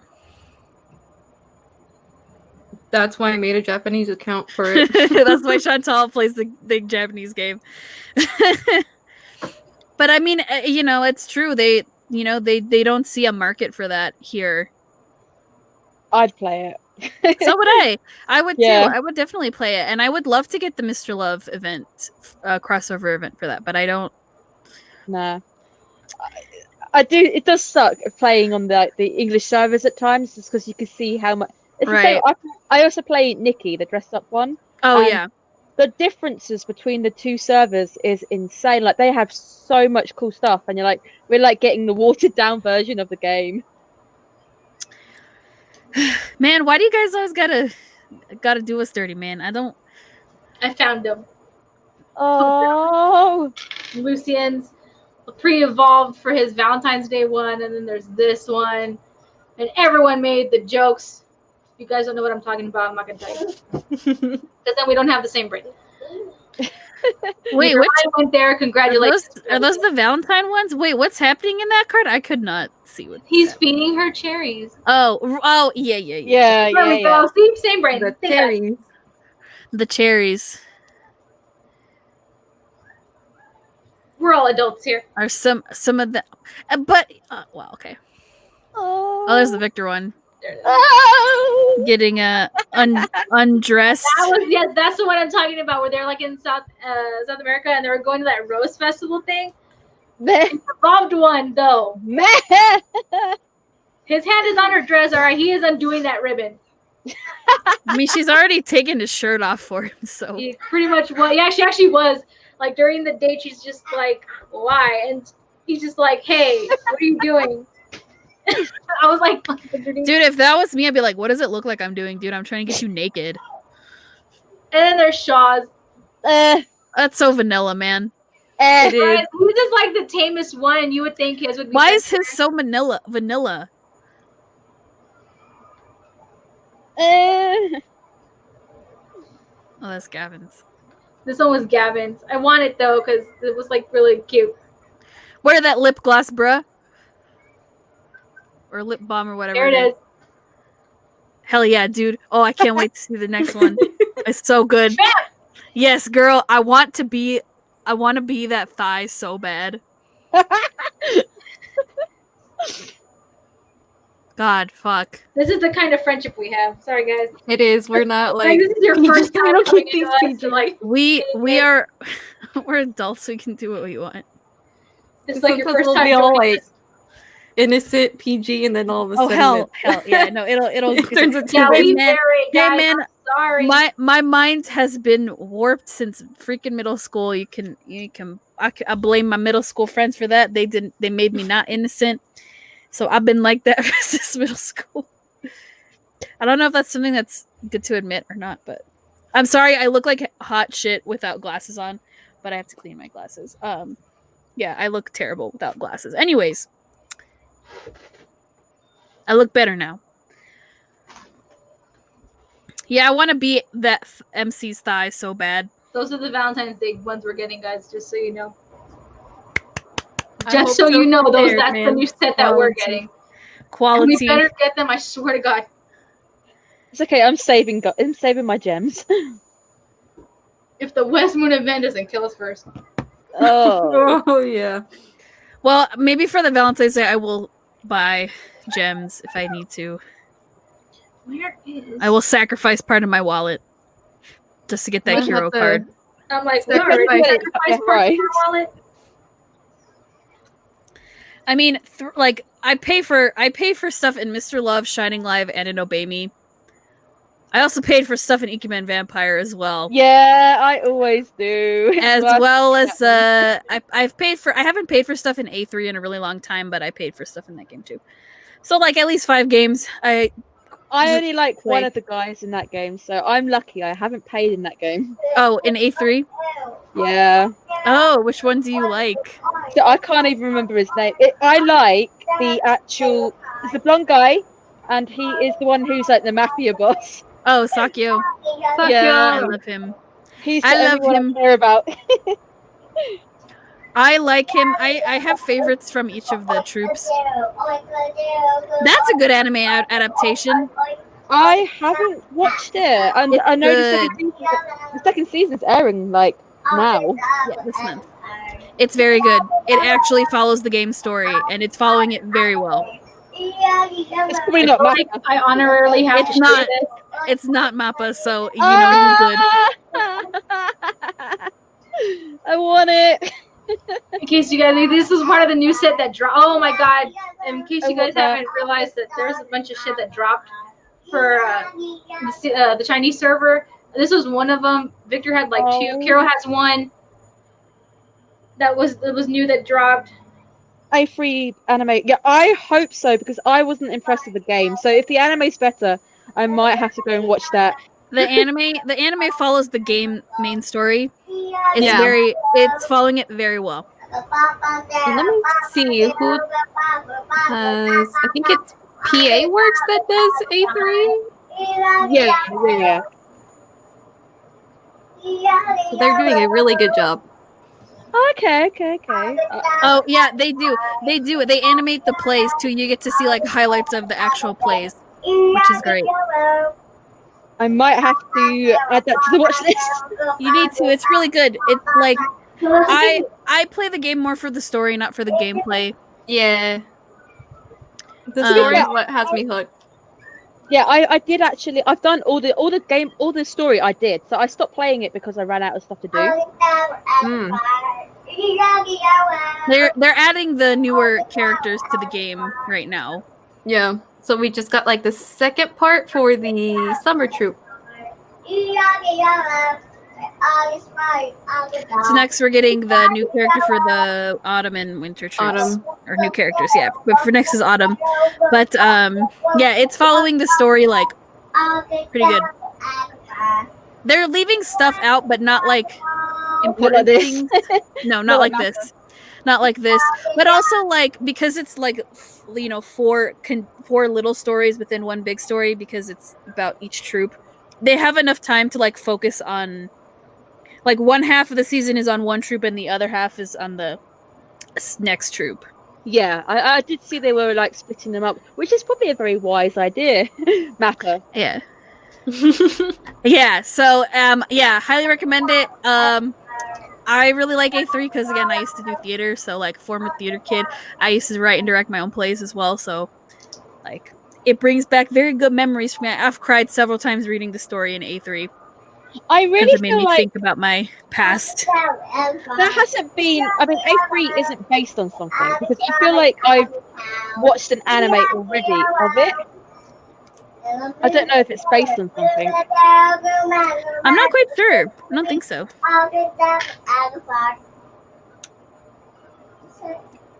It's just weird because when I played the game, I was like, I really feel like I watched an anime of this, but then they were only started doing the anime like this year. Yeah.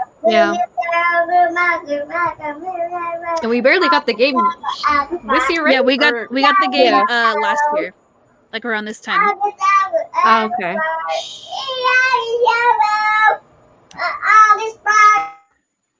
Yeah, we had we had this we got the game last year, like around this time, like October, I think. Yeah, I think I played it as it came out. Yeah, because I downloaded it when it first launched the English server. Because I was like, oh, it's theater. Okay, cool. And then, yeah. See, I was late to the party because I had an iPhone 6S, so I didn't have any storage for it. But now I have a new phone and I could play it and read through the story, but I really only care for the story. Yeah, that's why I only play for the story. I don't really play for like the actual events. Unless it looks interesting to me and I want to watch the play, but I had to move it to my iPad, so I have it on my iPad. I don't know. I'm clicking and checking my phone. Have I still got it on my phone? Because my favorite is Juza, which is the purple-haired one. He has a cool backstory. I liked his backstory. I love him and the fact that he loves sweets and it's just so adorable. Yeah. And then for the winter, it's so many Homare. otome games. How many otome games do I have? I'm surprised that you picked Homare for your winter troop favorite. I thought you would pick like you were gonna pick like Tsumugi. My soft voice, he was a second. But Homare is very chaotic. He is very chaotic. Sometimes I like the really quiet, calm ones, and sometimes I can go for characters like Homare that's full on chaos. See, I like the cute, sweet ones sometimes. That's why, like, my favorite summer boy is Muku because he's just a sweet baby child, and I want to adopt him. But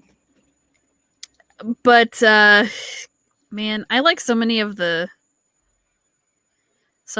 because I do like Juza too.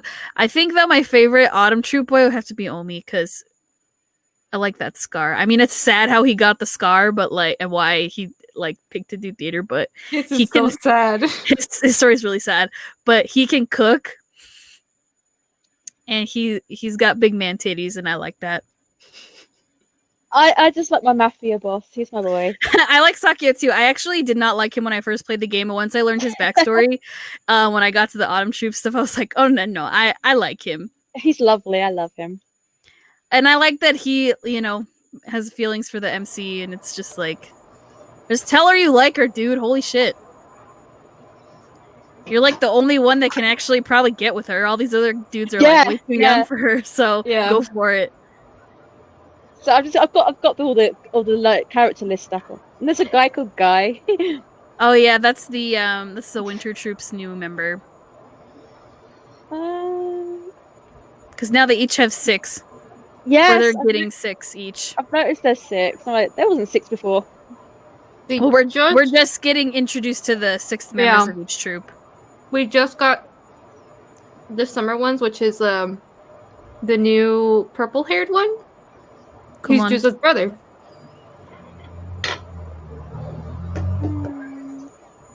But it's been interesting. Over in the UK right now. Huh? What time is it over there for you? It is 3:30 in the morning. Good morning. Oh my gosh, no. I was like, I was doing the math in my head. I was like, wait a minute. So it's 3:30 over here. To be fair, I was up till 5 last night doing some cosplay work, so this is nothing. Well, that's good. I'm glad we're not keeping you up too late. Right, I'm over here like, I know you said that you were off, and I was like, wait a minute. I just want to make sure we're not screwing with your sleep schedule. I mean, to be fair, I go to bed at like 2 a.m. every morning. Anyway. Yeah, I go to bed late anyway because I work in the evening. So by the time I'm home, it's like around like either I'm just getting off of work and I'm coming home at like at 10 something. So I stay the hell up. But I also start work at like 10 in the morning. So as long as I get to bed at 2, I'm good. I can wake up. But actually, they changed my schedule, so now I have to start at 9, starting on like the 12th. So an hour earlier, which means I probably have to start going to bed at 1 instead of at 2.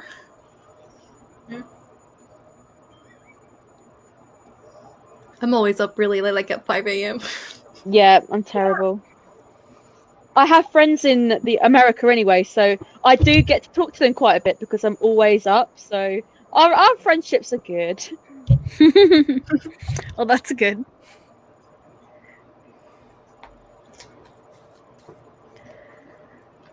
But I'm so down to do a live stream on Obey Me, so we can still talk about it some more. I am up for that. I am so up for that. Definitely. I'm definitely down. I can't talk past 22 because I haven't played past 22. Well, I will keep my mouth shut because I'm caught up with what's currently. Yeah, I know. It's hard. It's hard to get unstuck. It's hard to get unstuck in Obey Me sometimes. I've been stuck for about 2 weeks now. Oh my gosh. Yeah, I'm grinding. I'm really trying to get my cards up so I can get past. I'm nearly there. I'm so close. Yeah, I was stuck. That's why I stopped. I think that's why I stopped playing actually for a few months. That's why I garnered up so much AP, like over, I don't know, over like 1 million probably. Or like at least like in the thousands. I had like over like, I don't know, probably like over 500, over like 500,000 AP probably, something like that. We can't make a Vegeta joke there.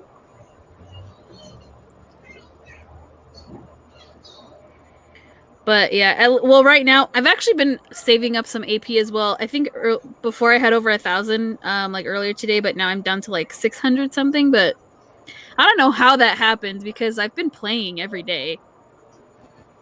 But somehow I managed to get some AP saved up. There we go. 21. I'm still on like less than 21. Yay! I don't remember where I stopped at. I was like, wait a minute, until other games and I'm looking right now. Evol took over my life. I'm stuck in lesson 28. It's just me and Dani who are stuck at the lower I know, levels. right? We're like the only ones at the last. Like That's just us. Oh, I feel bad. I'm on lesson 36, so I'm waiting for the next one. Me is the only one that's caught up. Yeah, me is the only one, and we're like, update. I'm gonna play it real quick, and we're like, wait, what? We can't even like. No, every time there's a new lesson, I'm like, guys, the new lesson dropped. I'm gonna play it now. Me and Danny I are can't like even think it. crying in the earlier lessons. Right Yeah. over really in the last leg, and I'm like, man, I'm not even like close to like. I'm that. hitting the next, and I keep getting coming soon. Whatever. Whatever. I'm sorry. It'll Well, drop in like I 2 weeks. haven't. I know it's gonna drop in like a week or something, and I'm gonna be like, I feel like they're but- doing it because they're releasing the character songs, and I feel like they want to be like, yeah.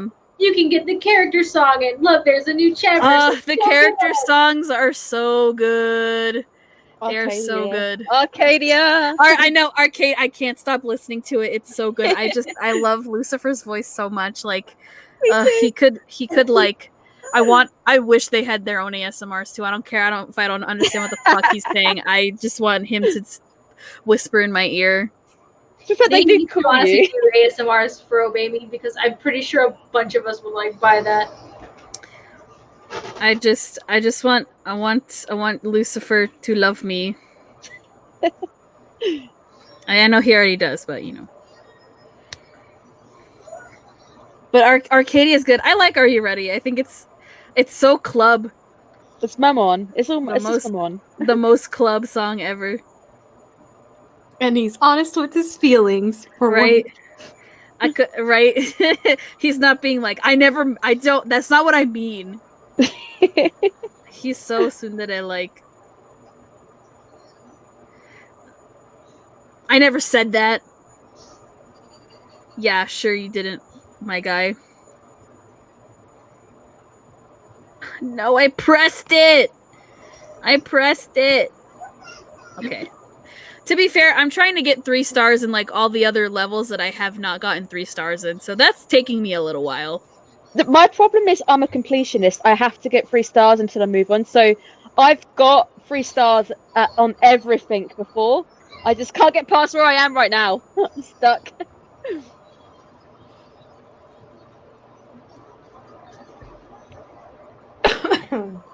I'm like hoarding glow sticks and all my supplies because I need to level up my cards. Yeah, I'm stuck on grinding.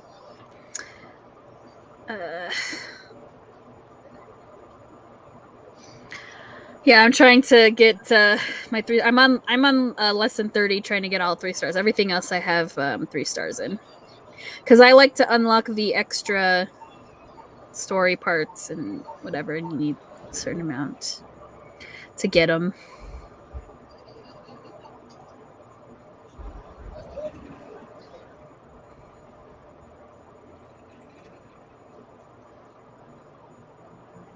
I wonder if Mr. Love is gonna drop new ERs like they did what was it, a week ago? I feel like. Oh man, I don't know. Dude, they've been doing that. All of a sudden, it's like freaking either it's new SSRs or ERs like within the server within like weeks of each other. I'm getting suspicious now. Like, I don't know what it is, but like all of a sudden they're like, here's this. I wonder like how bad season 2 for like the East Asia servers like fucking them up. Because I feel like this is basically like, let's tide you over with these really cool cards we drew, so you're not that pissed at us. That's the feeling that I'm getting. Is like these cards are really pretty. Like the season 2 karmas, they're really pretty. They are. And if you guys have no idea what I'm talking about, I have them here. Because of course I do. Except the recent Lucian one. I don't know what's happening, but it looks... Okay, so whatever. I'll explain in a minute when I show you. So this one was Kiro's. That just dropped. Oh yeah. Gavin's, which everyone went rabid for. He's gonna shoot us again. Victor's. My boy, best boy. He looks so swag in that And then one. He Lucian. always does. But that one he looks super extra. Which I And then like. of course they gave Shaw one too. Oh, everyone was going mad horny over that one too. They're like, well, let me zoom in on the crotch. That's literally what That happened. wasn't me. That was people on Twitter. It was That was not me. people. Yeah, that was people on Twitter because as soon as I got on, I was like, "What the fuck's going on?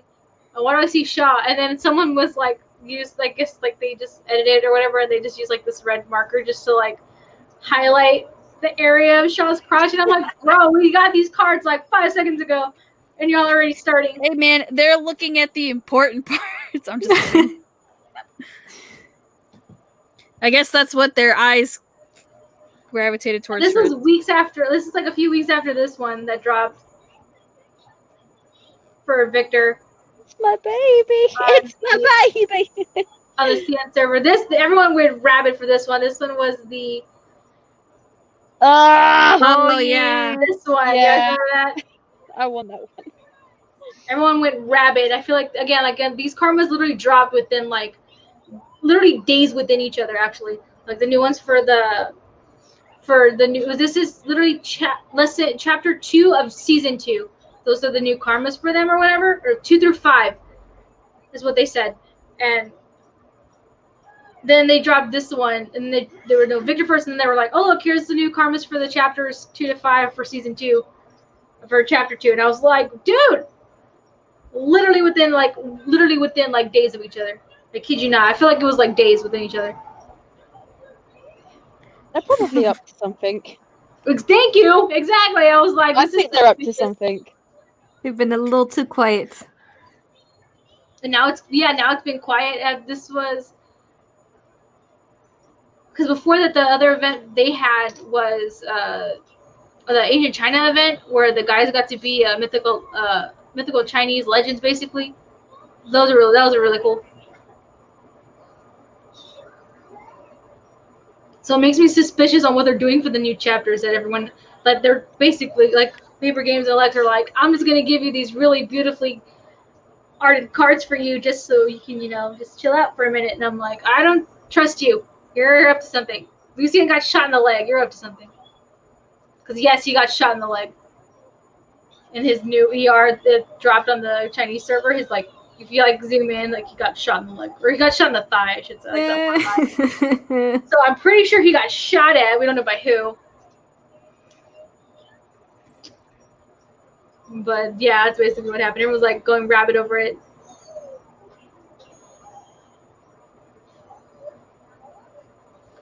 Where are they? We have to wait a whole year until we get those in the English server. Yeah, because that's the thing though. Like these new karma, like we're not getting any kind like. So let me rephrase that. So I refer to it as like pre-break, right before the memory hits and like the guys don't remember her. Like we're still getting those karmas, even though we're up to date with the chapters for the English server side. So we're still getting that half because the next half of the game, which technically it's not hit for us actually. We still haven't hit that other half of the game. We're going to in these new chapters, but it hasn't hit yet. I don't think we get any new karmas for those because these new ones that they're giving us are literally season 2's karmas. So like the other ones, like we're because we're behind from the East Asia server, we're getting like the stuff they had like pre-break, right before Eternal Winter and all that shit. Like we're getting those just right now, even though we're up to date. So like that happens before the break, and then after that, it's like we don't get them until season 2. So yeah, so whatever new karmas we're getting will still have like the old art in it, and then like these newer ones, like you can tell, looking at the karmas, you can tell that the new ones are hella prettier. I'm not saying that the old ones are shit or anything, but like you can tell by like the art that these are like season 2 karmas.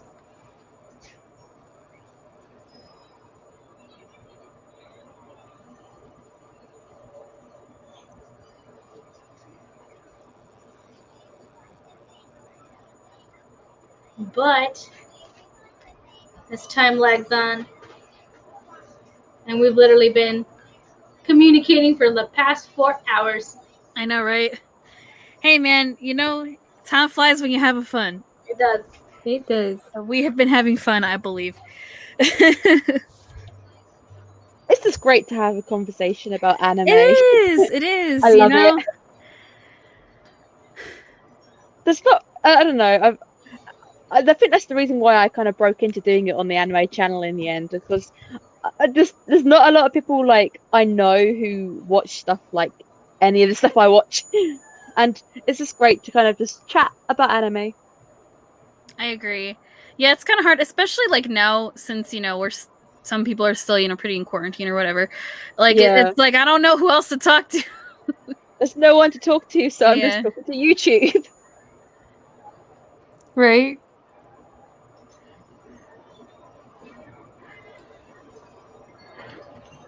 Plus, who else is doing 4-hour live streams talking about Mr. Love?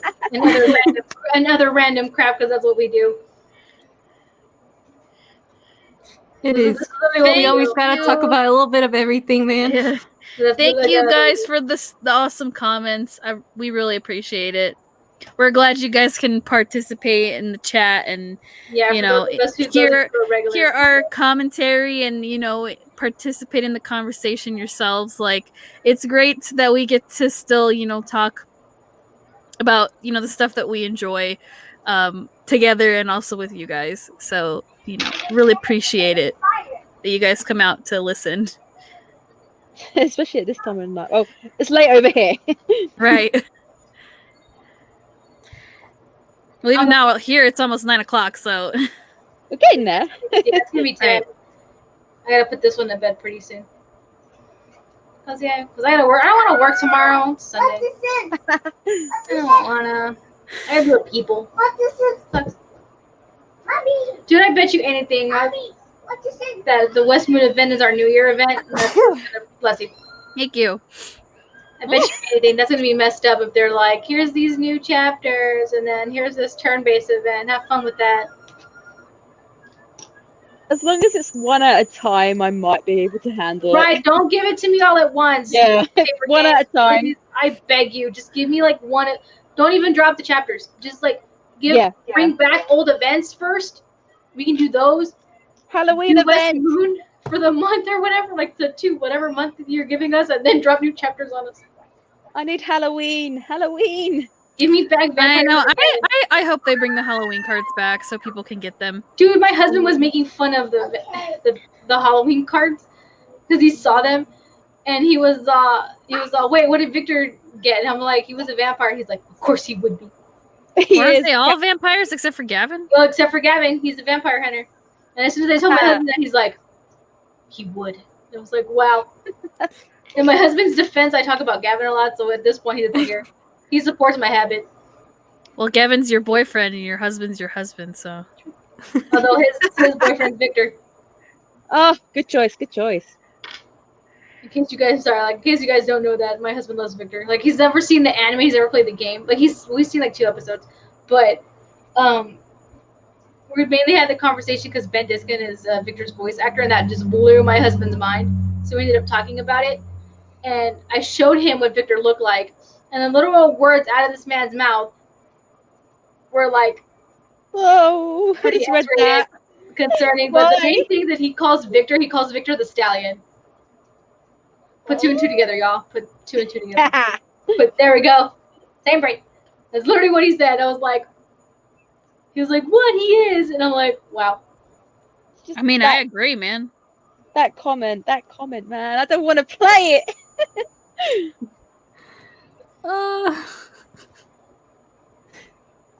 I'd still play it because one, I'm good with like turn-based card events. So I think I'll be okay because Hearthstone has prepared me for this moment.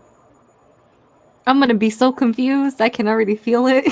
I can't wait. It's gonna be something cool. Alternative reality, and we're playing. Yeah, that's basically what it is. It's an alternative reality within the world that we're gonna play because it's a different time period. It's gonna be fun for some people that survive it, but good luck to, like I tell everybody, good luck. May our Jesus be with you during events like these. Because I say that all the time. Legit, I say that all the time. Like, may our Jesus be with you. Victor is daddy, I agree. The daddy Victor. Why does everyone say that? Who said that now? Oh. Daddy Victor! Everyone says that about Victor. Like, everybody. I'm like, who's it with? He is daddy. He is Mr. Daddy on my nickname on my phone. On my phone nickname. Sometimes. Well, I tried to make it Mr. Daddy, but it was too many characters, so it's Mr. Dad with two D's at the end. But yeah, he is Daddy. Come on, he's got enough money to. He would love. I bet he would actually really like being called daddy anyway. So Yeah, he's into Yeah. that. He's into that. he's into that punish me shit. I can't because my child's here, but there's like some good shit with Victor. Y'all need to like search the internet. Yep. Cover that innocent ear. Happy face. Happy face? Who's this? Look, who's that? Happy face. Is he so cute? Yes, that's your face. The first time she saw my stand, she was all, he's so cute. You want to take him from me? Yep, there we go. Still does from time to time. Oh, help. What? No, you're not taking it up. Oh. I was just looking at my intimacy levels with all the boys in like Mr. Love. Gavin has my highest and Victor's like the second with Chocolate. Oh, I'm Victor, then it's Lucian tied with Gavin. Sorry, Kiro. And Shaw can just, yeah. because he does. Well, Shaw's like. I feel like Shaw's sorry, I read a everyone's comment. lowest. Sorry. Chocolate. Same Chocolate. rainbow. Are we reading the same fan fiction? Emerald, are we reading the same fan fiction? You can tell me. You can tell me. It's okay. Victor's a dominating kink. Lol. Yeah, I agree. Yeah. He is that kind of character. He would totally. I wouldn't mind that shit. Gavin I is had- like, yeah. I headcanon that Victor's like that. I headcanon that Helios is like that too. So Oh, yeah, yeah. A bunch of people do, actually. It's not like it's a common. yeah, Fair I want him to shove his hand down my throat. She says it a lot. This is not an uncommon thing. I think. So yeah, exactly. There we go. Let me look at my intimacy levels with them. Okay. We do so, read the same fan fiction. Yeah. Okay, so my highest is with Kiro, obviously. Obviously. And then second place, just barely, is Gavin. Oh. And then just barely third place, like it's pretty close to second place, is Victor. yeah. And then it's Lucian. But I mean I they're think all past like 10, so I'm pretty high. As long I'm on like Victor at 23, I'm happy. see with Kiro I have like 21. I think this Yeah. This is And then literally the list. Shaw is at 5. Yeah, Shaw's at 5. He's close to 6, which is really weird because I gave him smart ass answers. Yeah, I'm on 6. I don't know how. Gavin's about to hit 25. Victor's at like 19, Kiro at 15, Lucian at 14, and then Shaw's at 5. I feel really bad. All of mine above 20. I play a lot of Mr. Love. I play every day, but I work We're distracts in me. every day and we do our stuff. Yeah. Well, with Tiny House now, I try to like at least log into that as often as I can so I can get all the silver and whatever. So I can unlock new stuff. I secretly want to know if Gavin's other motorcycle has a name. They don't tell you. In case you guys are confused, in Tiny House, Gavin has like 2 motorcycles. One of them is Sparky, and he has like this other one. And I'm like, I want to know if he has a name. For reasons. Sparky number 2. I want you to be Sparky number 2, and I wouldn't be surprised if it was. Sparky the second. Sparky Jr. I don't know. I mean, he named all his freaking cacti. What a nerd. He literally named all his cacti. It was like thorny, greeny, spiny.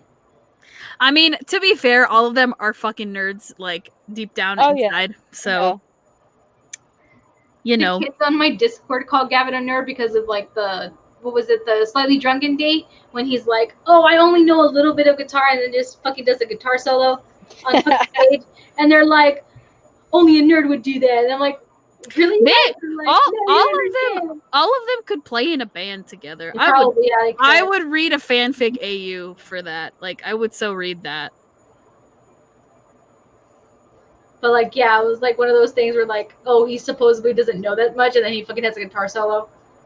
Oh, what about the go meet him? What kind of stuff have you guys unlocked for your boy?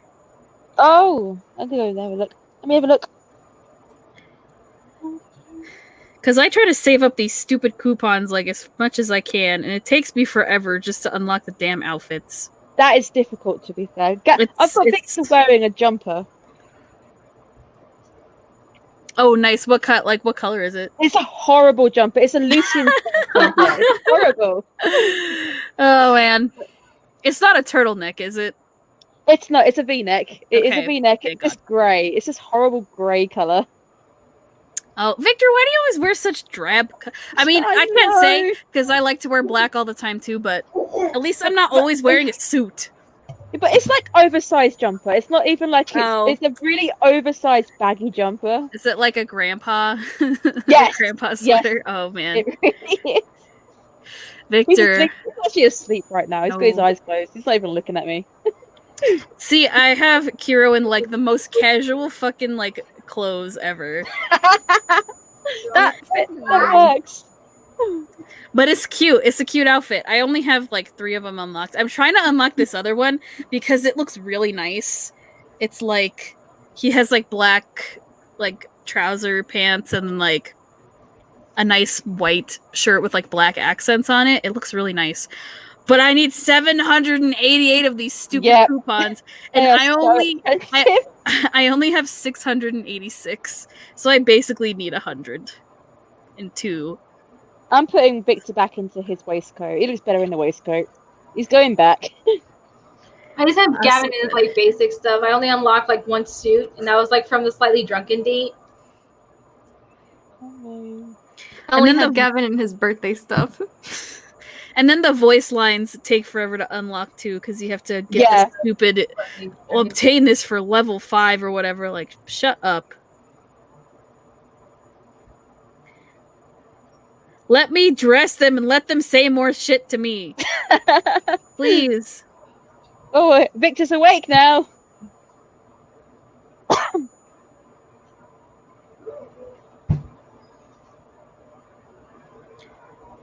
But, I mean, the voice lines I have unlocked, they're very nice. He's very nice.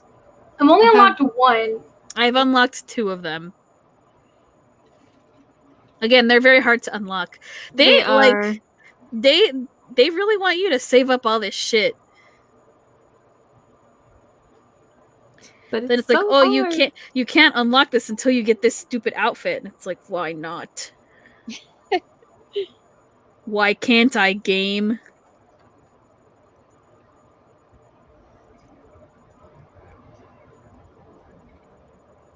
Like, I can unlock so many t-shirts, but I have to evolve their stupid cards. And that takes me forever. Oh, what is this comment? I feel as if Gavin's motorcycle has cheesy names and other things he names. Yeah, I wouldn't. I'm sure he's even named, like, the blender and the kitchen appliances, too, I'm sure. He probably has.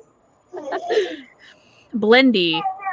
Blendy, the blender. Yeah, he probably would name the blender. Blendy the blender. To be fair, that kind of feels like a Kiro trait as well. Yeah, fuck, I just thought of something sad. And I'm sharing it with you all. Yeah, Kira would think that stuff too, I think. Maybe not as much as Gavin, but... Gavin probably names all his stuff because he wants to be part of a family. Oh! He's part of a broken family. Bro. That's why he names. I just thought of that right now, and that's really fucked up because he's my favorite character. That's sad. I just thought of that right now. I'm like, why did really... Well, he mentioned really it in fucked the up, comment about naming, like, he's like, oh, they're part of the family. And I was like, it just clicked right now. I was like, that's why he names stuff, because he wants to be a part of a family. Like, his is broken, so he wants to be part of that. I'm like, My mind went there. I'm sorry, fam. Your mind went into sad boy 4 hours. months. It did. It went to sad boy hours, like, without, like, me knowing it. Like, it just, like, literally just clicked, and I was like, And you would think with how many days I've gone on with this dude that I would, like, know that. Okay, It just dawned on me. I changed his outfit. This is his birthday outfit. With the hoodie. I kind of like that one. It is. I like it too. And the karma for that one, when you evolve it, he's like taking his shirt off. It's awesome. Again, we're showing you reasons why you should play this game if none of you are playing this game. It's so awesome. I will show you.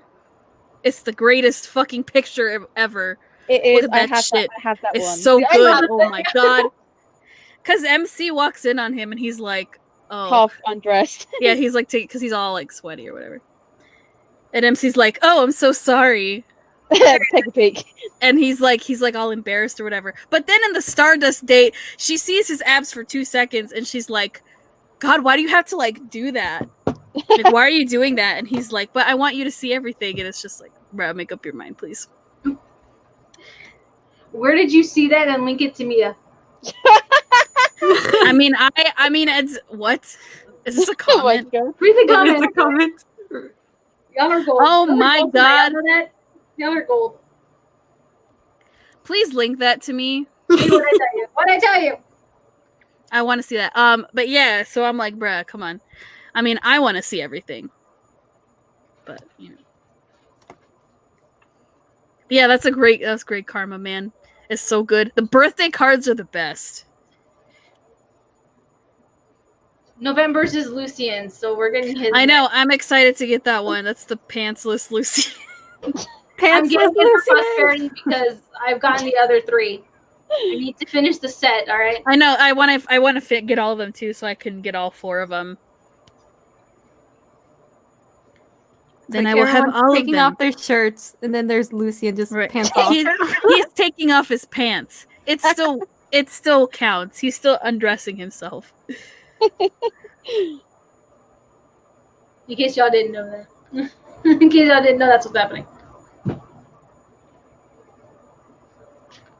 Hey man, if all these shows geared toward men can have girls with half they titty out, I mean, we can have this shit where they're always undressing. Right, it's just a small thing. You know what I mean? Like, just let us have this. Equality. Let us have It's true. It's so true. We need. I think Kill la Kill got the perfect balance. Everybody was half naked. It was great. Right.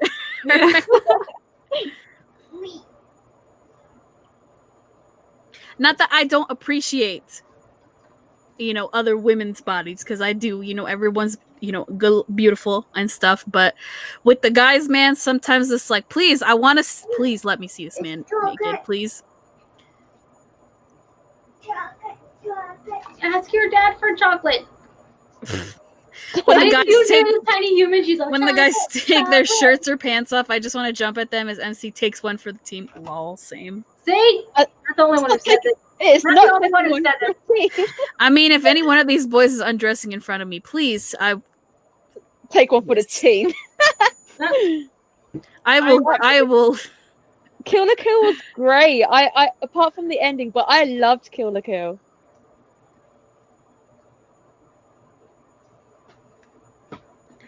Oh, it's been a long time since you saw it, Rhythm. Damn it. Well, Dude, if you can link it to me, please. Oh, what is it? Have you watched the latest episode of the Magic Show? Oh, I got that a few days ago. It's chocolate cheese. What did you say? Jeez, I was like, no, don't spoil it because I haven't watched it. To be true to myself, because I don't watch shows anymore. It's chocolate That's the cheese. thing about me, guys. I don't have like TV. I stream a bunch of my shit, or I'll watch like old anime that I've seen from like the late 90s or 2000s or some shit. And if it's new and I'm really interested, I'll watch it. Here. People get really angry because I don't watch TV, but I'm too busy watching anime. I'm sorry. Right, I'm too busy watching anime and being a weeb for that. Sorry, guys. Right. We still have like cable or satellite here, but like because I'm at home with my parents. But my parents watch everything. They watch movies. They watch TV. They watch satellite. They who have DirecTV. Fucking Carol's sweet. They He was watch. like, "I'll wait for you to watch this damn episode, and we'll watch it right now together." Oh yes, he's That's the best. so cute as shit. He's like, "I got snacks. Go."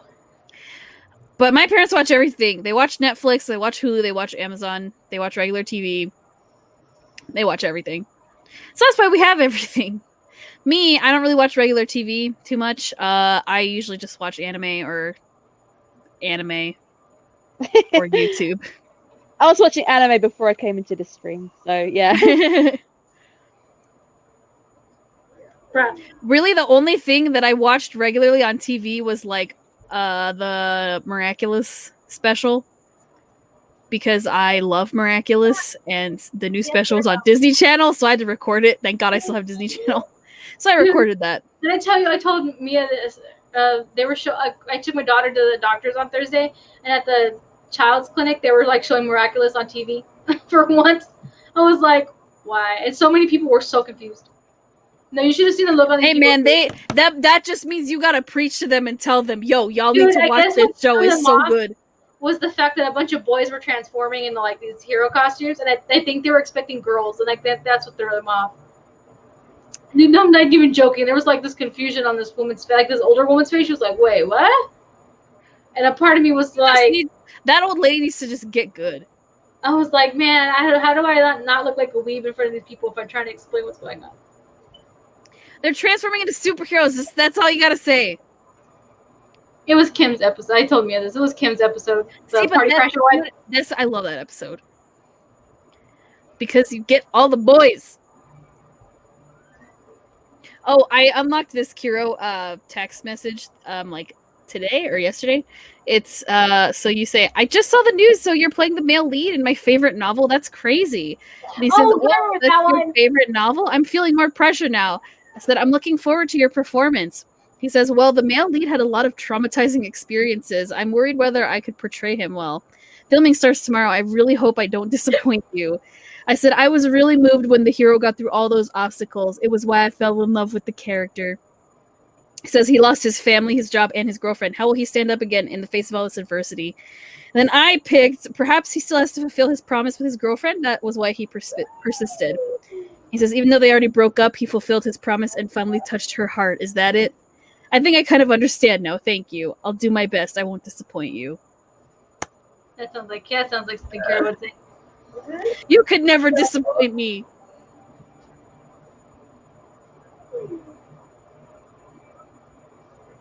Chantal, what are your intimacy levels with all the boys? Let me check.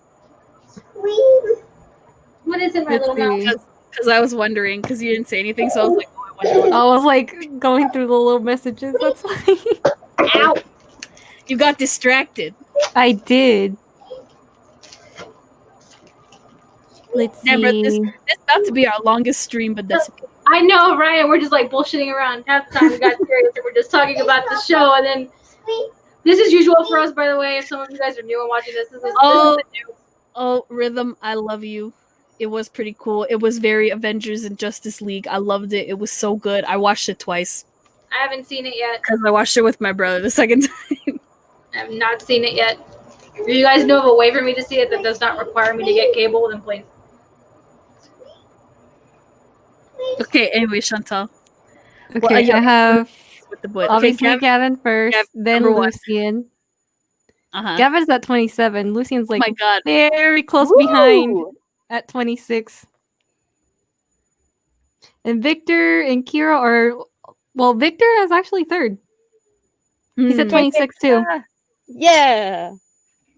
And Kira's my lowest. He's at 26 though. At least they're all like consistently like really close to each other. Yeah. Yeah, there's no gaps. Oh, I unlocked this call today and I still haven't actually heard it. God damn it. It's a Kiro call. Because I finally got this one card. I had enough shards.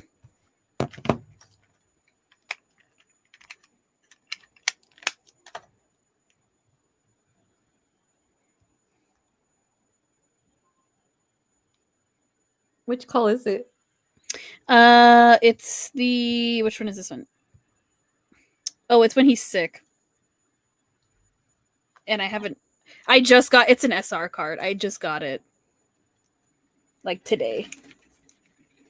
I haven't heard this one, so I'm gonna listen to it now. Alrighty, guys. Someone is demanding it is time for Mimi's, so I must obey the tiny human. Oh, obey me. Obey me, human. Yes, my 4-year-old is like, tired. And I'm like, alright, it's time for bed. I'm tired. Yes, you're tired. Say goodnight. Say goodnight. Bye-bye. Actually, she's over here.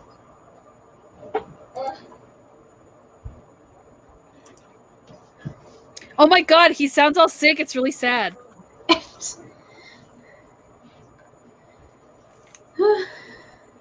Oh fuck, I just hung up by accident. God damn it. Hung up on your own boy. Sorry, I didn't mean to press the hang up button. I just meant to further the call and I fucked it up. Why do they even have a hang up option? Who's gonna hang up? No, that Mystic Messenger has that too, and I'm like, why can I hang up on them? I don't want to hang up on them. I want to talk to them. Alrighty, y'all. I'm gonna call it a night because I need to put her to bed. To be fair, it's been a very long call. It's been a very long talk about one thing in particular and then a whole bunch of other bullshit. I know. That's how it goes. But I mean, I'm so down for the next time if you guys want to live stream. We can definitely talk about Obey Me or something else. If y'all want to. I'm so 100% up for Obey Me. That's been fun. Cool. But thank you for inviting me. Of course. Thank you for joining us.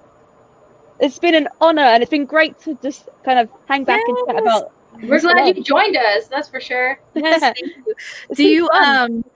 Do you have any like social media accounts that you want to plug, like Instagram or Twitter? Yeah, so we have Clockwork Dandy Noodles on Facebook. We have Clockwork Dandy Noodles on Instagram.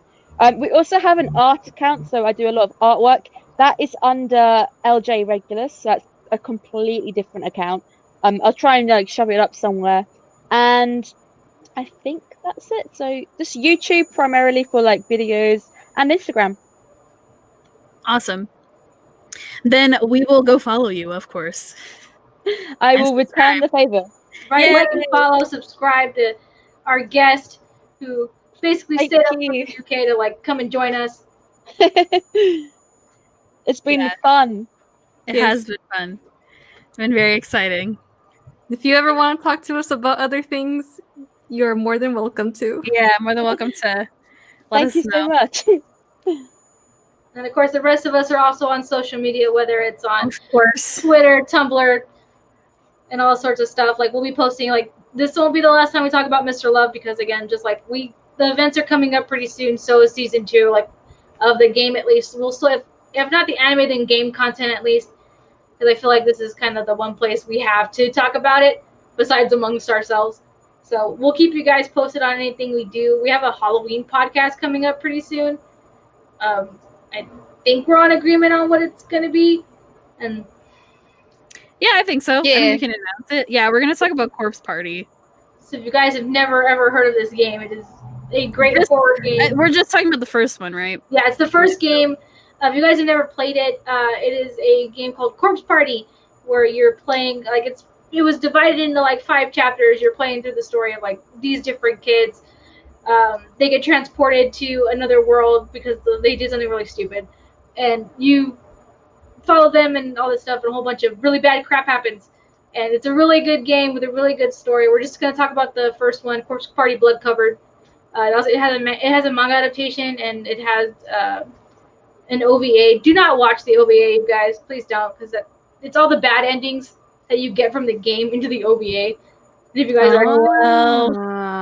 Yeah, it's all the bad. That was the whole... It was actually really good, bad endings. It was great to see those animated, because the game, it's an RPG horror game. It's pixelated. But that's what gets you about the horror aspect of Corpse Party, is that in the first game, that's what screws you up when you see all the gore and stuff, because it's there and you're like, I remember this one scene, I was like, oh god. I was it's just pixelated and it's there, and you're like, oh Jesus, I know what that is. And it's just the horror hits you a different way when you see it. But it's a really good game. We'll be talking about the first one if you guys are interested. It's our spooky. Or Halloween. It's gonna be fun and spoopy. Spooky times. I do apologize. I'm still editing the September episode just because I have had my dental problems. Well, they're fixed now, but I had to get my teeth taken out and just been in a lot of pain. Not really able to edit, and I've been really busy with working. So, but I should have it up by tomorrow, at least by the end of the night. So, yeah, be on the lookout. September 1, if you guys didn't know, was Crush's childhood crushes. Yeah, whether it was fictional or not. Pretty much along with some weird, embarrassing childhood stories. Yeah, some weird, embarrassing childhood stories. Quality content. And of course, we roasted each other, but you know that's what friends do. It was all out of love. It was all out of love. Of course. So yeah, that should be up hopefully by tomorrow. If I just edit all day tomorrow. I'm gonna do some right now, but I'll, Anyways, yeah, subscribe, comment, like. We're on Chantal's channel, so you should probably see You're fine. It's all good. But yeah, as Mia said, you can like, subscribe, follow all of us. Please go subscribe to Clockwork Dandy Noodles too. Give her some love, Thank please. you. And we shall see y'all in the next video. Yes, we will. So bye, guys. Bye. Bye, everyone. Good night. Bye. Bye.